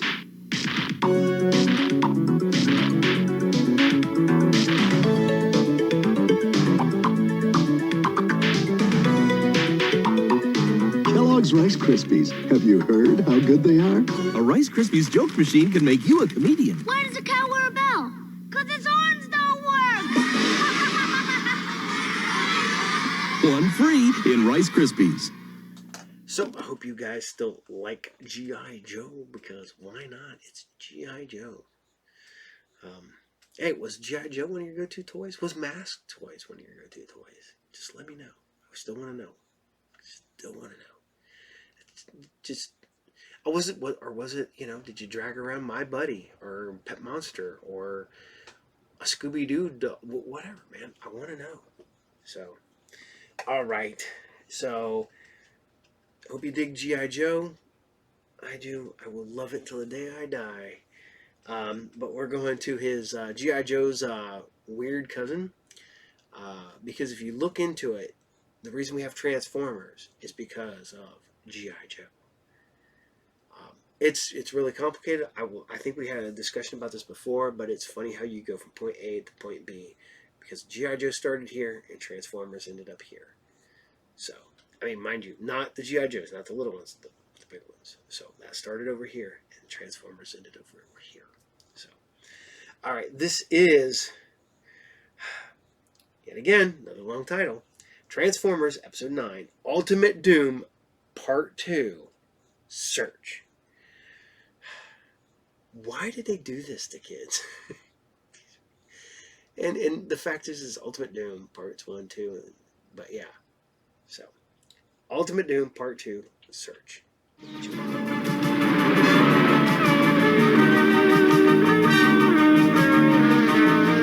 Transformers, more than meets the eye.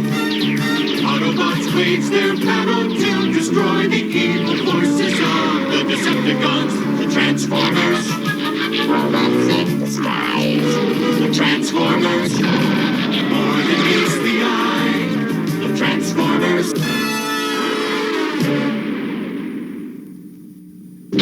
With the help of the evil scientist Dr. Arkville, the Decepticons use hypnochips to control the minds of human beings and create an army of slaves to produce a vast supply of energon cubes. Spike's father, Sparkplug, is captured by the Decepticons and turned into a mindless slave. And Megatron succeeds in bringing Cybertron into Earth's orbit, causing huge tidal waves and earthquakes which threaten to rip the planet apart as we begin the second episode of The Transformers, The Ultimate Doom. I never thought I'd be sad to see Cybertron. The Decepticons will triumph! Join me, Spike. Join the Conquerors. Dad. Look, I told you. Don't call me that.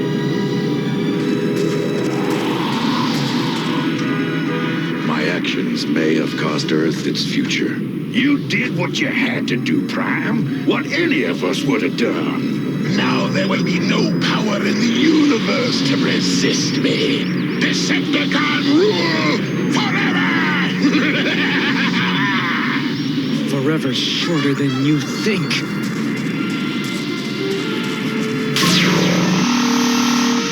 Megatron, look out! Pathetic flesh creature! Can't you see we're invincible? Come, Decepticons! Follow me to victory!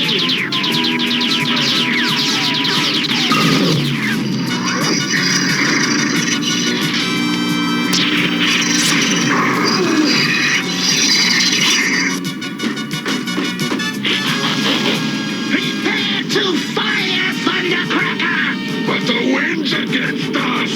Fire, I say! That'll teach you to play with fire, blundercracker! Yeah, I heard of a hot foot, but that's the first hot nose I ever saw. This'll shake up those auto bozos. Hey, I didn't do anything yet! Soundwave, this area must be cleared to start our work. Begin generating audio disruptor waves at once. Yes, Megatron.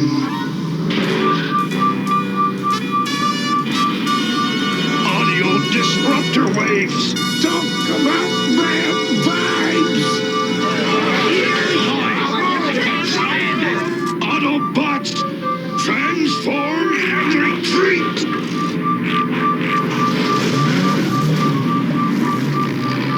You okay, Bumblebee? Yeah, except for a buzzing in my battery circuit.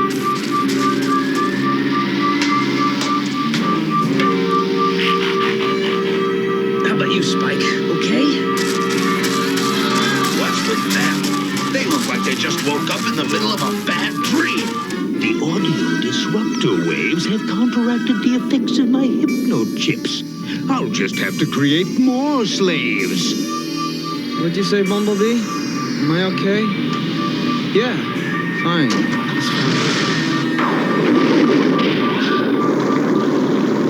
Here are your orders, Thundercracker. What is your excuse, Megatron? You let the enemy get away! Cross me again, Starscream, and I'll reduce you to titanium fragments. But we had the Autobots disoriented. We could have eliminated them. We'll do that at our leisure, when our more important work is done. You have had the only warning I intend to give.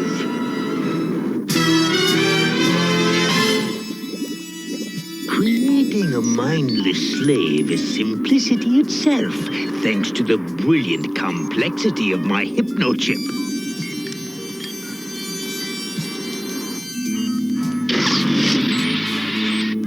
Rumble, take this slave to the holding chamber. You have reached Dr. Arkeville. Spare me your pomposity and report. Yes. Your captives have been fitted with my hypnochips and are now completely under my control. Then you'll be provided with more raw material. I shall arrive shortly to oversee activities.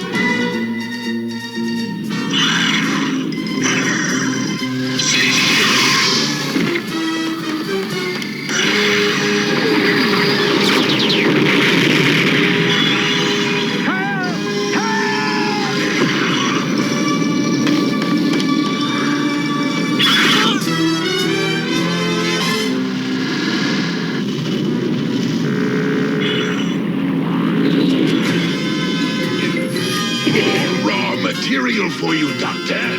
Convert them into my slaves. Somebody! Get us out of here!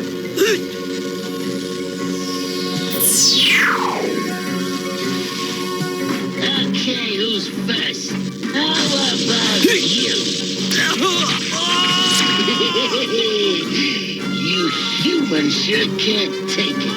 Megatron, emergency bulletin from Cybertron. Energy level critical. Tell Shockwave he will soon have enough energy to power Cybertron for eternity. Ironheart, where are you? Right on your caboose, Prime. But I can't even see your taillights. I can't even see the road. I'm going to reverse the polarity of my windshield to repel all rain and hail molecules. Roger, I'll hang back. Everything's cool with me, Ironhide. As long as I got my magnet beams locked on your bumper, I can just lay back and leave the driving to you. Polarity switch on. Much better. Whoa, this wind is really pushing us around. I hope I got enough energy left to keep gears in sight. Ah! Spike! Blowout! Spike! Huh? What? I got a flat. I'll need your help.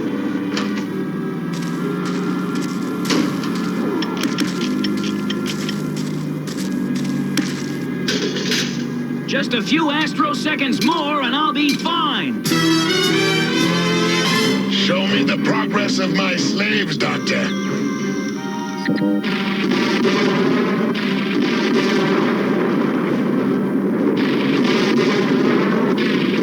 Excellent.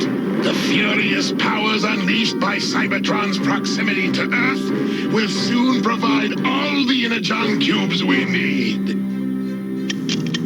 Thanks for the hand, Spike. Let's roll.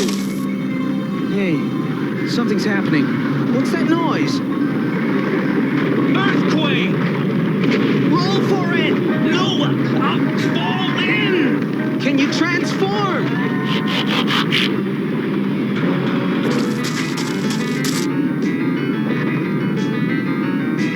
Hey! Uh-oh! Company! Hang on, Spike. I think I can make it.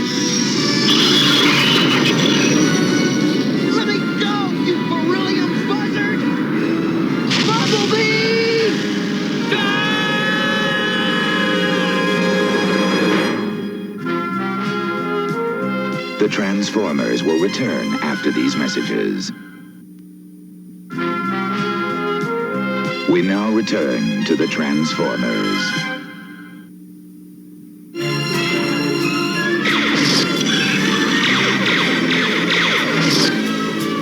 Take that, bird brain!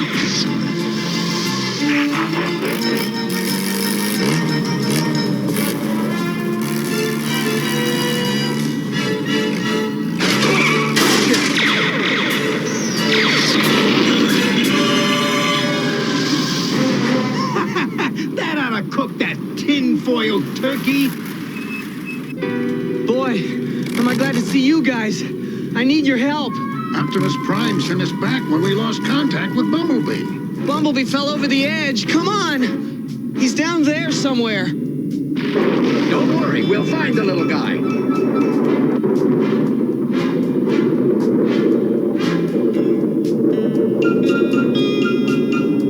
Anything?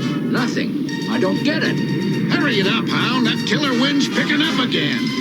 Wait, it's very faint, but yes. He said his energy was running low. Bumblebee! He's down there. My tractor beam will get him out. I'm sure this is the spot. There. I'll increase the pull, but I don't have the power to keep it up for long. That's it. I'm out of energy. Bumblebee! What a relief.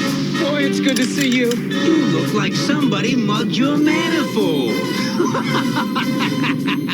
You okay, Bumblebee?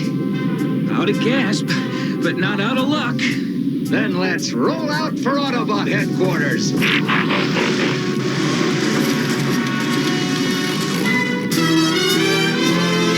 The first shipment of Energon cubes to Cybertron is ready.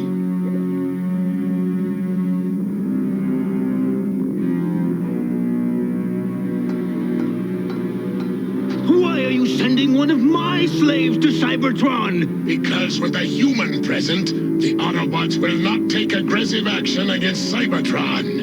But I can only control my slaves from my computer here. We have duplicated your computer on Cybertron. It is no longer just your computer. Remember our agreement, Megatron. The Earth is to be mine when you are through with it. It will be. What's left of it.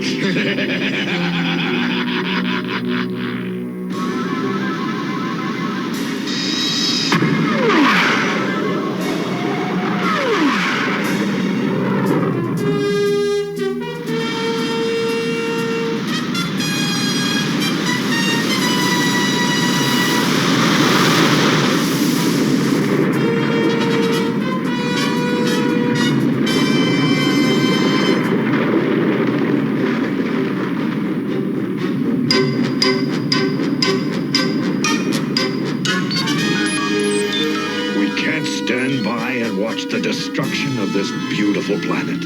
But how can we battle the elements? We can't, but I know who can. Who? The Dinobots. They can take more punishment than any of them. Perhaps it's worth a try. All right! Look at the monitors.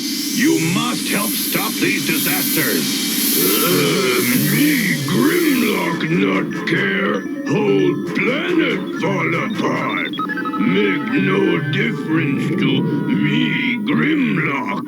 With you on it? Hadn't thought of that. Dinobots, transform!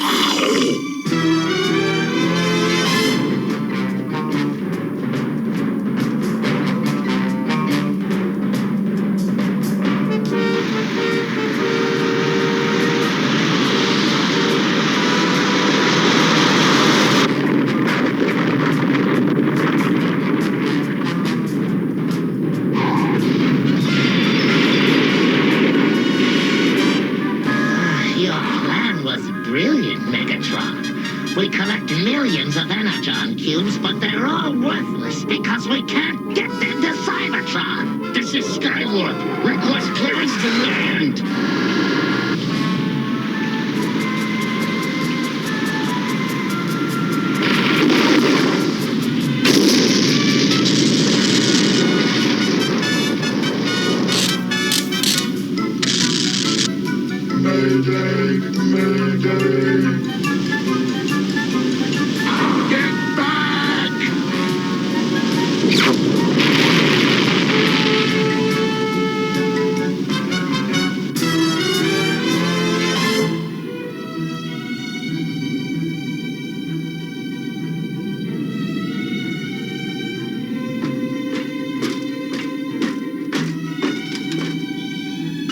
What's that, Spike?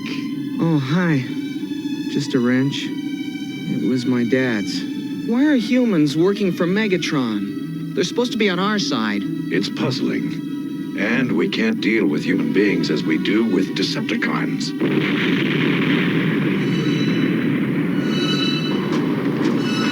Report, Wheeljack. Amazing. This volcano is becoming active again. Autobots, transform!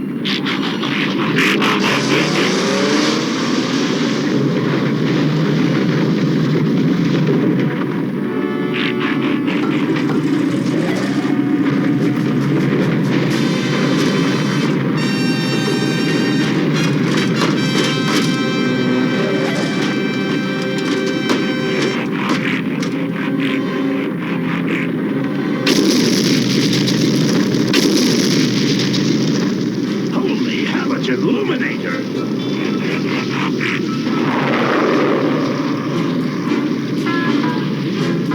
Have no fear, Skyfire's here! That's one problem we don't have to worry about. But somebody's got to turn off that volcano. Ironhide, come back! Come back! Ironhide will never make it.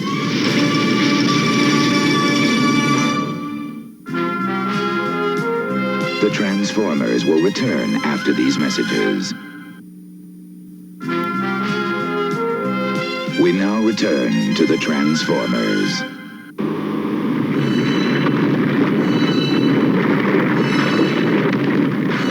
What good can Ironhide do in the middle of a volcano?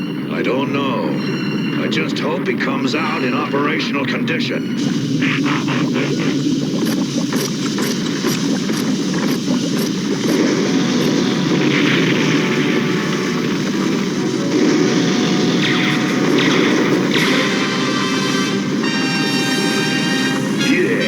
When you got it, use it. Now, if only the Dinobots do half as well.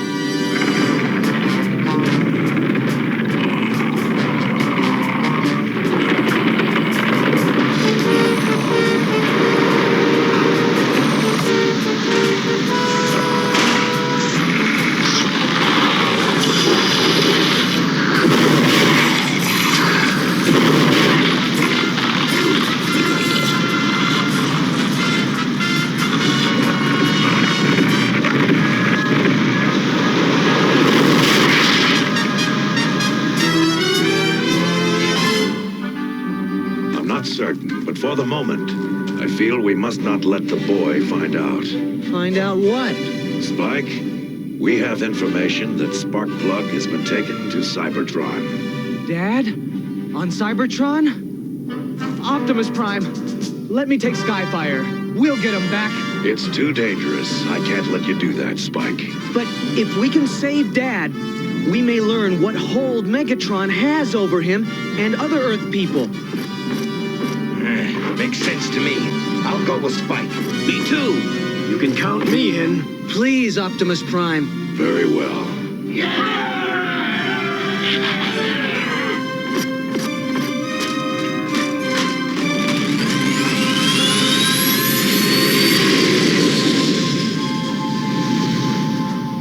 Let's see the trajectory map, Skyfire. Roger. Coming up.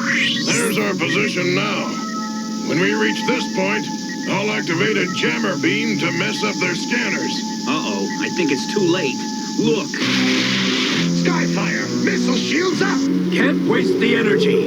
Hang on. We'll outrun them. Man, that's flying.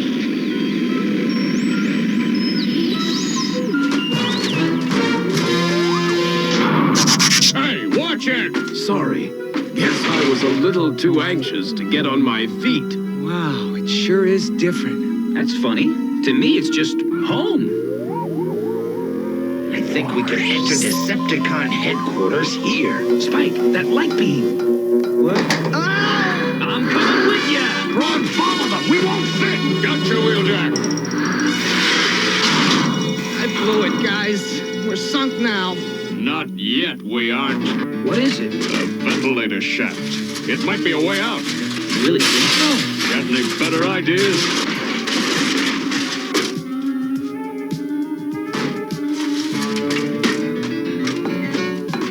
Which way? Forward.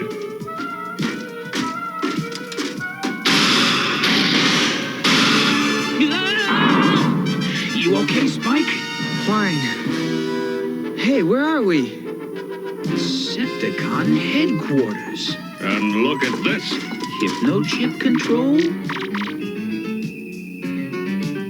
Hey, that's what they've done to Dad. They're controlling his mind. Gotta get this information to Wheeljack right away. Wheeljack, come in. Do you read me, Wheeljack? This is Wheeljack. Where are you? In the Decepticon lab. We found out how the humans are being controlled. Someone's coming. Hi.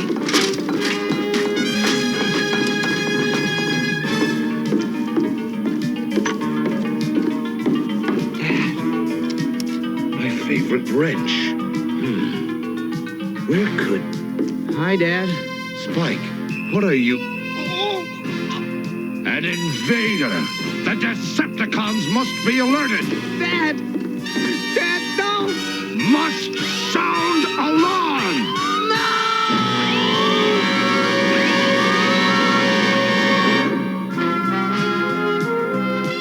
The Transformers will return after these messages. In the next episode of The Transformers, Spike and the Autobots discover the plans for the Hypnochip on Cybertron and learn how Megatron controls his army of human slaves, while the Autobots on Earth try to stop the evil Decepticons from producing more Energon cubes and storing them in a gigantic starship. And Spike makes one final desperate attempt to rescue his father, Sparkplug, before the planet Earth is torn to pieces. All in the final exciting episode of The Transformers, the ultimate doom.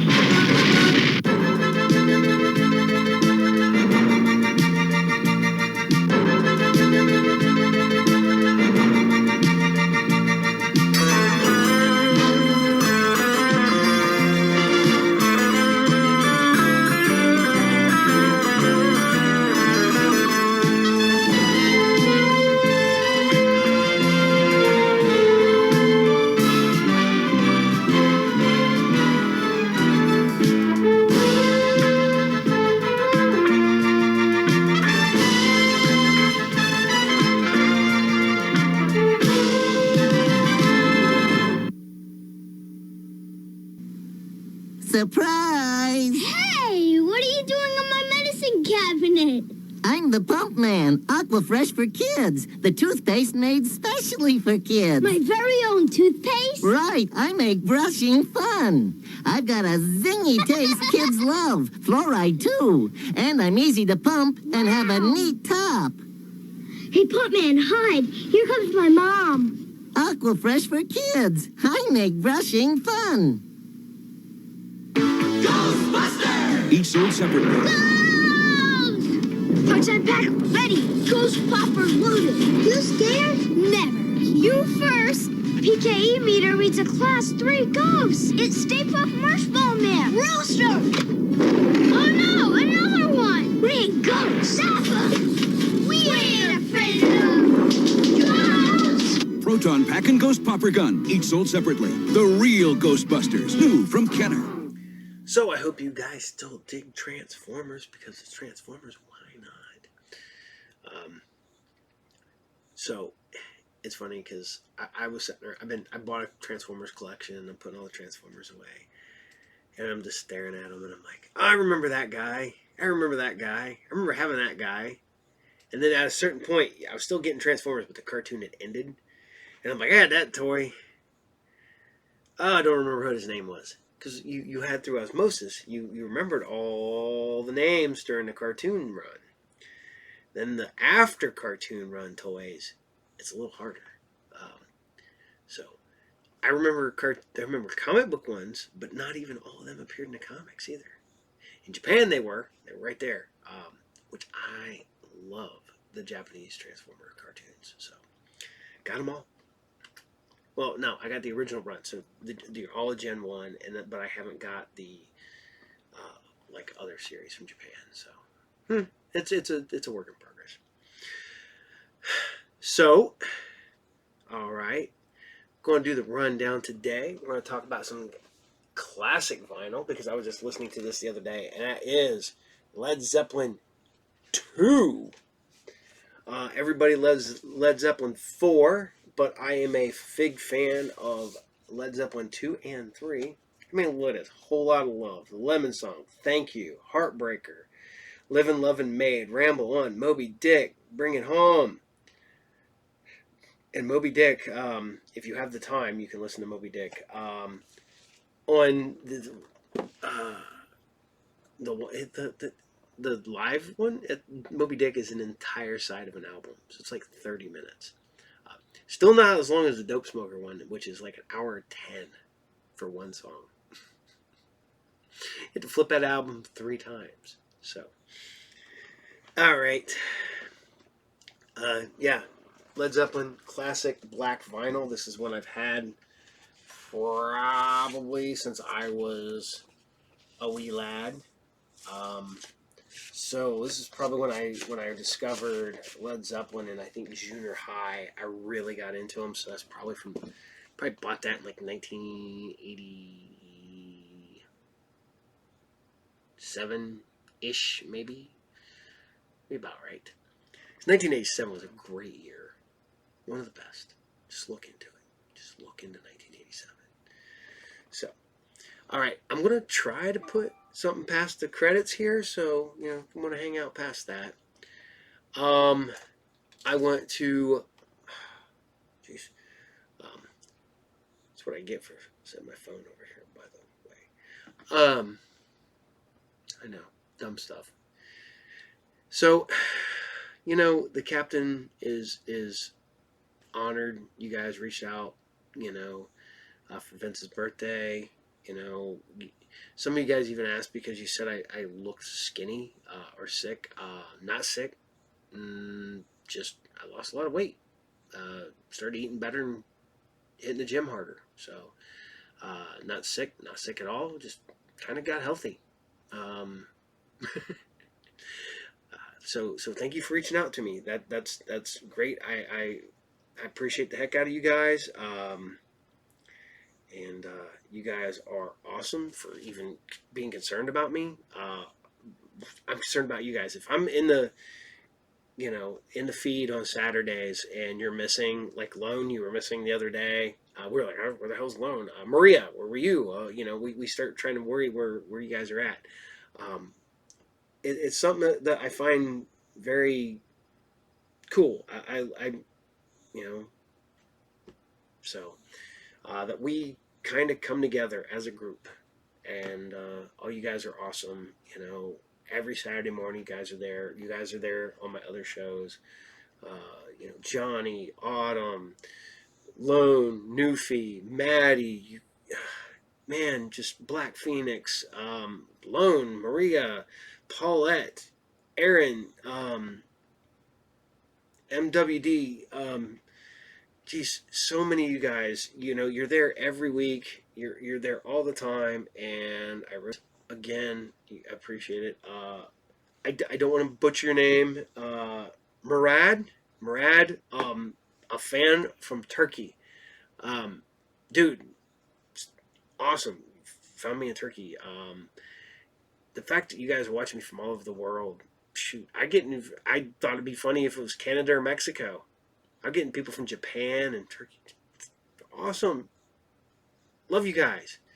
All right.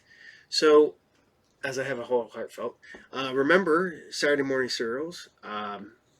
Every Saturday.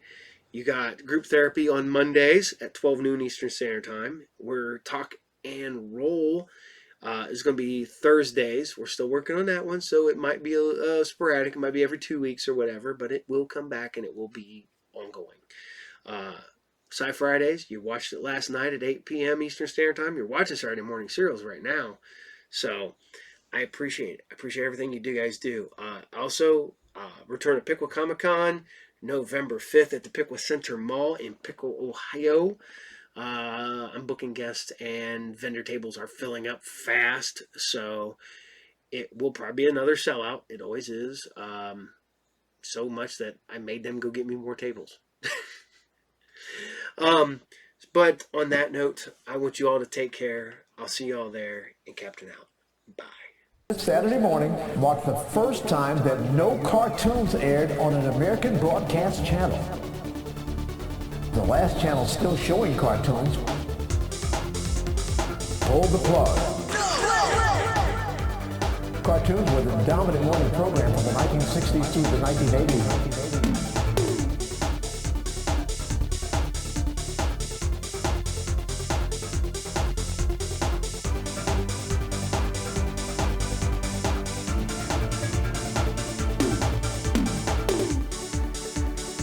Seven centuries have passed since the Earth plunged into darkness. 7 centuries since the Jetitor swore to regain for man his lost knowledge and freedom. All the immortals took the oath, all except one who dominates the world. But soon an immortal will come to confront him. His name is Quentin MacLeod. He is the Highlander.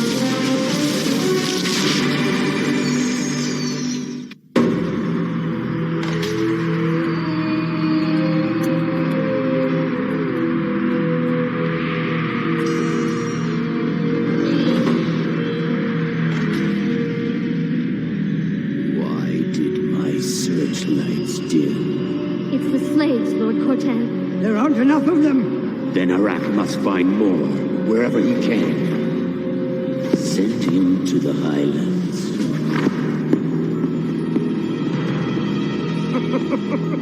Eternal power to Khotan!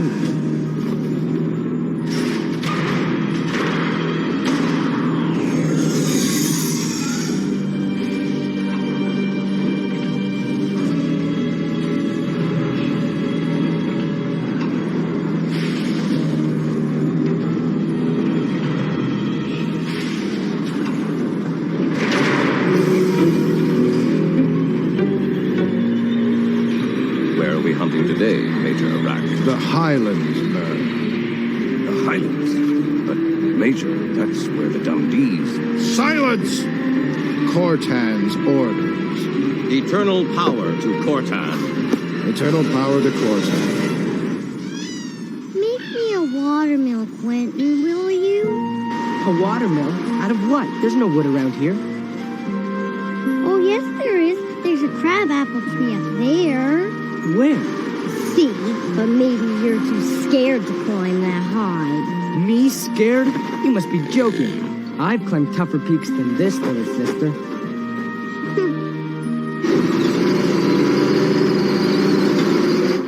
Come back, Quentin. It's too high.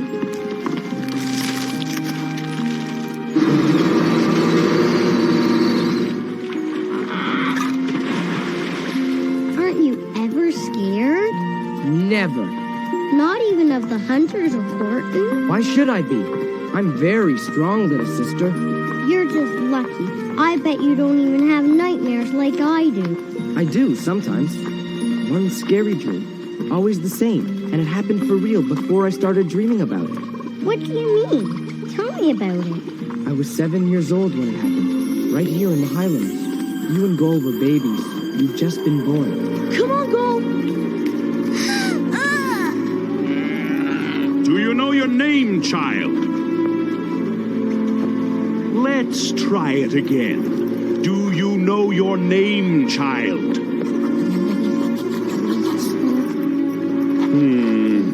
You do have a name, don't you?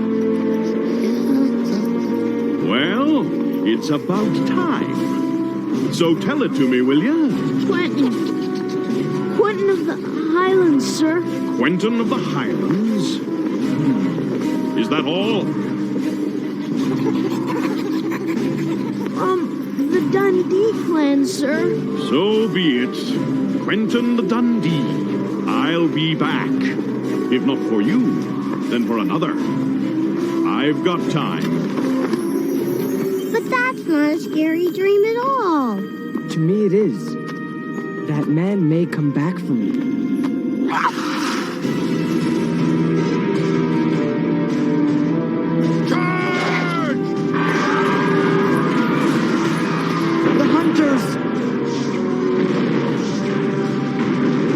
Hide in the cave behind the falls and stay there, whatever happens.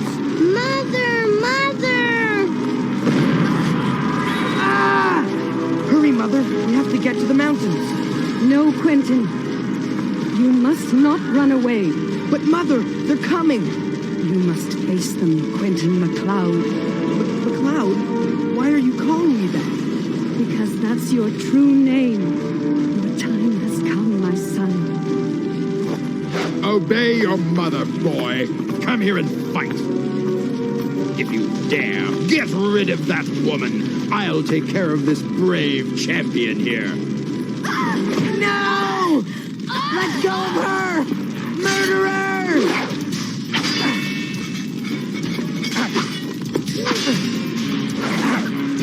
Starting to learn, child, but you're beginning to bore me.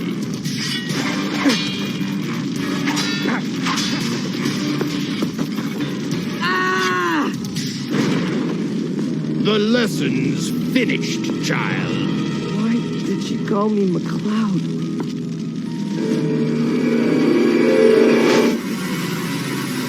No!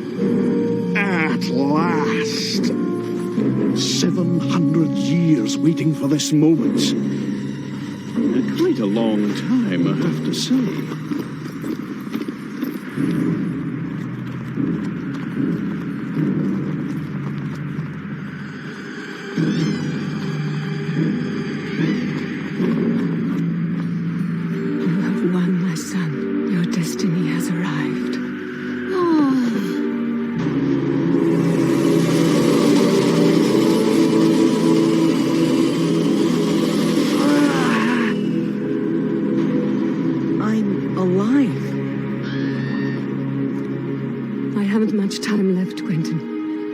So listen carefully.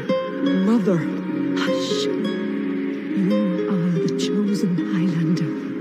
The immortal awaited for 7 centuries.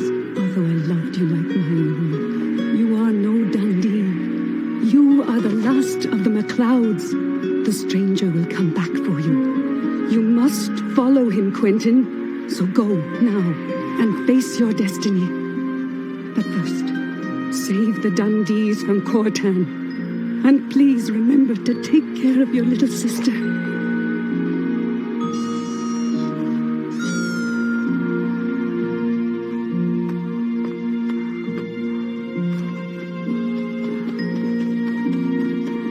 Quentin, where's Mommy? I'll explain it to you, Clyde.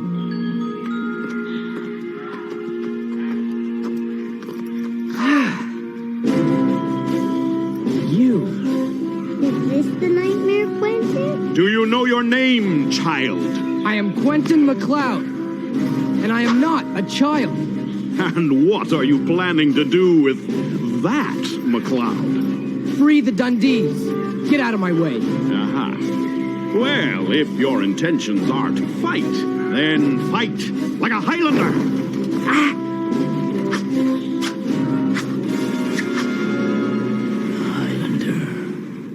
Did you call me, my lord? What? Oh, it's you, Malone. Prepare my armor. Your armor? But I would... Silence! Do your duty. As you wish, Lord Cortan. And why should my brother follow you anyway? Especially since you're on the wrong end of the sword, stranger. Stranger? Me, please. I am Don Vicente Marino Ramirez, Grandee of Spain. And since you seem to be impatient to take your first lesson, let's start!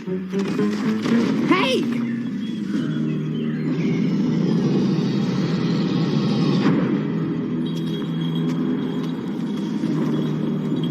Open the door.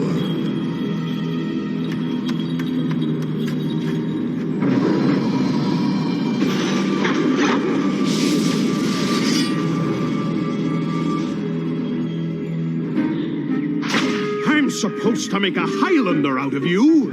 Ow! And that, child, is what I'll do. Ouch! I am not a child. I am Quentin MacLeod. Oh, good. That's better. See, it is precisely because you are Quentin MacLeod that you are the one who must confront Cortan. Confront Cortan? Me? In all the time I've served you, this is the first occasion I've had the honor of arming you, my lord. They say it's been centuries since anyone has seen you in armor. My lord, I pity the men who dare to confront you, my lord. They're not men, you fool. They're jetadors. Jetadors? I'm supposed to meet jetadors? Ouch! Stop it, stranger! Jetadors. They are immortals who have forsworn the sword to help men overthrow Cortan's tyranny. 7 centuries ago, after the great catastrophe, all immortals assembled together on the Hill of Oaths. By surrendering arms, we all became jetadors. All but one. To take this absurd vow. And since no one will do battle with me, I declare myself the last immortal and claim the prize. Supreme knowledge and absolute power. You have no right, Cortan. You are not the last. Poor jetadors, trapped by their own oath. So I believed, until today. 10 years, perhaps 10 centuries from now, another immortal will come to challenge you. An immortal who will not be bound by the oath we have just sworn ourselves to. And on that day, Cortan, you will know your end has come. No! And you're the chosen, Quentin MacLeod. Your destiny is to confront Cortan. And for that, you must be prepared. Come, no time to lose. Come along, Clyde. One moment. She's not coming with us. I'm not going anywhere without her. And I've got something else to tell you, Don Ramirez, whatever your name is. I swore to my mother to free the Dundees. I intend to keep my word. Have you lost your mind? They're in Magonda. Then I'll go there and get them. Why not challenge Cortan to a duel while you're at it? What if he did? He's an immortal, isn't he? And what good is that if he can't help out the people he loves? And what about Cortan? What's your brother going to do about him? It's no problem for me. I'll just keep out of his way. 3,000 years, Ramirez. For 3,000 years, you've managed to avoid. Children, come on, this way to Magonda.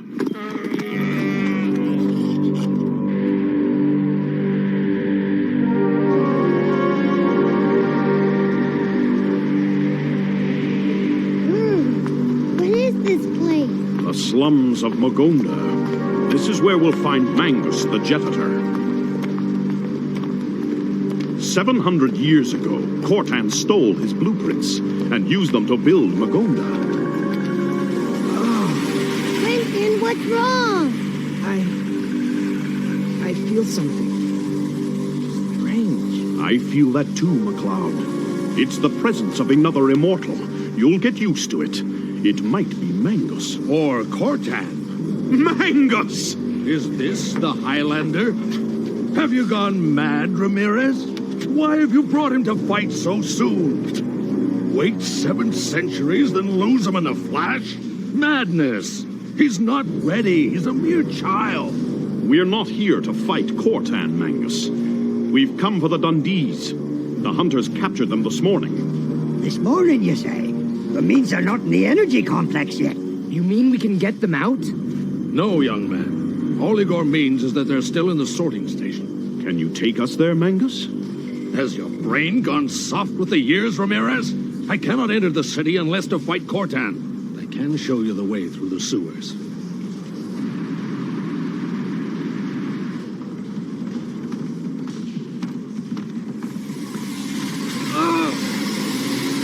The Highlander, here already. Excellent. I will defeat him before he has received the knowledge. Quite right, my dearest lord. Much easier this way. One word, my lord. You're scared, Cortan.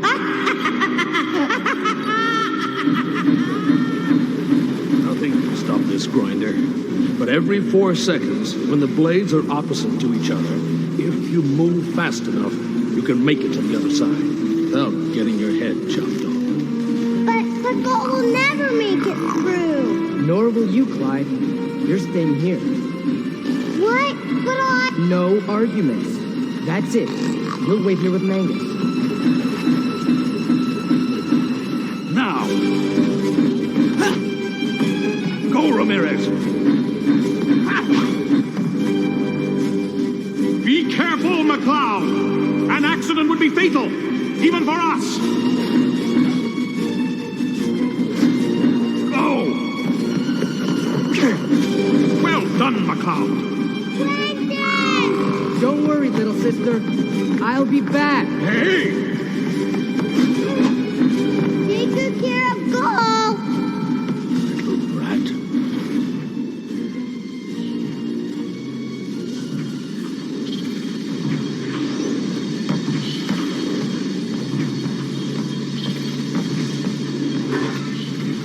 The slave sorting station is over there. That's where your friends are being kept. We have to make it fast.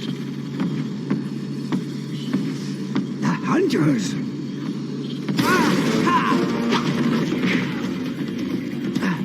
Alert! Alert!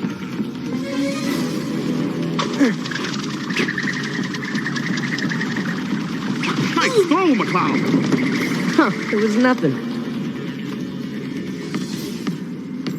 Eternal power to Cortan. Watch these men carefully. They're dangerous. Don't get any ideas, Dundee. What's so funny? Who do you think you...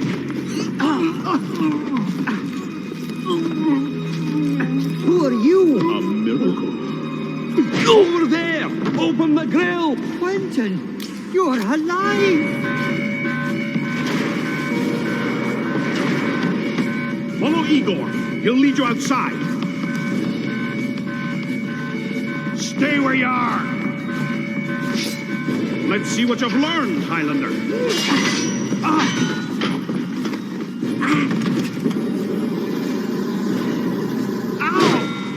Clyde. Well, could say thank you. Let's get out of here before more hunters turn up.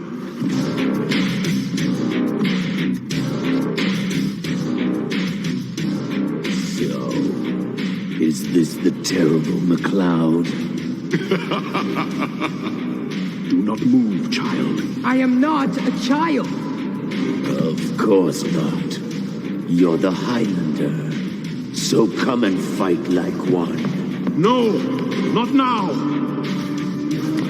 Do you remember this, Cortan? It almost cut off your head 20 centuries ago. Your oath, Ramirez.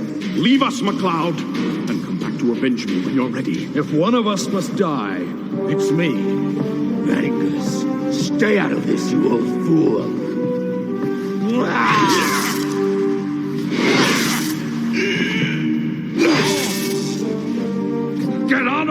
Ramirez! I can't hold him off for long! No! There's no choice. We must obey. But he hasn't got a chance. Mangus knows what he's doing. What will become of him? He'll pass away, and his knowledge about the architecture and the secret passageways of Magola will go to Cortan.